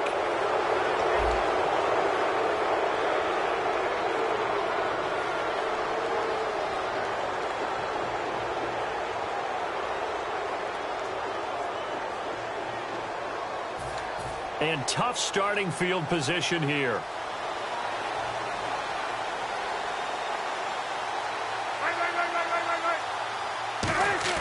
They go back to the air here after the INT on the last drive. Looking for his running back, and he's got him. It'll be a pickup of 10 yards. And that'll make it 2nd and a foot or so. He's played a great game. It continues right there, even with this lead. Confident to throw the pass and have the reception made. There's no doubt who the leader of their team is there? There's no doubt who they want to ride all the way to the finish. Because strategy would tell you run the football, run the clock down. Instead, they're letting him throw it because they feel that confident in what he's getting done. They'll need to get the play off quickly. Now Cutler looking to throw. Out to his left. Now he'll let it go deep down the left sideline. So the long attempt falls innocently to the ground, and it brings up 3rd. That was close to a big play, and just a little bit too far that he was led. He caught it but couldn't stay in bounds, Charles. Yeah, I'm not very good at these sort of things, but I have to believe the farther you are downfield, the less your margin for error in throwing the ball, correct? Yep. Yeah, so they gave it a good effort there. Really tried, just couldn't complete it. Officially a gain of just a yard there, but they do convert on 3rd and inches. And on the outside, they're playing press coverage. Back to the ground, this time Langford. And not a whole lot to speak of there as they'll bring him down shy of the 20. Just a yard on the pickup there, and it'll bring up a 2nd and 9. And after the play on the ground, that brings up 2nd down here. The 4th quarter here, they've got the lead. They want to keep it on the ground. That's what they're doing. Smart football. Keep the clock grinding. Keep it going. But you got to figure now, they're going to see more people stacked up at the line of scrimmage as they try and bleed it out. A nickel look by Seattle on 3rd down. Yep, 5 defensive backs now. Now it's Cutler. He hits White, complete. And he's brought down after a good gain. They convert on 3rd with a gain of 22. And defensively, they just don't seem to have much of an answer for this passing game. Not at all. Look at the confidence that's exhibited here. With that type of a lead, clock on their side, instead of running it, they're still throwing it, trying to pick up first downs and keeping the football. Time for a break. We'll come back to wrap this one up after this.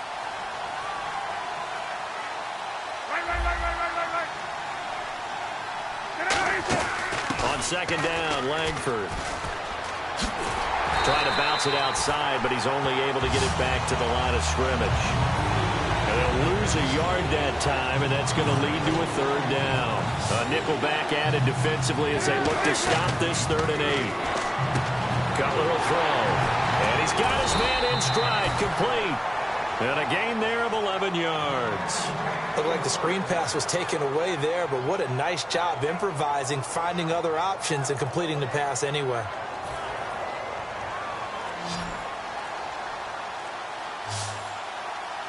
And the D-line pinching together must be expecting the run. Cutler's going to throw it. It's grabbed over the middle by White. A really nice gain of 25 yards. And with that last play, he's now up over that 300-yard mark. And in today's NFL, it almost feels routine. And I hate that when you talk about a 300-yard passing game. To me, 300 yards still signifies excellence, and he's achieved that in this performance. Now Cutler, and he takes it in for the score on the game's final play, so it doesn't affect the outcome, but a little whipped cream on top to their ending. Or as our friends in Bayou Country would say, that's a little lagniappe, a little extra on top. right, Charles, so you win the game. Not only do you get the W in the left-hand column, you get some momentum for the coming week. Now when you go into the week and you're telling the guys what mistakes have to be corrected, what we have to do to win going forward, you have their full attention. They're excited, they're happy, and they know if they can build that momentum, they can ultimately achieve all their goals.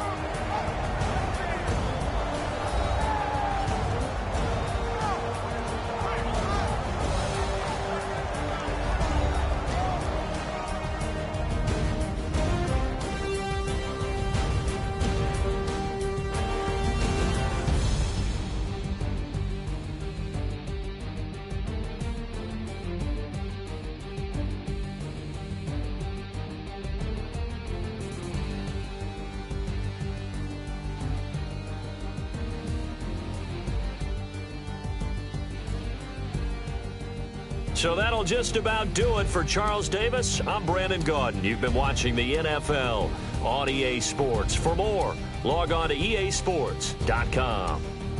From Seattle, so long, everybody.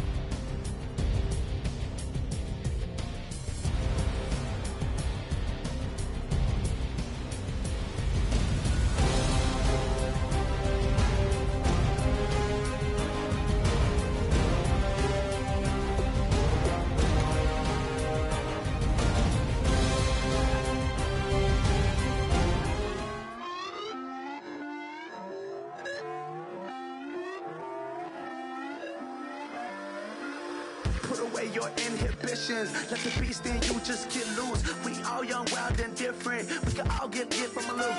I know you're terrified by what the future lies, but there's no compromising. It's my way or the highway. We all just slave the lust, heart building, breaking trust.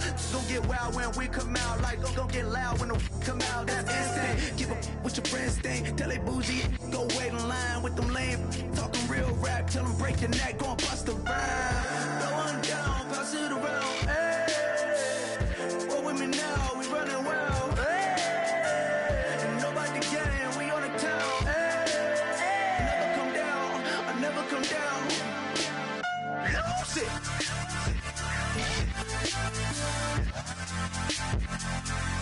I might lose it.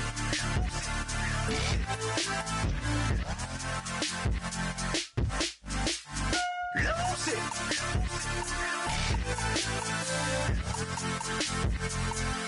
I might lose it.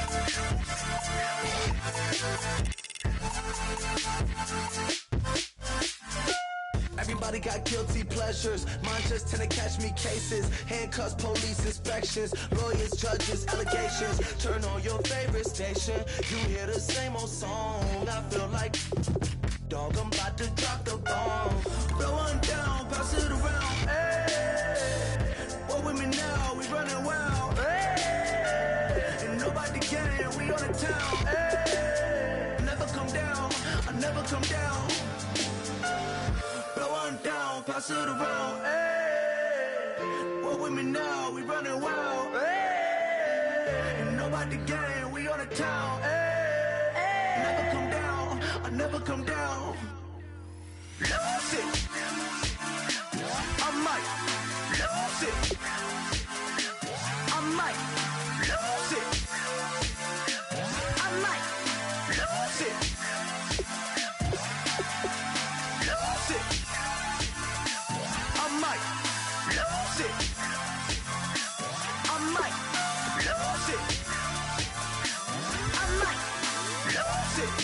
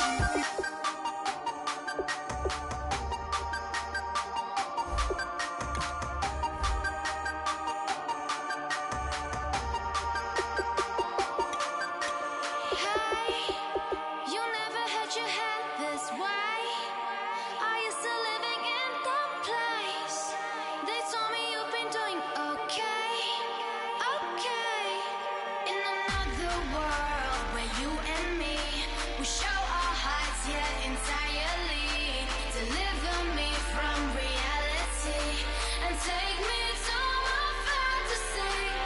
Tell me we can make this real if we can follow what we feel.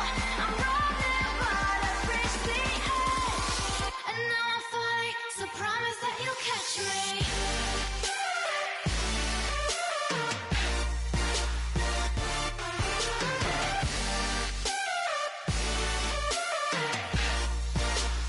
Promise that you'll catch me.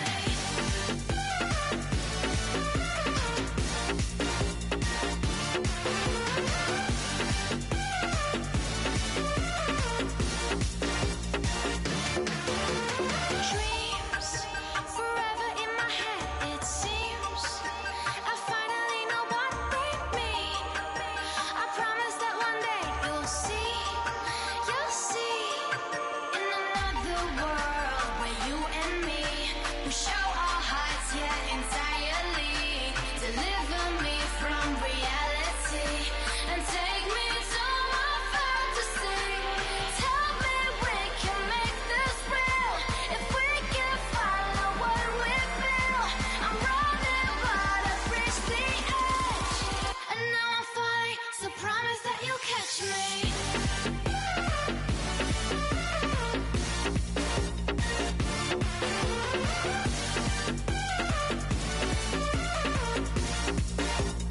Promise that you'll catch me.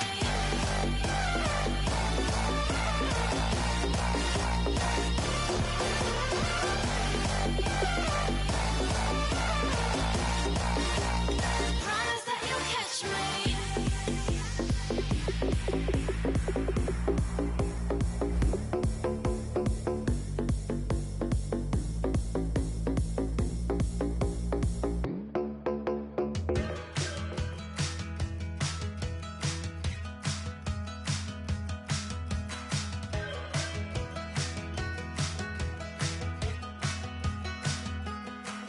We're awake, we're alive, got the fire in our eyes. We're the kings, we're the queens, and if this is just a dream, don't wanna wake up. Let this feeling break up. We're running free, running wild, never running out of style. Got the fight, got the stuff, got the never giving up. Not gonna shake us, nothing's gonna break us. We know we are brighter than all the stars. As long as we're together, we'll stay young forever. We make the rules, break 'em when we want to. As long as we're together, we'll stay young forever. Forever. Young forever. We'll stay young forever. You know the part of the song everybody sings along. Well, that's us. Listen up, shout it out. I'm talking all night. The end is nowhere in sight. From the streets to the tracks, here's never looking back. 'Cause the past doesn't last long as we're together. Just keeps getting better. Just keeps getting better. We know we are brighter than all the stars. As long as we're together, we'll stay young forever. We make the rules, break 'em when we want to. As long as we're together, we'll stay young forever. Forever. Young forever. We'll stay young forever. Unwinding every moment, like the clock is broken. Never stopping, never slowing. Yeah, we're living wide open. Unwinding every moment, like the clock is broken.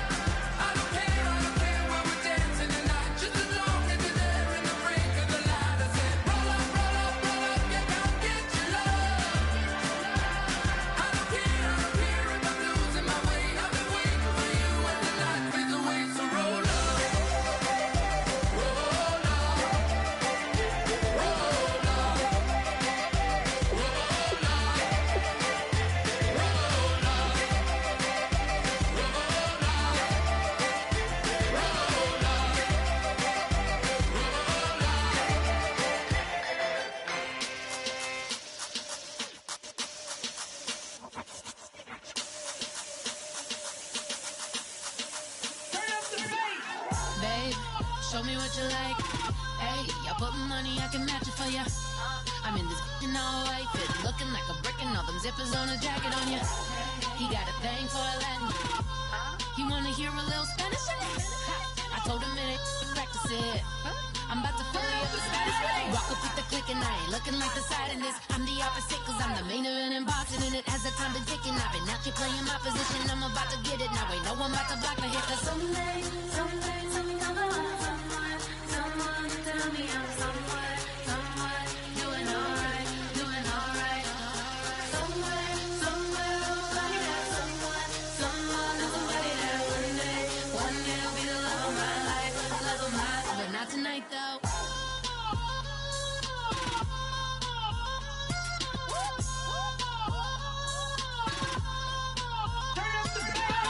Hey, I'm only here for a minute.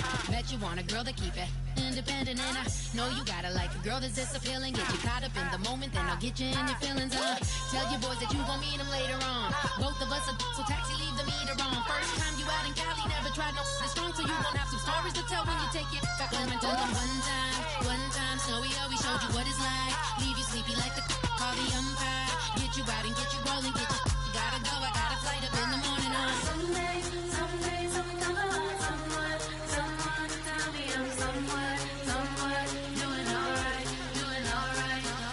Somewhere, somebody that somebody that one day will be the love of my life, but not tonight though.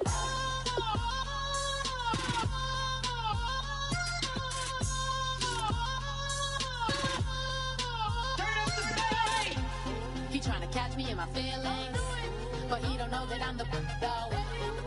Shout out to my that can get it independent and ain't looking for no love though. He tryna catch me in my feelings, but he don't know that I'm the though. He tryna stunt and give me drinks. I got the bottles in the section and I promise to the bass.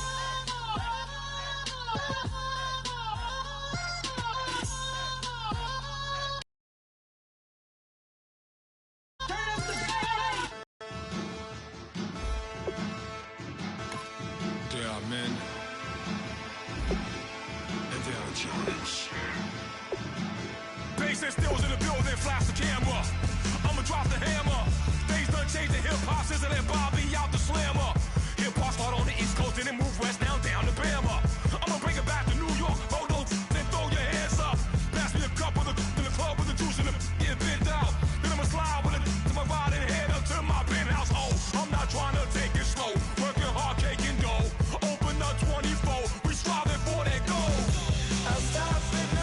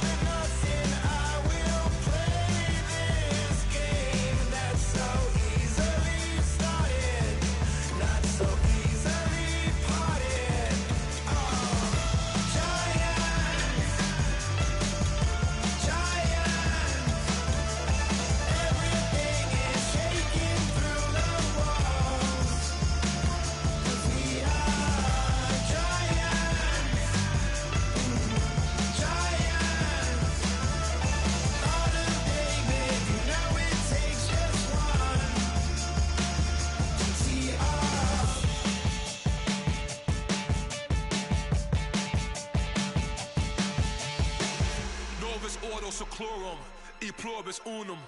They changing climates and replacing humans and fracking soils while bulldozing forests. But they can't defeat us. They could not destroy us. Are we dreaming the same dream of money, guns, and gasoline? For the average teen, CFOs are after cream. GMOs extracting genes with everyone on my TV.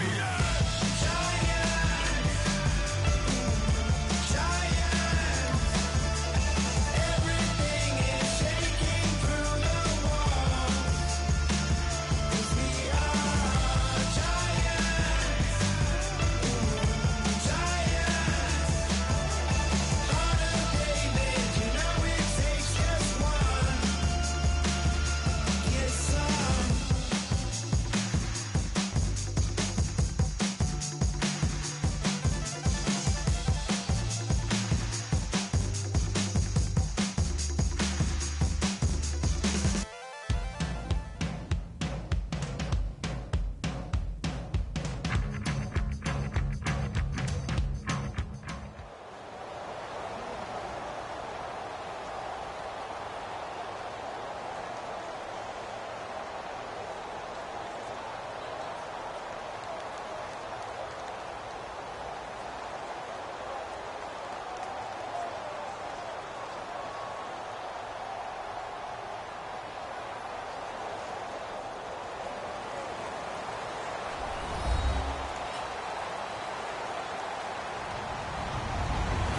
Everybody, I'm Larry Ridley. You're tuned in to the NFL on EA Sports. We've got a good one on tap today, and there's going to be two quarterbacks ready to get it done on the gridiron. It's Wilson's Seahawks going up against Bradford's Eagles. With that, let's get out to Lincoln Financial Field. Here are Brandon Guyton and Charles Davis. Thank you, Larry. It's the NFL on EA Sports as you take a look live there at Lincoln Financial Field in Philadelphia, PA. Today, we've got a good NFC matchup on tap. The Seahawks and the Philadelphia Eagles.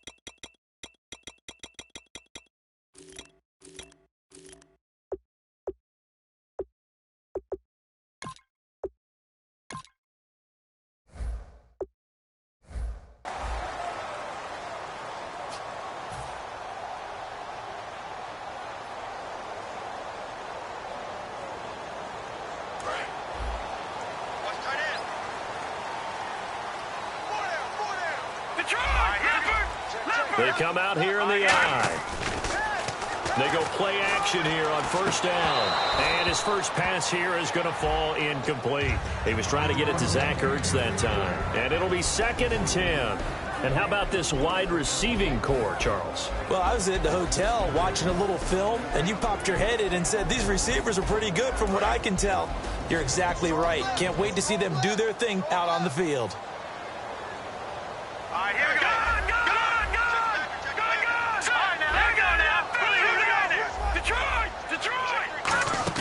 Play fake to Matthews. Now it's Wentz.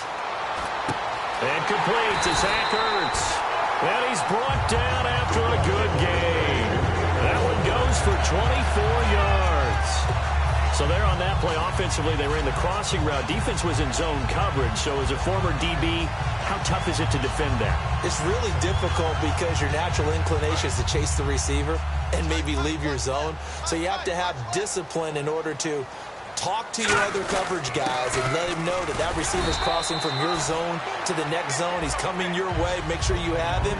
And then when the ball is actually thrown, secure the tackle. When they're moving on crossing routes, if you miss a tackle, it usually results in a big play.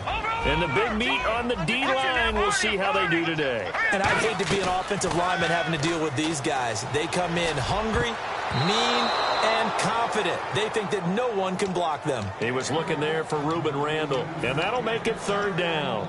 Well, he did almost everything right. Excellent coverage, breaks on the football, just unable to haul it in and take it the other way, so he dropped an interception. The key for him now, don't dwell on it, just move on to the next play. Now Wentz on 3rd down. Flush to his right, and he can't find a receiver, and he's brought down. Atama Reuben, he's the one that gets him down. It'll be a loss of 5, and it'll bring up 4th down.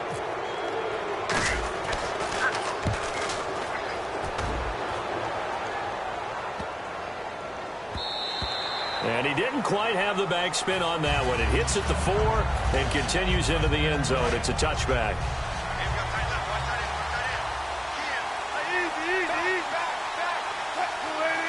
Shift together here from the D-line.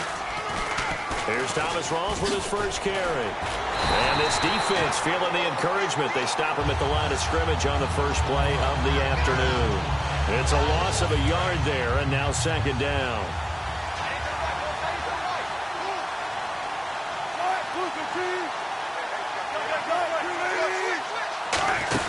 They go again with Rawls. Give him 2 on that run, and they're still left looking at a 3rd and about 9 to go.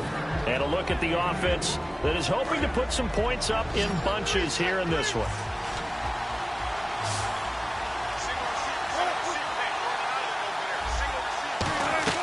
On 3rd down, Wilson. Toward the sideline. Did he keep the feet in? Yes, he got them both down, says the side judge, and that's good enough for a 1st down. He's such a good route runner. Shows it there on 3rd down. Very proficient and a good pass. And you know what I've observed over the years? And no escaping this time as he'll go down. They got him for a sack. They bring the safety on the blitz, and he busts through to drop him for an 8-yard loss. On 2nd down, here's Wilson. He's going to find his running back. It's complete. And he'll be brought down right at the 45-yard line. It'll be a gain of 15 on the play. And that'll lead here to a 3rd down. I know most of the time when the ball's in the air, you're thinking wide receiver, tight end, but running backs, they can be a big part of any passing offense nowadays. And they're definitely showing blitz here. They run with a power back, Rawls. And he's got enough for the 1st across midfield to the 48. It'll go as a gain of 6 that time, and it moves the chains as well.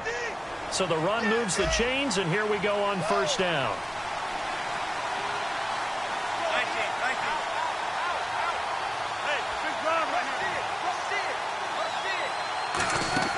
On 1st and 10, it's Wilson.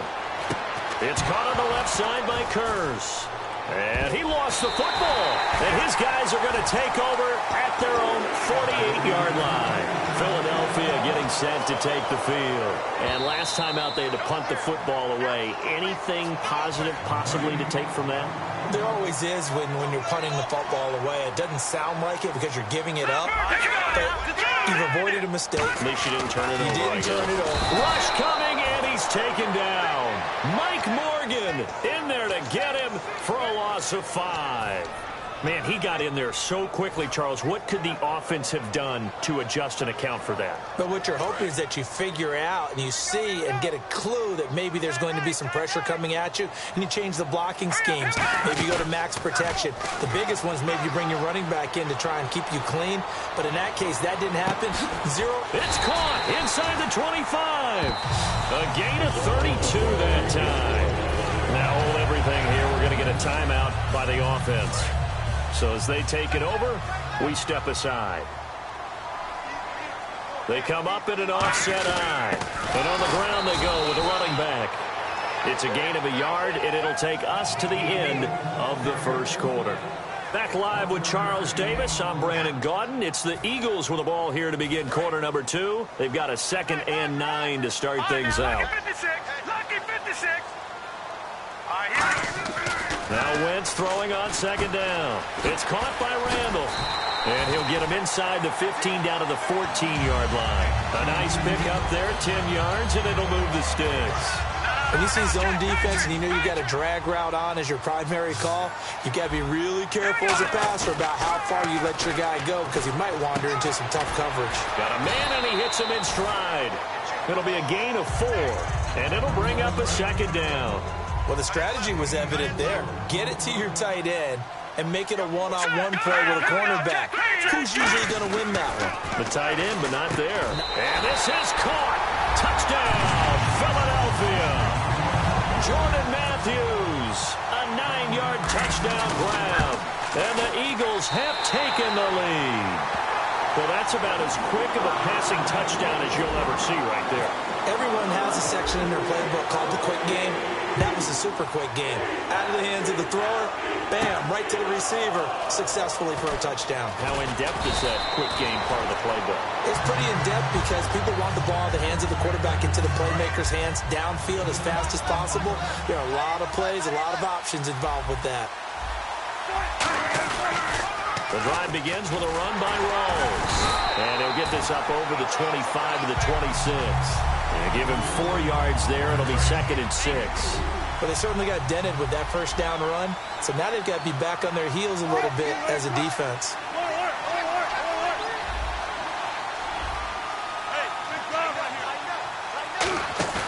Off the play fake to Rawls. Wilson finding time. He's going to let this go deep. Back over the middle. Looking for Lockett, and it's intercepted. Picked off by Malcolm Jenkins. And his guys will take over at the 25-yard line. And Philadelphia ready to get going on offense again. Good drive last time. Really effective passing the football. Do you maybe mix it up, now go to the ground game and surprise the defense a little bit? I would anticipate the defense making some changes, but I wouldn't necessarily just absolutely go in the opposite direction. They're doing so well throwing the ball. Yeah, well, I wouldn't change it up until they showed me a reason to do so. All right, partner, while we have a second, a lot of people want to talk rookie quarterbacks early on. What have you seen? The usual. They're going to be ups and downs. Jared Goff with the Rams, Carson Wentz with the Eagles, both of them a little bit shaky and both sustained injuries. Connor Cook surprised people and played well in Oakland, but how about Javon Boykin in Seattle? He was phenomenal coming back in and leading them to a victory. Well, clearly one of his advantages as a passer is his height, sit back in the pocket, fired over the middle. That makes things tougher defensively, doesn't it? It really does, because your goal is to move the quarterback off his initial spot when he gets his drop back completed. But when you have that... Into heavy traffic, and it's intercepted. Picked off by the Pro Bowl safety Cam Chancellor. And his crew will take over at their own 45-yard line. Here come the Seahawks now, set to take over on offense. And following the interception, we'll see what they can put together on this drive. I can hear my old college coach right now.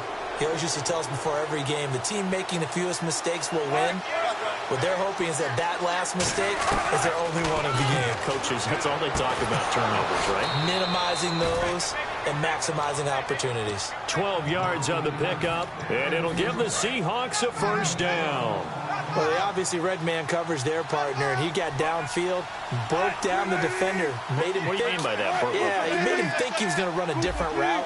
Probably thought he was going to take it upfield. Then he curls back inside for the completion. And to the left side here, Wilson. And he is out of bounds, just a yard or two shy of the 30. It'll go as a gain of 12. And it's good enough for a Seattle first. Here comes the D swarming to the line. They go play action here on first down.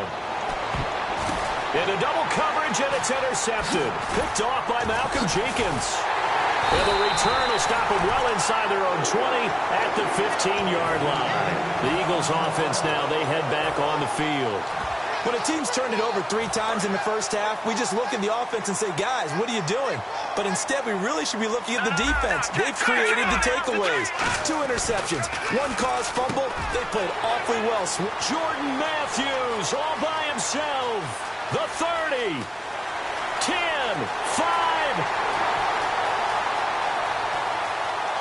Touchdown, Philadelphia. Jordan Matthews, 84 yards. And the Eagles are able to strike quickly for 6. And he's got it up and through. Now after the touchdown, it's Sturgis to send it away. That'll be taken in the end zone. And he'll wind up about 4 yards shy of where he would have been if he had taken a knee, as they'll start at the 21-yard line. And Seattle now ready to march out of the field. And 2 interceptions thrown here in this first half. You hear it, no matter the sport, they say the great athletes, they can kind of have a short-term memory, but that's easier said than done. It is easier said than done, but I played with a guy who threw 2 interceptions in the first quarter of a really big game we were playing. And no, not quite at that level and not at that age. But I was going for the age. I remember looking over at him, and he was smiling. And I thought, what is he smiling about? It's because he had enough confidence in himself that that was a fluke. And he went out and played pretty well the rest of the day.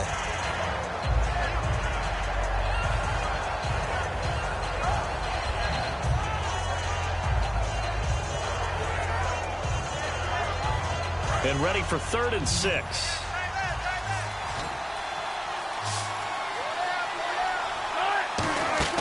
Wilson. And he's got Lockett. A really nice pickup of 14 yards, and it moves the sticks. Looked like the screen pass was taken away there, and that was a nice job of improvising, but it's not normal. Usually when the screen pass is taken away, you're taught to just throw the ball at the ground at the feet of the receiver. Got a man, it's caught inside the 10. It's a big play there for Seattle. 56 yards. And now inside the red zone, the offense will operate. 5 yards to go for the offense. First down and goal from that 5-yard line. And they'll be driven back here, losing yardage to the 10-yard line. He lost 6 there on the first down play.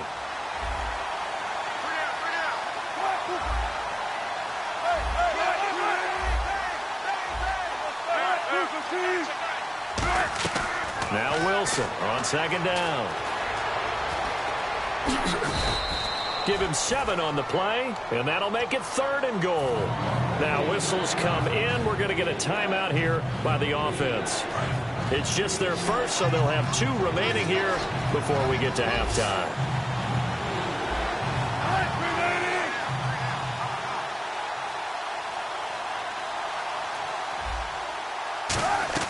On 3rd and goal, Wilson escaping the pressure right.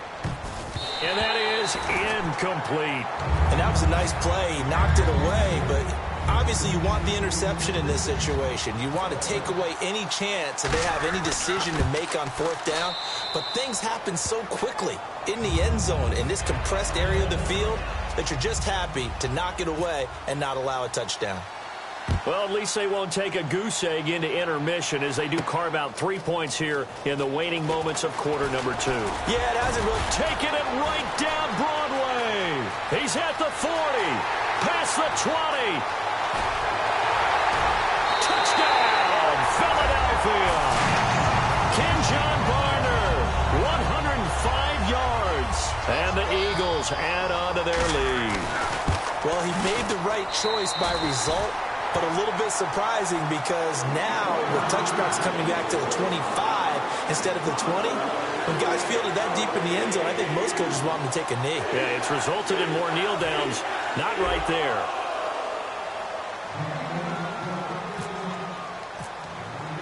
So let's try this again. After the kick return TD, here's yet another kickoff. That's fielded in the end zone. And he's up past the 20 to the 22-yard line. The Seattle now ready to march out of the field. And with time quickly fading here in the second quarter, not sure how aggressively, offensively they want to play this. I think we'll find out just how much they trust their guys in this situation if they decide to take a shot.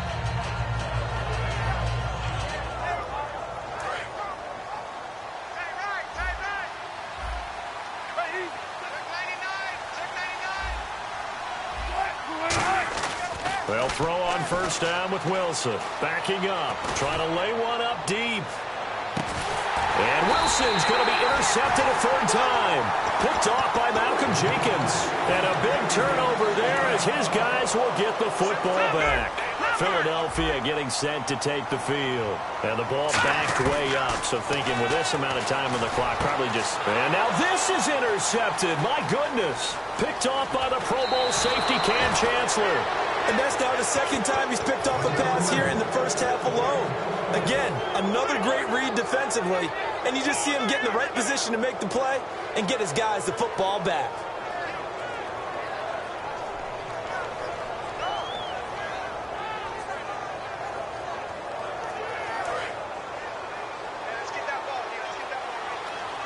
Another pistol look here.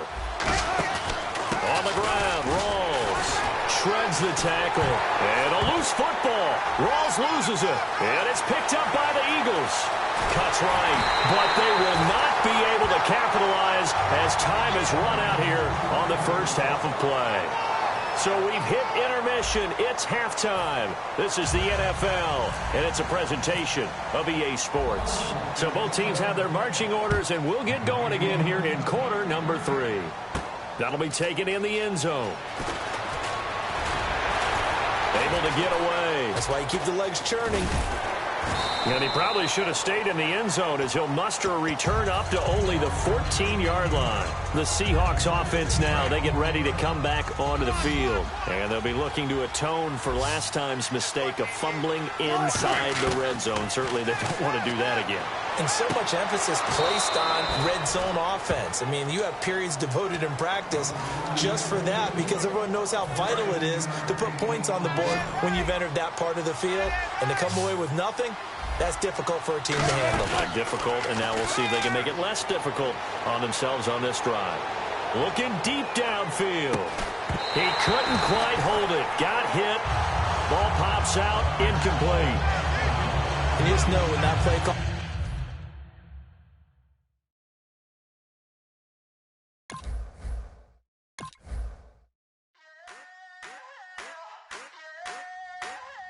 I wanna sit on private planes. I wanna scream my name on top of the Eiffel Tower.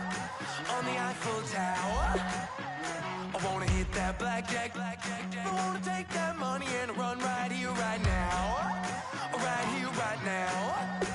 But I won't take that train. I won't catch that flight. If you're not on that plane, we ain't taking off tonight.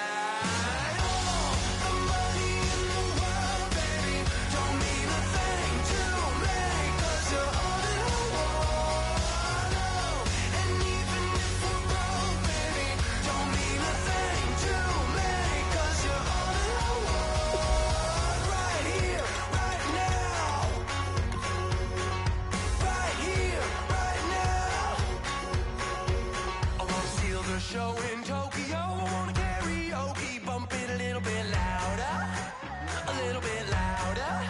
Hey, I wanna sing along with Elton John in a white limousine rolling right here, right now, right here, right now.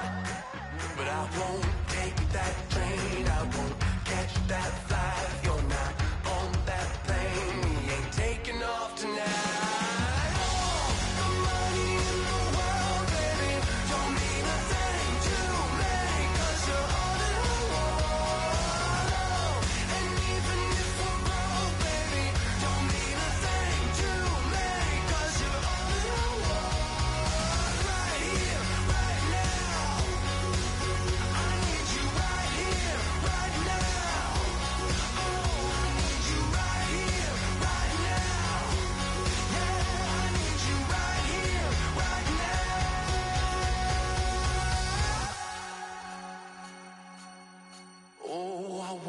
Scream your name, wanna make you smile. Let's be runaways, leave it all behind. Will you take that train? Will you catch that flight? If you're on that plane, we'll be taking off tonight. All the money in the world, baby, don't mean a thing.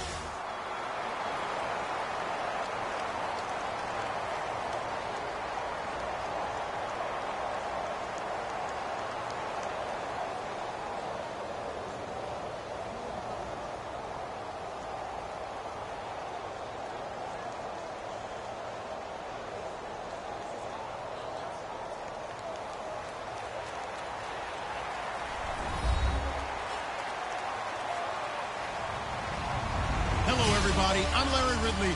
Welcome to the NFL on EA Sports. Today's game is a divisional matchup featuring the first running back taking off the draft board in their draft class.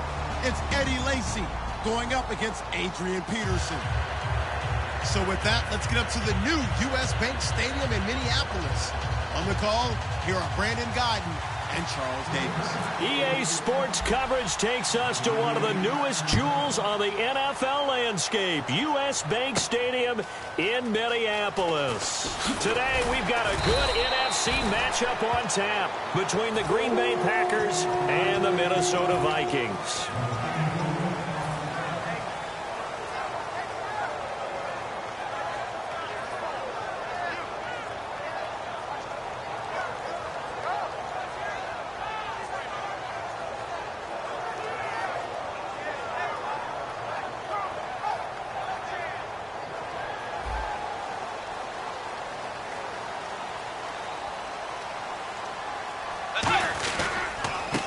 First carry for Adrian Peterson.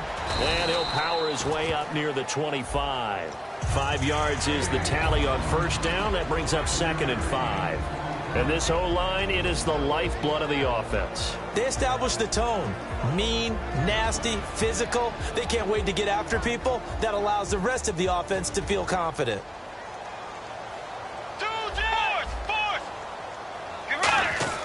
Second down, Bridgewater. And he's going to drop this off to his fullback. It goes as a gain of 8, and it moves the chains. I think we need to come up with a different name for this position. We keep calling it the fullback position. That doesn't necessarily mean it's a fullback, but we know this. Whoever's coming out of that spot is usually bigger and stronger, and they may not run away from people, but they'll run through them. Yeah, able to shed tacklers. We saw it right there.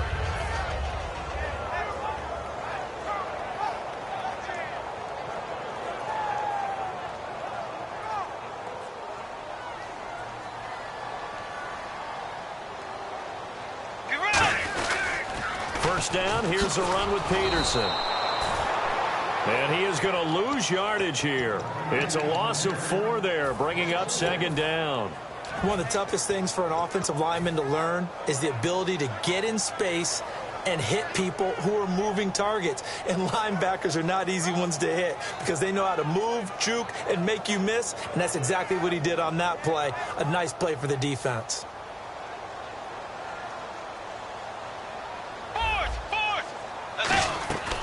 Bridgewater now on 2nd down. And here's the first NFL catch for Laquan Treadwell.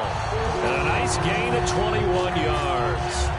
And on this first drive, looks like they want to get that vertical passing game going early. And they did, and what a warning shot they just fired. If you're not going to back up and play coverage deep, we're going to attack you all game long. And once you adjust to that and you start to back off, then that opens things up underneath. A really nice start for them. Great way to get the game going. Bridgewater on first down. Finding his safety valve here. That's complete. It'll be a gain of 6, and that'll bring up 2nd down. And they're getting him involved early. You feel like they saw something on tape, or they just have a sense with him because he's had a good week of practice or something in that area that they want him involved. Just as you said, they want him to touch it either in the running game or the passing game, but they must like the matchups they're getting. Bridgewater to throw it. Oh, it's a screen pass. That's complete. And he's brought down. Give him 10 yards on that one, and that'll earn him a fresh set of downs. I like it, I like it, I like it. Get everyone involved in the passing game, and you know you can create those great mismatches throwing it to your guys out of the backfield. And on the first drive, that can also help establish some rhythm, right? I think so. It gets everyone involved. They feel like they're part of it, and really gets them amped up as they go forward. First carry of the game here for Matt Asiata. And a short gain down to about the 33. 2 yards on the carry there. It'll be 2nd down. And let's get a look at the Green Bay defense. Julius Peppers, some would call him the grand old man. He'd hate that. He just want to be a seasoned veteran who continues to make plays at a Pro Bowl level.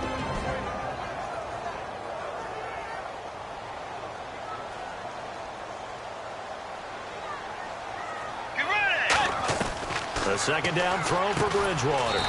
He's going to flip that out to the flat. It's complete. No gain on that one, and it's going to bring up a 3rd down. Usually the offense has an answer to anything a defense throws at them, including a safety valve. And that's what they did on that play. They went there, but the defense still made an excellent play and held them to no gain. 8th play of this opening drive coming up. This is 3rd down. And let's see, the Packers defensively 6 DBs, so a dime look on 3rd. Could play coverage or bring pressure. Now they set up the screen. That's complete.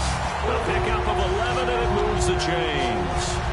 And just in general, Charles, on a play like that, how tough is it for the defense to account for a running back essentially being a receiver downfield? It's very difficult, especially if the running back has skills like a receiver, and you're aware of that before the game even begins. So throughout your practice sessions, you're going to want to be aware of him. Where is he lining up? What can he do? What kind of damage can he do to us downfield? And who can match up with him without weakening our overall defense? You're exactly right. It's a tough task to match up to him. And so far, a very nice, methodical opening drive. This has the feel of a scripted drive that they rehearsed perfectly all week long, and now they're executing it on game day. Script looks good so far. Well, just play after play after play on this long drive for the offense. On 2nd down, Peterson. And he's going to fight his way forward here for a modest gain. And still about 3 yards shy of a first as the 4-yard pickup brings it to 3rd down. When you find that kind of yardage, you couldn't be more confident as a ball carrier. And guess what? You're going to go back and tell your offensive coordinator, I'd like to keep carrying it, thank you. How about this opening drive? Play number 12 now. This is 3rd down. 3rd and short yardage. Bridgewater. Well, they would have gotten the conversion if he could hold on. Instead, the drop means it'll be 4th down. And there's a good opportunity to just want to ride there. A drop pass. I guess that's why they call them running backs and not catching backs. So off is Bridgewater, on the kicker Blair Walsh on 4th down.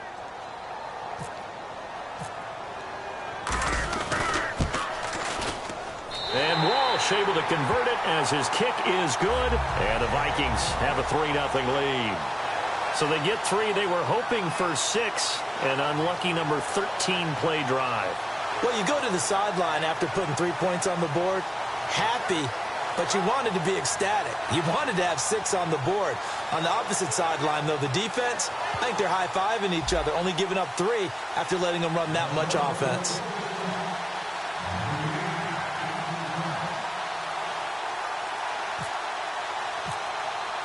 Now after the made field goal, Walsh back out to kick it away. That'll be taken in the end zone.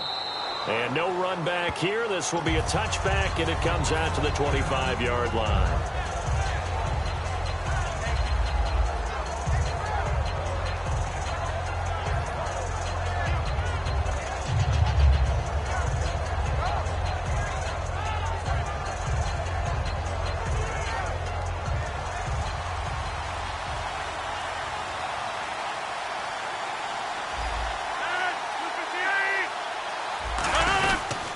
They'll run for the first time with Lacey. 2 yards on the pickup there. It'll be 2nd and 8. Not a big run on the first play of the drive, but that doesn't necessarily mean it was a bad play. Sometimes you're just trying to settle in, get your guys a little bit of contact, and get things moving. With Charles Davis, I'm Brandon Gaudin. Second quarter about to get underway with the Packers in possession of the football. They've got a 2nd down and 8 to start things out.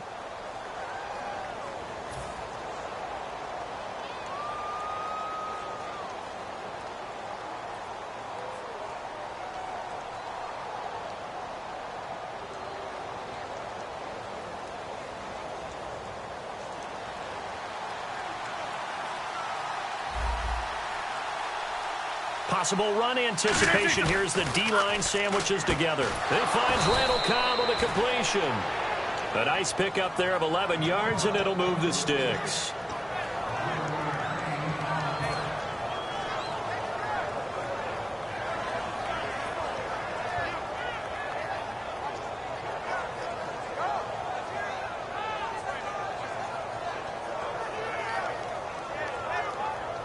Fresh set of downs here.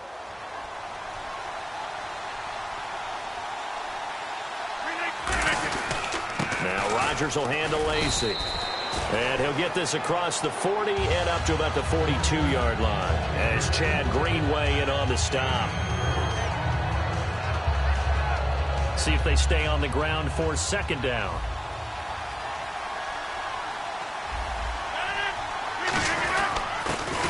And he'll lose yardage on the play back at the 37-yard line. Call that a loss of 5 yards on the play. And that's going to lead to a 3rd and 11.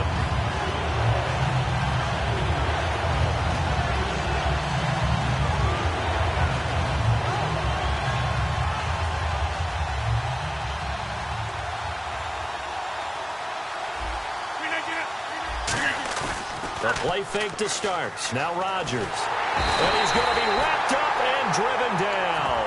Sharif Floyd coming in to drop him for a loss of 8, and it'll be 4th down.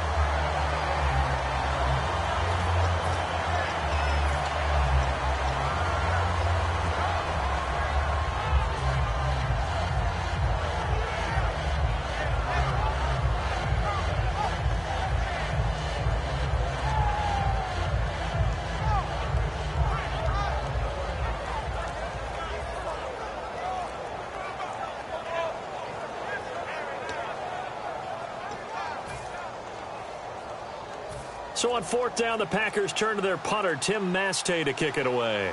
Back deep is Marcus Sherrills. And now the punt team couldn't get ready in time, and this is going to be a delay.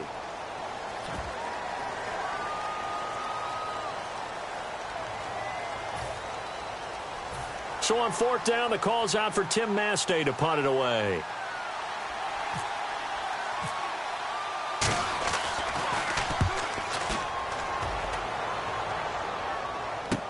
Sherrills to return it. A good return there, 17 yards. And it'll be Viking football here as they take possession. And now out comes Minnesota. And they had a long drive last time, but they had to settle for a field goal. And I'm sure that's how it felt to them, settling. They probably should have gotten in the end zone. Yeah, not out-and-out joy, right? Because that's what you get when you put the ball in the end zone. But there are benefits to that type of a long drive. Your defense gets a chance to take a break, adjust a little bit, maybe get themselves ready to get back out on the field and play a little bit better. So they'll take the benefit even though they wanted the 6 points. Yeah, maybe wore down the other defense. We'll see. Credit him with a 1-yard gain there to make it 2nd and 9. And if you like defensive football, focus on the defensive end on this play. He does everything exactly right. Reads the play and makes sure he spills it for a small gain. Back to the ground. This time it's Peterson. Give him 3 yards, and now they're left needing a conversion here on 3rd and 6. It looks like the Packers have added an extra DB on 3rd down. Now it's AP, Adrian Peterson. 4 yards on the pickup there, but it's going to take him to 4th down. But forget knowing where the first down line was. This defense created their own line of scrimmage. They won every battle up front, and a lot of times that is one-on-one. And if you win your one-on-ones enough times, your defense is going to be pretty good. They had more people to the football and snuffed out the play. And how about the call here? They need 2 yards in their own territory on 4th down, and they're going to go for it. They come out here in the eye. They'll run for it. Peterson. And he's got enough for the first across midfield to the 48. A gain of 4 on the play, and they're able to pick up the conversion here on 4th down. So a pause here for us as well. Time to pay some bills. More from Minneapolis after this. Let's go. Now a play fake here on 1st down. He's just going to dump this one off to his fullback out of the backfield. It's a gain of 11 yards that time, and it produces a new set of downs. I think the good offensive coordinators in the league now are looking at the fullback position and finding the right guys to hide in that spot and increase their passing game, as we just saw there. How about the run after catch? Racked him. Well, yeah, whether it's a true fullback, a tight end you put in the fullback spot, you know they're going to be tough to bring down if you can get them the football in the passing game. And nothing doing. He's immediately taken down at the line of scrimmage. Call it no gain on the play, and it'll be 2nd down. He had a great read there from his free safety position. And, Charles, you know with those guys, it's all about their eyes. They have to be laser focused. Yeah, I had to fake my way through it when I was playing, but now I can see exactly what they're doing. And on that play, he obviously had no presence to feel like he's being pushed for a pass. And without that, that allowed him to get up to the line of scrimmage and hold him to no gain. Bridgewater. He's going to get this one out to his fullback. And this play will be blown up. He'll lose yardage back at the 38. If you're a selfish player and you're throwing the ball, you're cool with the completion. Maybe not so cool with the yardage loss, though, huh? Yeah, you went backwards on the yardage. Hey, it kind of works like a sack for the defense there. Yeah, it's a really big play for them, right? Able to figure it out, sniff it out, and finish it off. It's a gain of 5, but it'll lead to a 4th down. So they're going to come to the line here, and it appears try to go for it on 4th. No, that wasn't an explosive run. That wasn't one that took it all the way to the house. But, boy, for a team that's had trouble running it the entire game, that's the kind of run they need. Hopefully. Now hold everything here. We're going to get a timeout by the offense. It's just their first, so they'll have 2 remaining here before we get to halftime.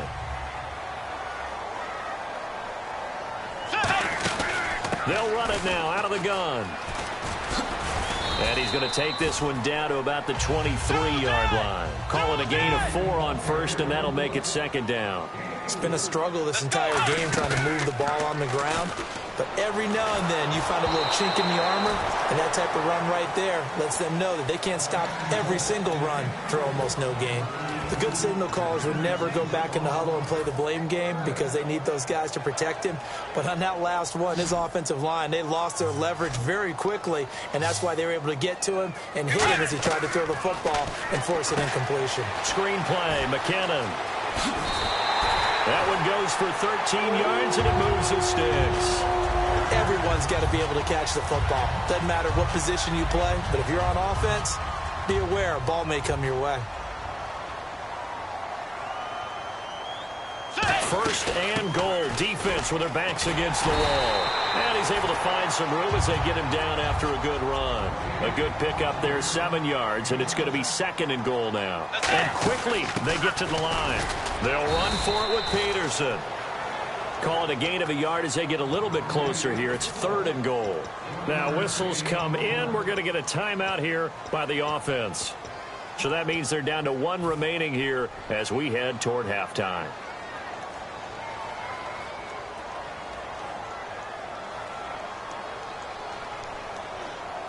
The line of scrimmage is the 2 here on 3rd and goal.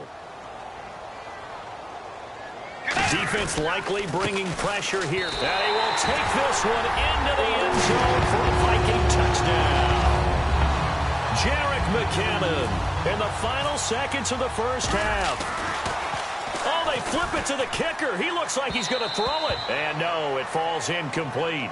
So the 2-point conversion no good. And so we have the touchdown. Now here's Blair Walsh to kick this one away. That's fielded in the end zone. And the decision to bring it out is going to cost him about 7 yards all told as he's taken down back shy of the 20. And Green Bay getting ready to go as they take the field. And you got to think, if this is anything other than just taking a knee, I'd be very surprised. Yeah, they've got enough to talk about at the half. Why do anything else? Just get out of there. 319! A final shot before half for Rodgers. He's going to wind up in air, and that's caught inside the 35. And he's in for the touchdown on the final play of the first half. The prayer is answered. How did they get that done? And here on the road, that could be a huge score for their morale in the second half. Every team has confidence going into the start of games, but sometimes you get it rocked a little bit, and this certainly applies here for them. But guess what? Just what you said, this touchdown can give them their belief back that they can win in the second half. That'll be taken in the end zone. And last year that would have been a net gain of 5 on the return. This year he stopped where he would have been if he had taken a knee, and that's at the 25. The Packers offense now, they get ready to head back on the field. They're down here, but very much in this game. What's the tonality of a coach's talk when a game is within striking distance like this at intermission? Typically, what they're doing is emphasizing the things that went well in the first half and wanting more of that. Sure, you've got to go over some of the errors and clean up some things because there's a reason you're down. But overall, I think they want to stay positive, stay up with this team. We're just starting the second half, and we've got the football. Let's go ahead and punch it in, and then we'll take it from there. See how that recipe works. He'll pick up only a yard there, and it'll leave him with a 3rd and 7. 7 yards remaining here on 3rd down.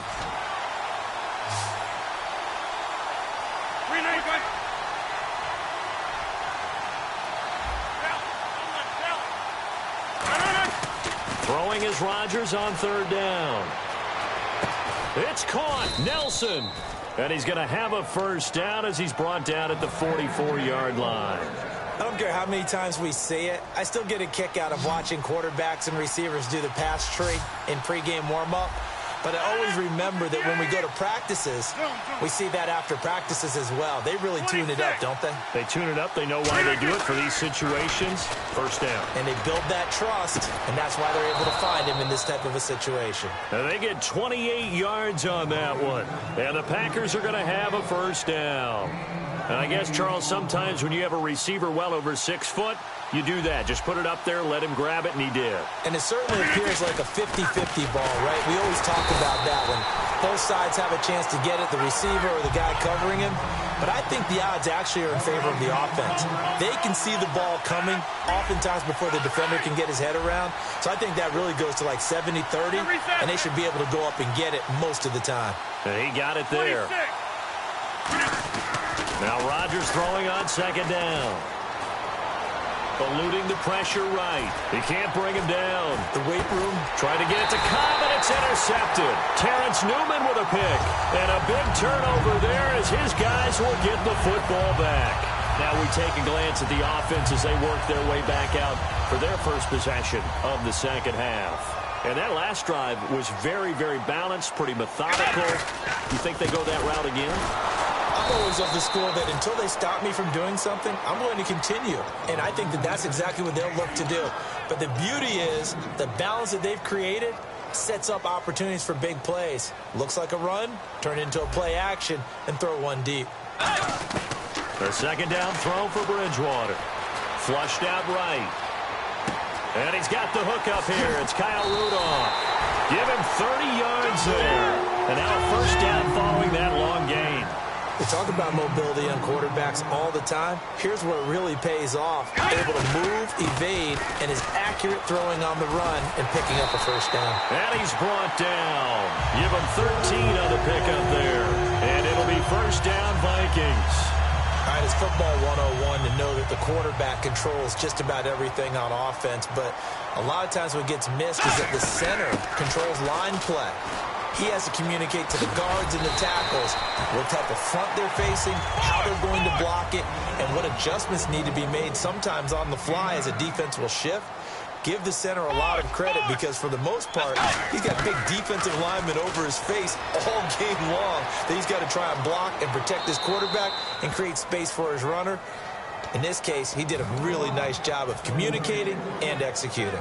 Well, pretty good coverage there, and both of these defenses, they've had good coverage throughout this one. No doubt about it, and in today's NFL, where we're used to a bit more scoring, this feels almost like a well-pitched game in baseball on both sides where the tension continues to build.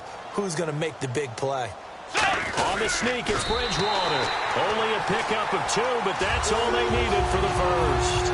They pick it up on 3rd and 1 on the quarterback sneak, and that's not easily done because there are extra bodies in there on the defensive side, and they're moving forward at the snap. Yeah, I was certainly expecting a handoff, weren't you? Yeah, I totally was. I thought they'd go with it back, maybe try and get a lead blocker in front.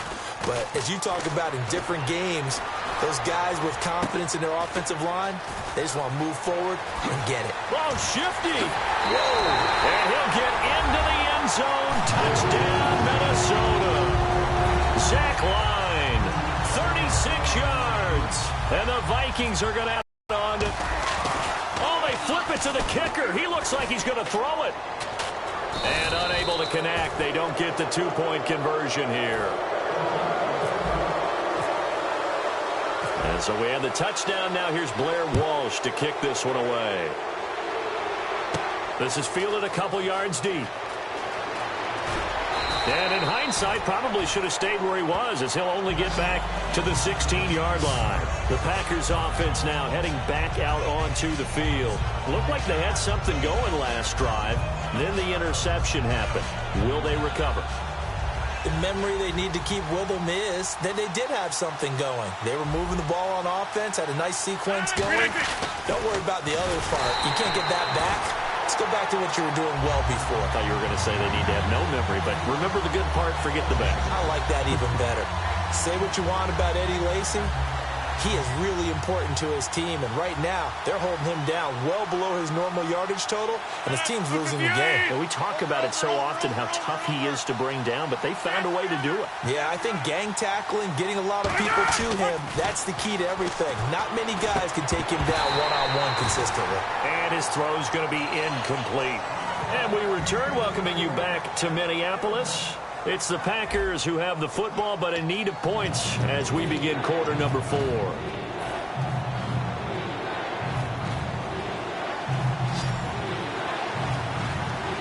They come out 5 wide, 3 of them to the right side. Now it's Rodgers surveying the field. And this is going to be incomplete. Good job by the O-line. Quarterback had time to go through his checks. That's one you need to take advantage of. A perfect situation, and they're unable to take advantage of it. When you have that much time to scan the field, you have to find an open receiver.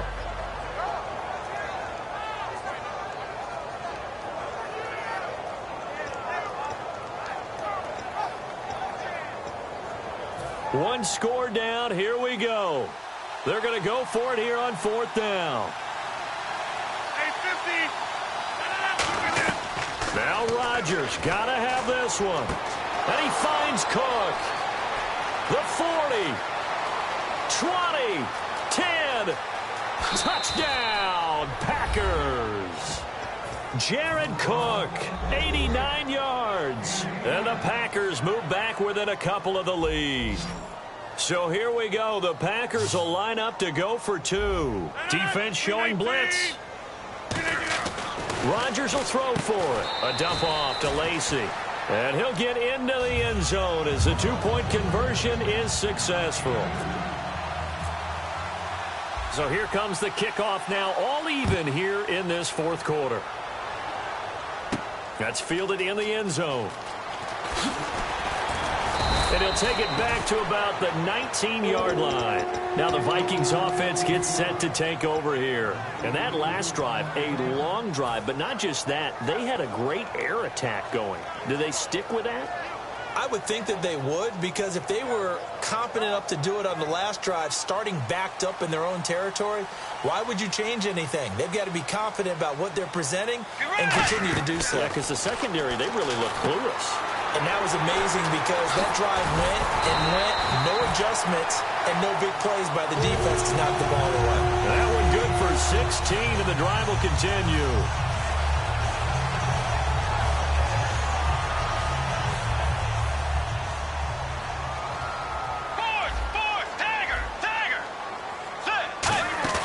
Now a play fake here on 1st down. On the catch, it's Jarius Wright. And give him 17 yards that time as that'll move the chains. People worry about throwing the out route because often it can get jumped, and that can turn into either an incompletion or an interception. But not on that one. Everything came together, and he catches it and goes over the sideline. A 1st down throw for Bridgewater. And right with it here over the middle. And he'll get it down here to the 43. 6 yards on the pickup, and that'll make it 2nd down. Never make the mistake that the slot receivers, especially the little guys like we're watching here, are just quicker than fast. A lot of them combine quickness and speed, and they catch a lot of footballs, as we just saw there. They'll run it now out of the gun. And the stop here will come at the 38-yard line. It's a gain of 4 there, and it gives them a new set of downs. And the offense moving quickly to the line. Now that's the way to do it. Hand it to someone with vision and good footwork, and add in a little bit of power, and you find a way to pick up 1st downs. You know what really fires up offensive linemen? When the guy that is carrying the ball behind them can create his own space and break a tackle along the way. Second down following the run. They'll run it now out of the gun. And he'll be brought down at the 21, just shy of the 20 in the red zone. It's a 10-yard pickup, and it moves the chains. The reason that counter or misdirection plays work so well is that usually you've given them a reason to think that everything's going to the direction that starts initially. You've run that type of a play throughout the game. You've given them that look, and now you're going to counter things and bring it back the other way. Almost a tendency breaker at times. And a lot of it is making sure that you have an illusion, almost like a magician. Look over here, but the play is actually happening over there, and that's where running back's vision comes into play. See the hole in a place where people don't expect and get there with some speed. And that's exactly what he did on that play. 3 yards on the pickup there, and it'll be second down. And now a timeout coming from the defensive side for the Packers. It's just their first. They'll be down to 2 remaining as we step aside here in the fourth quarter.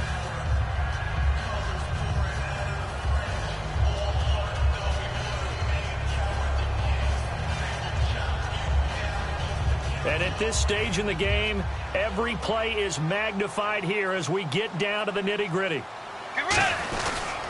They run the counter now. It's Peterson. And he'll get into the end zone. Touchdown, Minnesota. Adrian Peterson, an 8-yard touchdown run. And the Vikings are going to take the lead. So we have the touchdown. Now here's Blair Walsh to kick this one away. That's fielded in the end zone. And with a new rule, that decision to bring it out will cost him about 5 yards as he only gets to the 20. And now the Packers get set to go. And they're going to need another score. Got one last time, but still down here. When you're playing catch-up, every possession becomes crucial, doesn't it? It's vital. Get back out on the field, punch in the end zone again. They know it's not easy, but what they do have going for them, they did score the last time. They think they've got a good formula working. And what about the defense? Well, now you're just saying to yourself, okay, give up a score last time. What adjustments do we need to make to slow them down now and get the ball back for our own offense? Is it more pressure? Is it more zone? What do they have to do? They're trying to figure that out themselves. We'll see if they can figure that out right here. So they're still at the original line of scrimmage here. Second down and 10. Defense really showing respect to the deep ball here, playing off the receivers. He's going to let it fly. And they went for a big play through the air on second down. Couldn't connect. Now it's third. One of the toughest things about playing defensive back is pattern reading, trying to figure out what they're doing. And on that one, they had to fly, just sending a guy downfield with the in route accompanying it, what people call a dagger route, trying to hit the guy underneath after the clear out. In this case, though, they're not able to get it done. Yeah, they said forget the underneath route. They went for the guy on the fly, but as you said, incomplete. And that's caught inside the 30. It's a big play there for Green Bay. 56 yards. So he makes the grab and the chains move forward. Nice job by the offensive line giving them time to complete that first down pass. He's back to throw. And, a crusher there as it's intercepted. Xavier Rhodes with a pick. And a big turnover there as his guys will get the football back. And the Vikings now heading onto the field. They have the lead, still a one-possession game, but the defense got to stop. They've got the football now, just salted away, right? Exactly. That's all the defense is counting on from their offense. They did their job in a big way. You know they're over on the sidelines now starting to take their tape off and, hey, we've done this thing. The offense has to put it away, and that means ball security. Absolutely. Stranger things have happened. Offense comes to the line now, 1st and 10. They run again on first down. Peterson. And now the Packers going to take another timeout. That'll leave them with just one remaining in this fourth quarter of play. The evaluation process in today's NFL does not take into account as much bulk as it does speed. And that's what we're seeing with the linebacker position. Those guys that can run, they can play at any spot because they can make plays on the opposite side of the line of scrimmage. Another tote for the workhorse here this afternoon, Peterson. It'll be a 5-yard pickup there, so from 2nd and 13, they're back to a more manageable 3rd and 8. I know the toss play begins. Now hang on here. Timeout called by the defense. It'll be their 3rd and final timeout, so as they talk things over, we'll step aside. And on 3rd down, a nickel formation here defensively. Bridgewater, they'll roll him out right. And he's got Kyle Rudolph. And he's brought down after a good gain. A big gain of 38 there on 3rd down.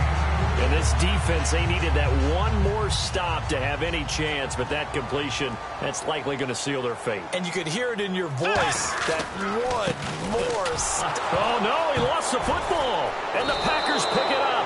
And that will write a finish to this ball game. I'll tell you what, partner, you learn a lot in every game. But when you win a close one, maybe you get to determine a little bit more about the guts of your team if you're the head coach. It gives you much more than a snapshot now, doesn't it? You get to see the full picture of who your team is, and especially individuals, and how they handle pressure situations. And then moving forward, you have the confidence that late in a close game, hey, we've been here before. We've done this. We've won this game. There's a comfort zone that exists now. So instead of them pressing in those situations, now there's an air of confidence and calm, and then you just watch them go out and execute.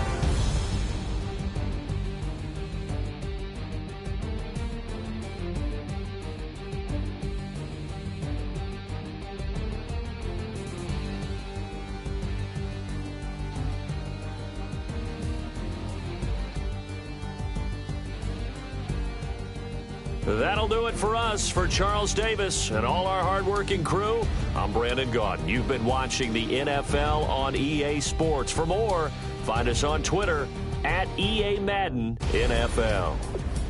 It's a win for the Vikings as we say so long from Minneapolis.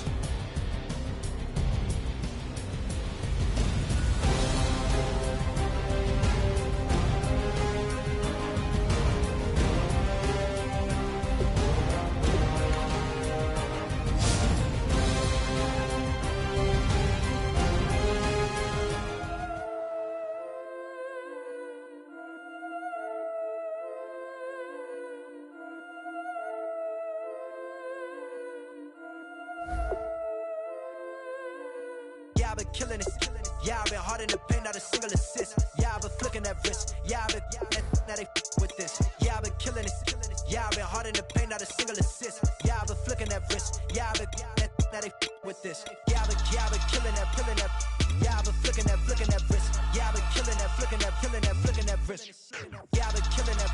Yeah, I've been hard in the paint, not a single assist. Yeah, I've been flicking that wrist, flicking that wrist. Let me tell you about the young man. Matter of fact, I'ma let Push tell that. Take it about the old man. Had to change her heart and then fell back. Old man lived a long life. Walked around with a long wig like Jesus, that Colombiana. That's mere models like. Yeah. Look at the flick of that wrist. I'm feeling like Leonardo. Let me paint the picture. I might need a bottle. On the road to success, I can fit a throttle. That Michelangelo, hundreds in the envelope. Type when I write. And that old man had to change her heart. Wish he knew it back from the start. Like looked around, seen his wife on the military all over the whole compound. Soon as he seen it, I swear it, I mean it, my man was gone quicker than dominoes. He in jail, everyone falling like dominoes. Yeah, I've been killing it. Yeah, I've been hard in the paint, not a single assist. Yeah, I've been flicking that wrist. Yeah, I've been now they with this. Yeah, I've been killing it. Yeah, I've been hard in the paint, not a single assist. Yeah, I've been flicking that wrist. Yeah, I've been now they with this. Yeah, I've been killing that. Yeah, I've been flicking that wrist. Yeah, I've been killing that, flicking that wrist. Yeah, I've been killing that. Yeah, I've been hard in the paint, not a single assist. Yeah, I've been flicking that wrist, flicking that wrist. Logic. Clockwise, counterclockwise, realest in the top 5. Other 4 ain't rapping. I'm just repping for the side. Yeah, that's coastlines, Panama for the boat rides. Worth billions, and we ain't even need showtime. Just money counters and kitchenware. Condo with a in there. And we got rich in there. Been a trophy since Hawaiian Sophie. Curry over Kobe. We shooting. Splash Brothers with the add in soda. Good fellas to my Aureliotis. Shades of blue, I bet you. Let the sky fall, let it rain on you. Yeah, I've been killing it. Yeah, I've been hard in the paint, not a single assist. Yeah, I've been flicking that wrist. Yeah, I've been now they with this. Yeah, I've been killing this. Yeah, I've been hard in the paint, not a single assist. Yeah, I've been flicking that wrist. Yeah, I've been now they with this. Yeah, I've been killing that, killing that. Yeah, I've been flicking that wrist. Yeah, I've been killing that, flicking that, flicking that wrist. Yeah, I've been killing that. Yeah, I've been hard in the paint, not a single assist. Yeah, I've been flicking that wrist, flicking that, flicking that wrist.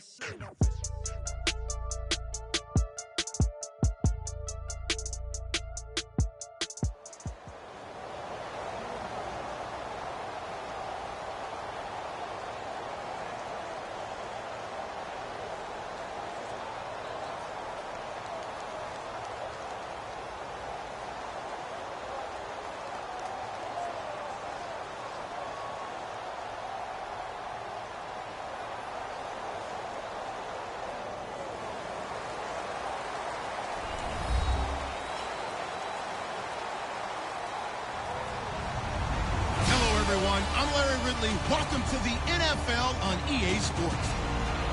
Tonight's matchup features two quarterbacks who will be trying to lead their team to victory. It's RG3's Browns going up against Romo's Cowboys. With that, let's go out to AT&T Stadium in Arlington. Here are Brandon Guyton and Charles Davis. Thank you, Larry. EA Sports coverage of the NFL brings us to the Lone Star State and mammoth AT&T Stadium in Arlington, Texas. Straight ahead, we've got a good one on tap here between the Cleveland Browns and the Dallas Cowboys.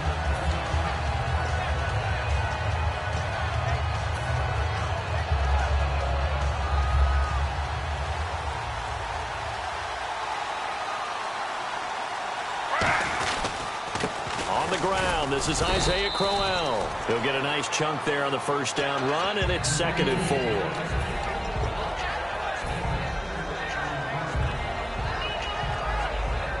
So the offense readies for a 2nd and 4. Looking to jam the receivers at the line here. Press coverage look defensively. Now Griffin on 2nd down. And he's going to drop this off to his fullback. It's a 4-yard pickup, and that'll make it 3rd and 1. And the big boys up front in the trenches. What do you think of the O-line, Charles? I love them because this is a group that's so cohesive. They know what the man next to them is going to do at all times, and they operate as a terrific unit. So in their own territory, but they only need a few inches, so they're going to opt to go for this thing. We'll see. Maybe a surprise pass or run. What will they do? We're about to find out. 4th down. Just a 1-yard pickup on the play, and they're able to convert here on 4th and inches. Now the offense lining up 1st and 10. So the D-line's going to spread out. This time Griffin will throw. Screen play, Johnson. Give him 9 on the play, and that'll make it 2nd and short. And that's the kind of pass that adds up over time, Brandon. You may not have picked up a first down there, but if you keep chipping away at it, eventually big plays may result. 2nd down, they need less than a yard to pick up the first. On 2nd down, Griffin. And incomplete there. A nice hit. Jars the ball free and brings up 3rd down. And a look at the defense for the Cowboys. Randy Gregory entered the league with people excited about his pass rushing skills. They continue to stay excited about his potential. Only 3 there on the pickup, but that's enough to move the chains.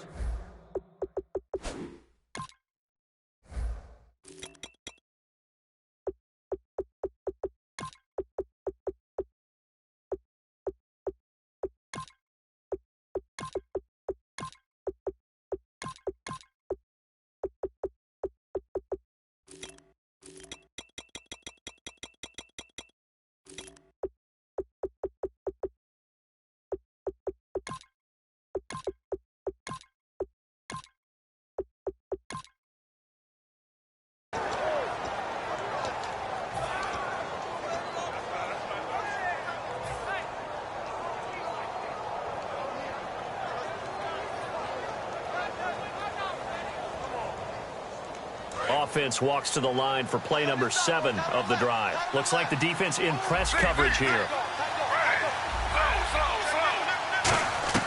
Now this time he'll look to throw. And it pops free. The collision there jarred the ball loose and brings up second down. After watching him drop that slant, I can hear my old coach's voice ringing in my ears right now. You can't run with the ball until you catch it. Trying to get those rack yards before he secured it. Second and 10 now. Griffin gets it to Gordon. The 20. And all the way in. Touchdown, Cleveland. Josh Gordon, 56 yards. And the Browns have taken the early lead. And he'll bang that one through. Coons on now to kick this one away following the score. That'll be taken in the end zone. And he'll take it back to about the 19-yard line.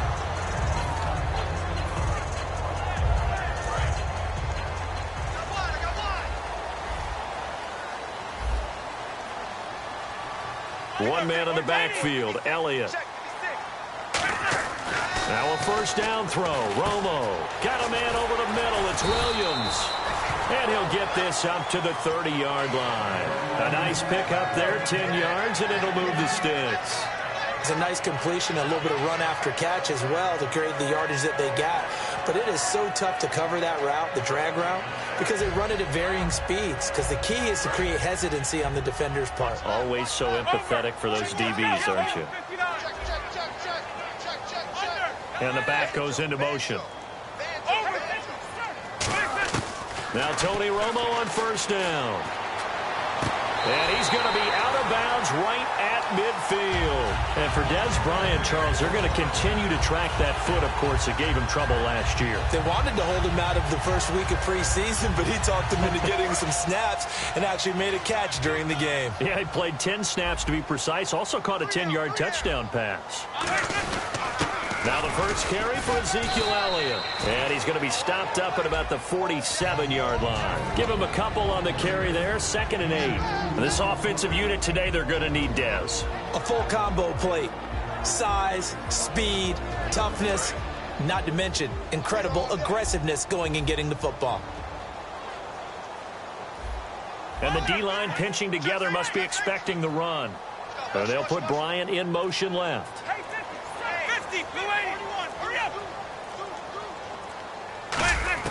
On 2nd down, here's Romo. Quick hitter here, it's complete. 17 yards on the pickup there. The drive will continue. It's a first down. As long as you go through your proper reads and progressions, the drag route can be one of those old reliable plays because usually it's good for a good chunk of yardage, as we just saw there. And those guys like it, right? They can get the ball with a full head of steam. Especially against man coverage, because man coverage, you're typically running away from someone and not worried about traffic coming out on the other end. On 1st and 10, Romo. And it's incomplete. Boy, he doesn't drop.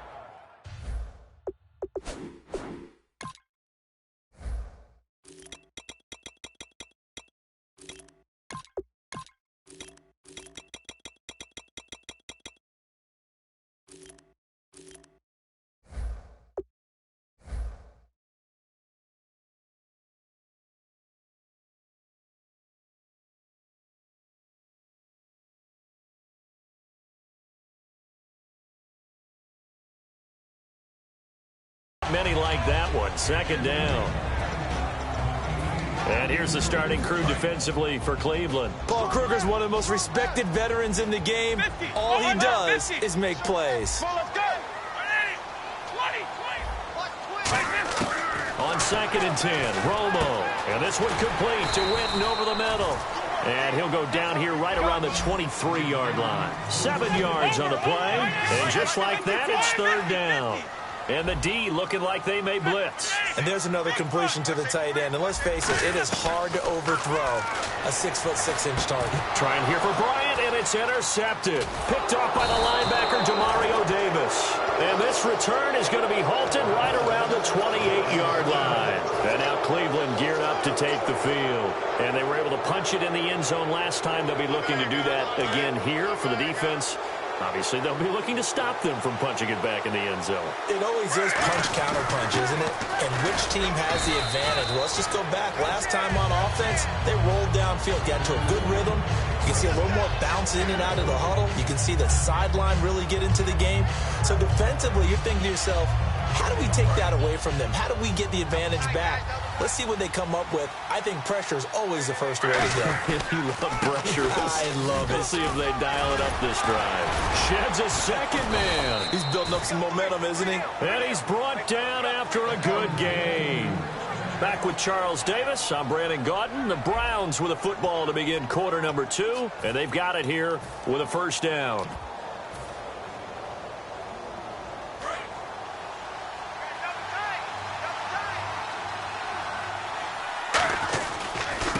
Griffin going to give to Johnson. That's going to go as a loss of 4, and it'll be second down. Brandon, that play ended so fast, it's almost as if the quarterback handed it to the runner, and the tackler was there right away for a loss of yardage.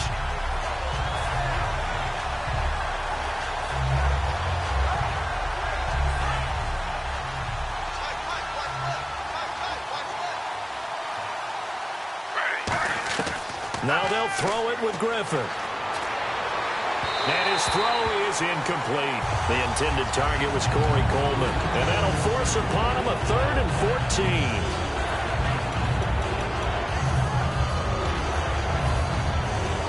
14. So incomplete on second down. Now they'll look to convert here on 3rd. 3rd and long. It's Griffin. A bullet throw, but incomplete. Duke Johnson, the one he was looking for. And that's going to bring up a 4th down. On 4th down, here's Andy Leon to kick it away. Lucky Whitehead back deep for Dallas.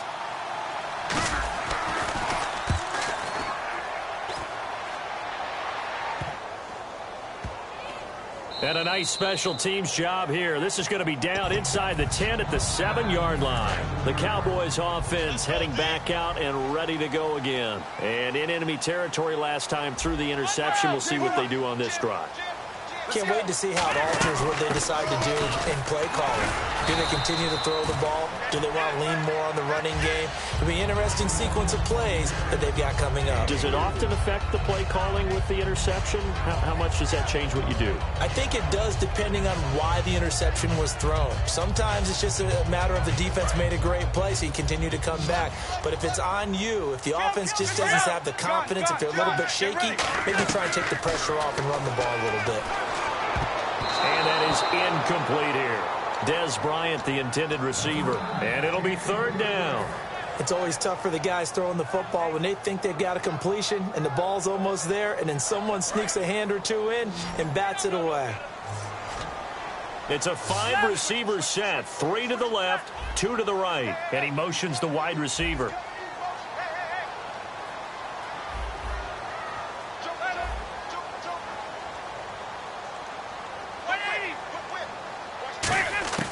Throwing on 3rd down, Romo. He's got time. He completes it to Bryant. And he's able to pick up the first down here before he goes down at the 26.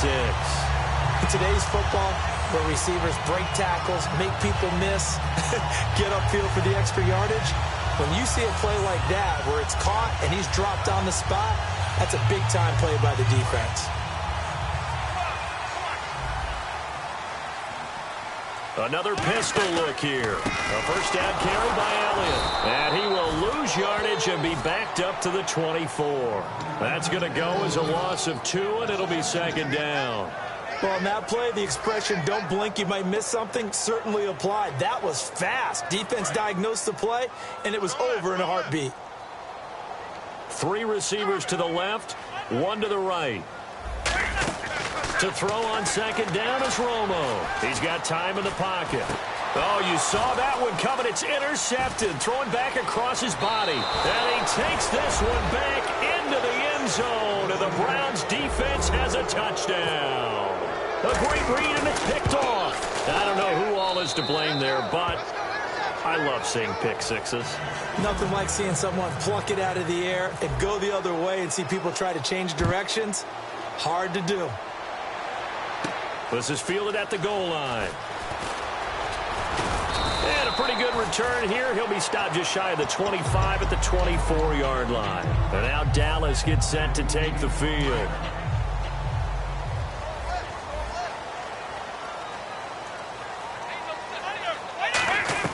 On first down, it's Romo.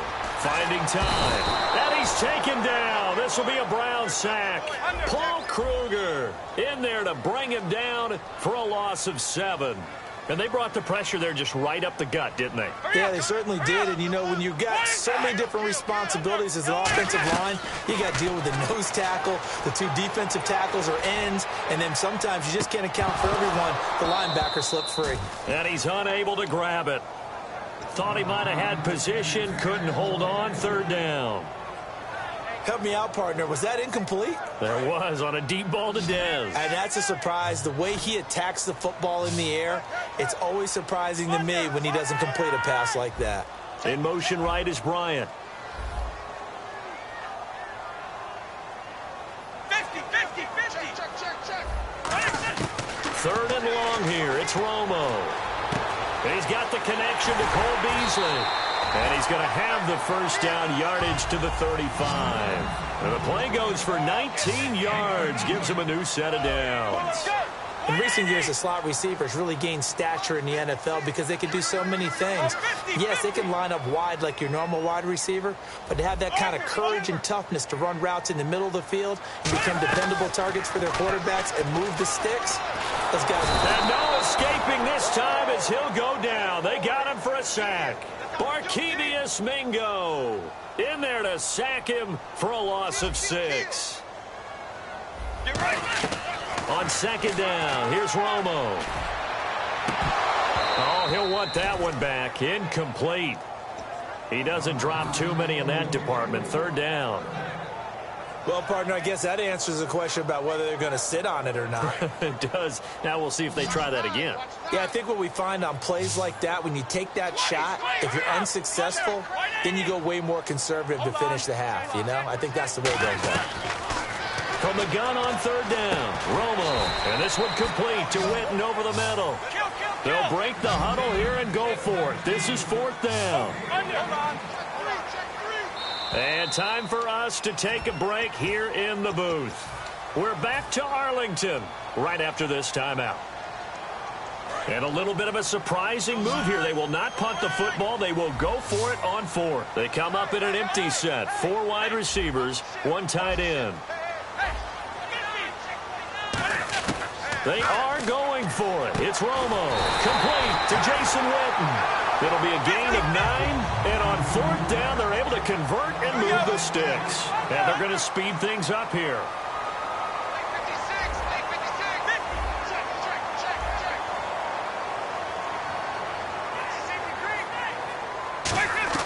Romo here on 1st down.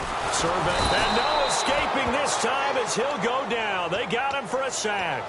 Barkevius Mingo coming in from that outside linebacker spot. He gets him down for a loss of 5. So the defense has put them in a tough spot. It's 2nd and long.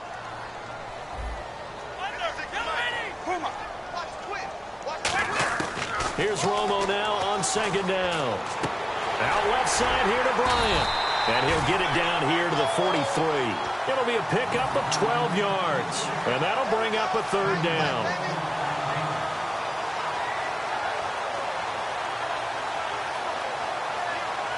This will be play number 9 of the drive here as they need 4 yards on 3rd down. From the gun, here's Romo. He's got time. And no escaping this time as he'll go down. They got him for a sack. Too long for a field goal, too short to punt that in-between range, and they'll go for it on 4th down. They do snap it. Now Romo. And he's got his man in stride, complete. And he gets it to the 32, good enough for a 1st down. That one good for 12 yards. And they're able to pick up the conversion here on 4th down. On 1st down, it's Romo. He's got time in the pocket. And Bryant's got it over the middle. And down inside the 15 he goes. They call it a gain of 19, and it moves the chains. I like that one, partner. They go back-to-back. with excellent gains. And really, it shouldn't be a surprise who they were throwing the ball to. He's their best guy. Yeah, we knew that they would get him involved early. They're doubling down on getting him involved early. Don't be surprised if they'll come right back to him again. They haven't shown the propensity to be able to stop him.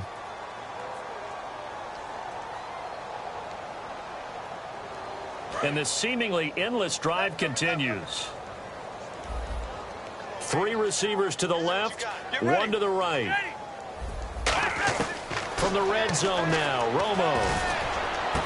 And Beasley's got it. Touchdown, Cowboys. Cole Beasley, a 12-yard touchdown grab. And the Cowboys have cut it to within a score. And that one makes it 14-7.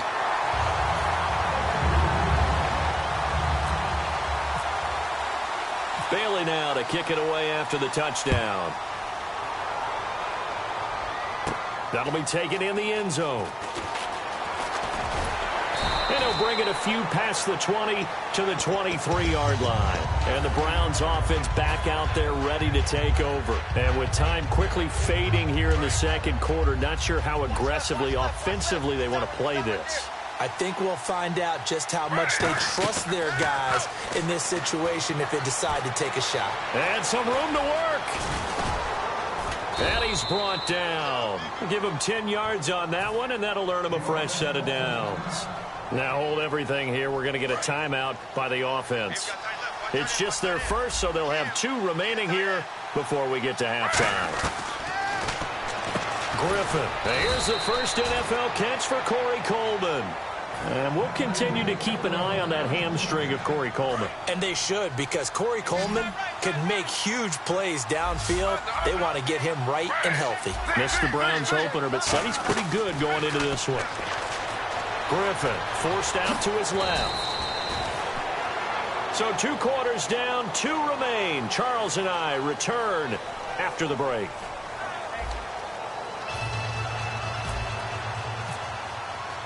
Both teams appear ready for the fight ahead, and we resume action here in quarter number 3. That's fielded in the end zone.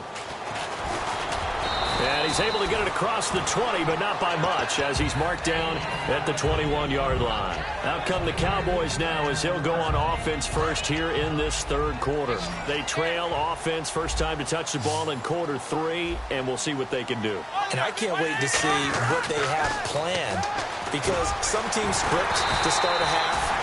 Other teams just go, okay, these are the sequence of plays we want to run. These things worked well for us. And sometimes they throw in that big chunk play right away. Shocker. Try and get after them early and try and create a big play to give themselves some momentum. See what they have up their sleeve. Williams, the man in motion left.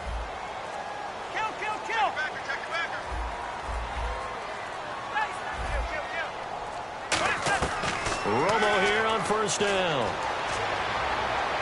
And on the left side, he's got Witten. And able to break 1 tackle, but then quickly brought down. 4 yards on the pickup, and it'll make it a second down. 6 yards to go here on second down. Boy, the evolution of the game and how these guys on plays like that can get out of the pocket, keep plays alive. It just makes things so much harder for defenses. It really does, and we're talking about... And now for the 3rd time, Romo intercepted. A great read, and it's picked off. And they'll start out with great field position at the 47-yard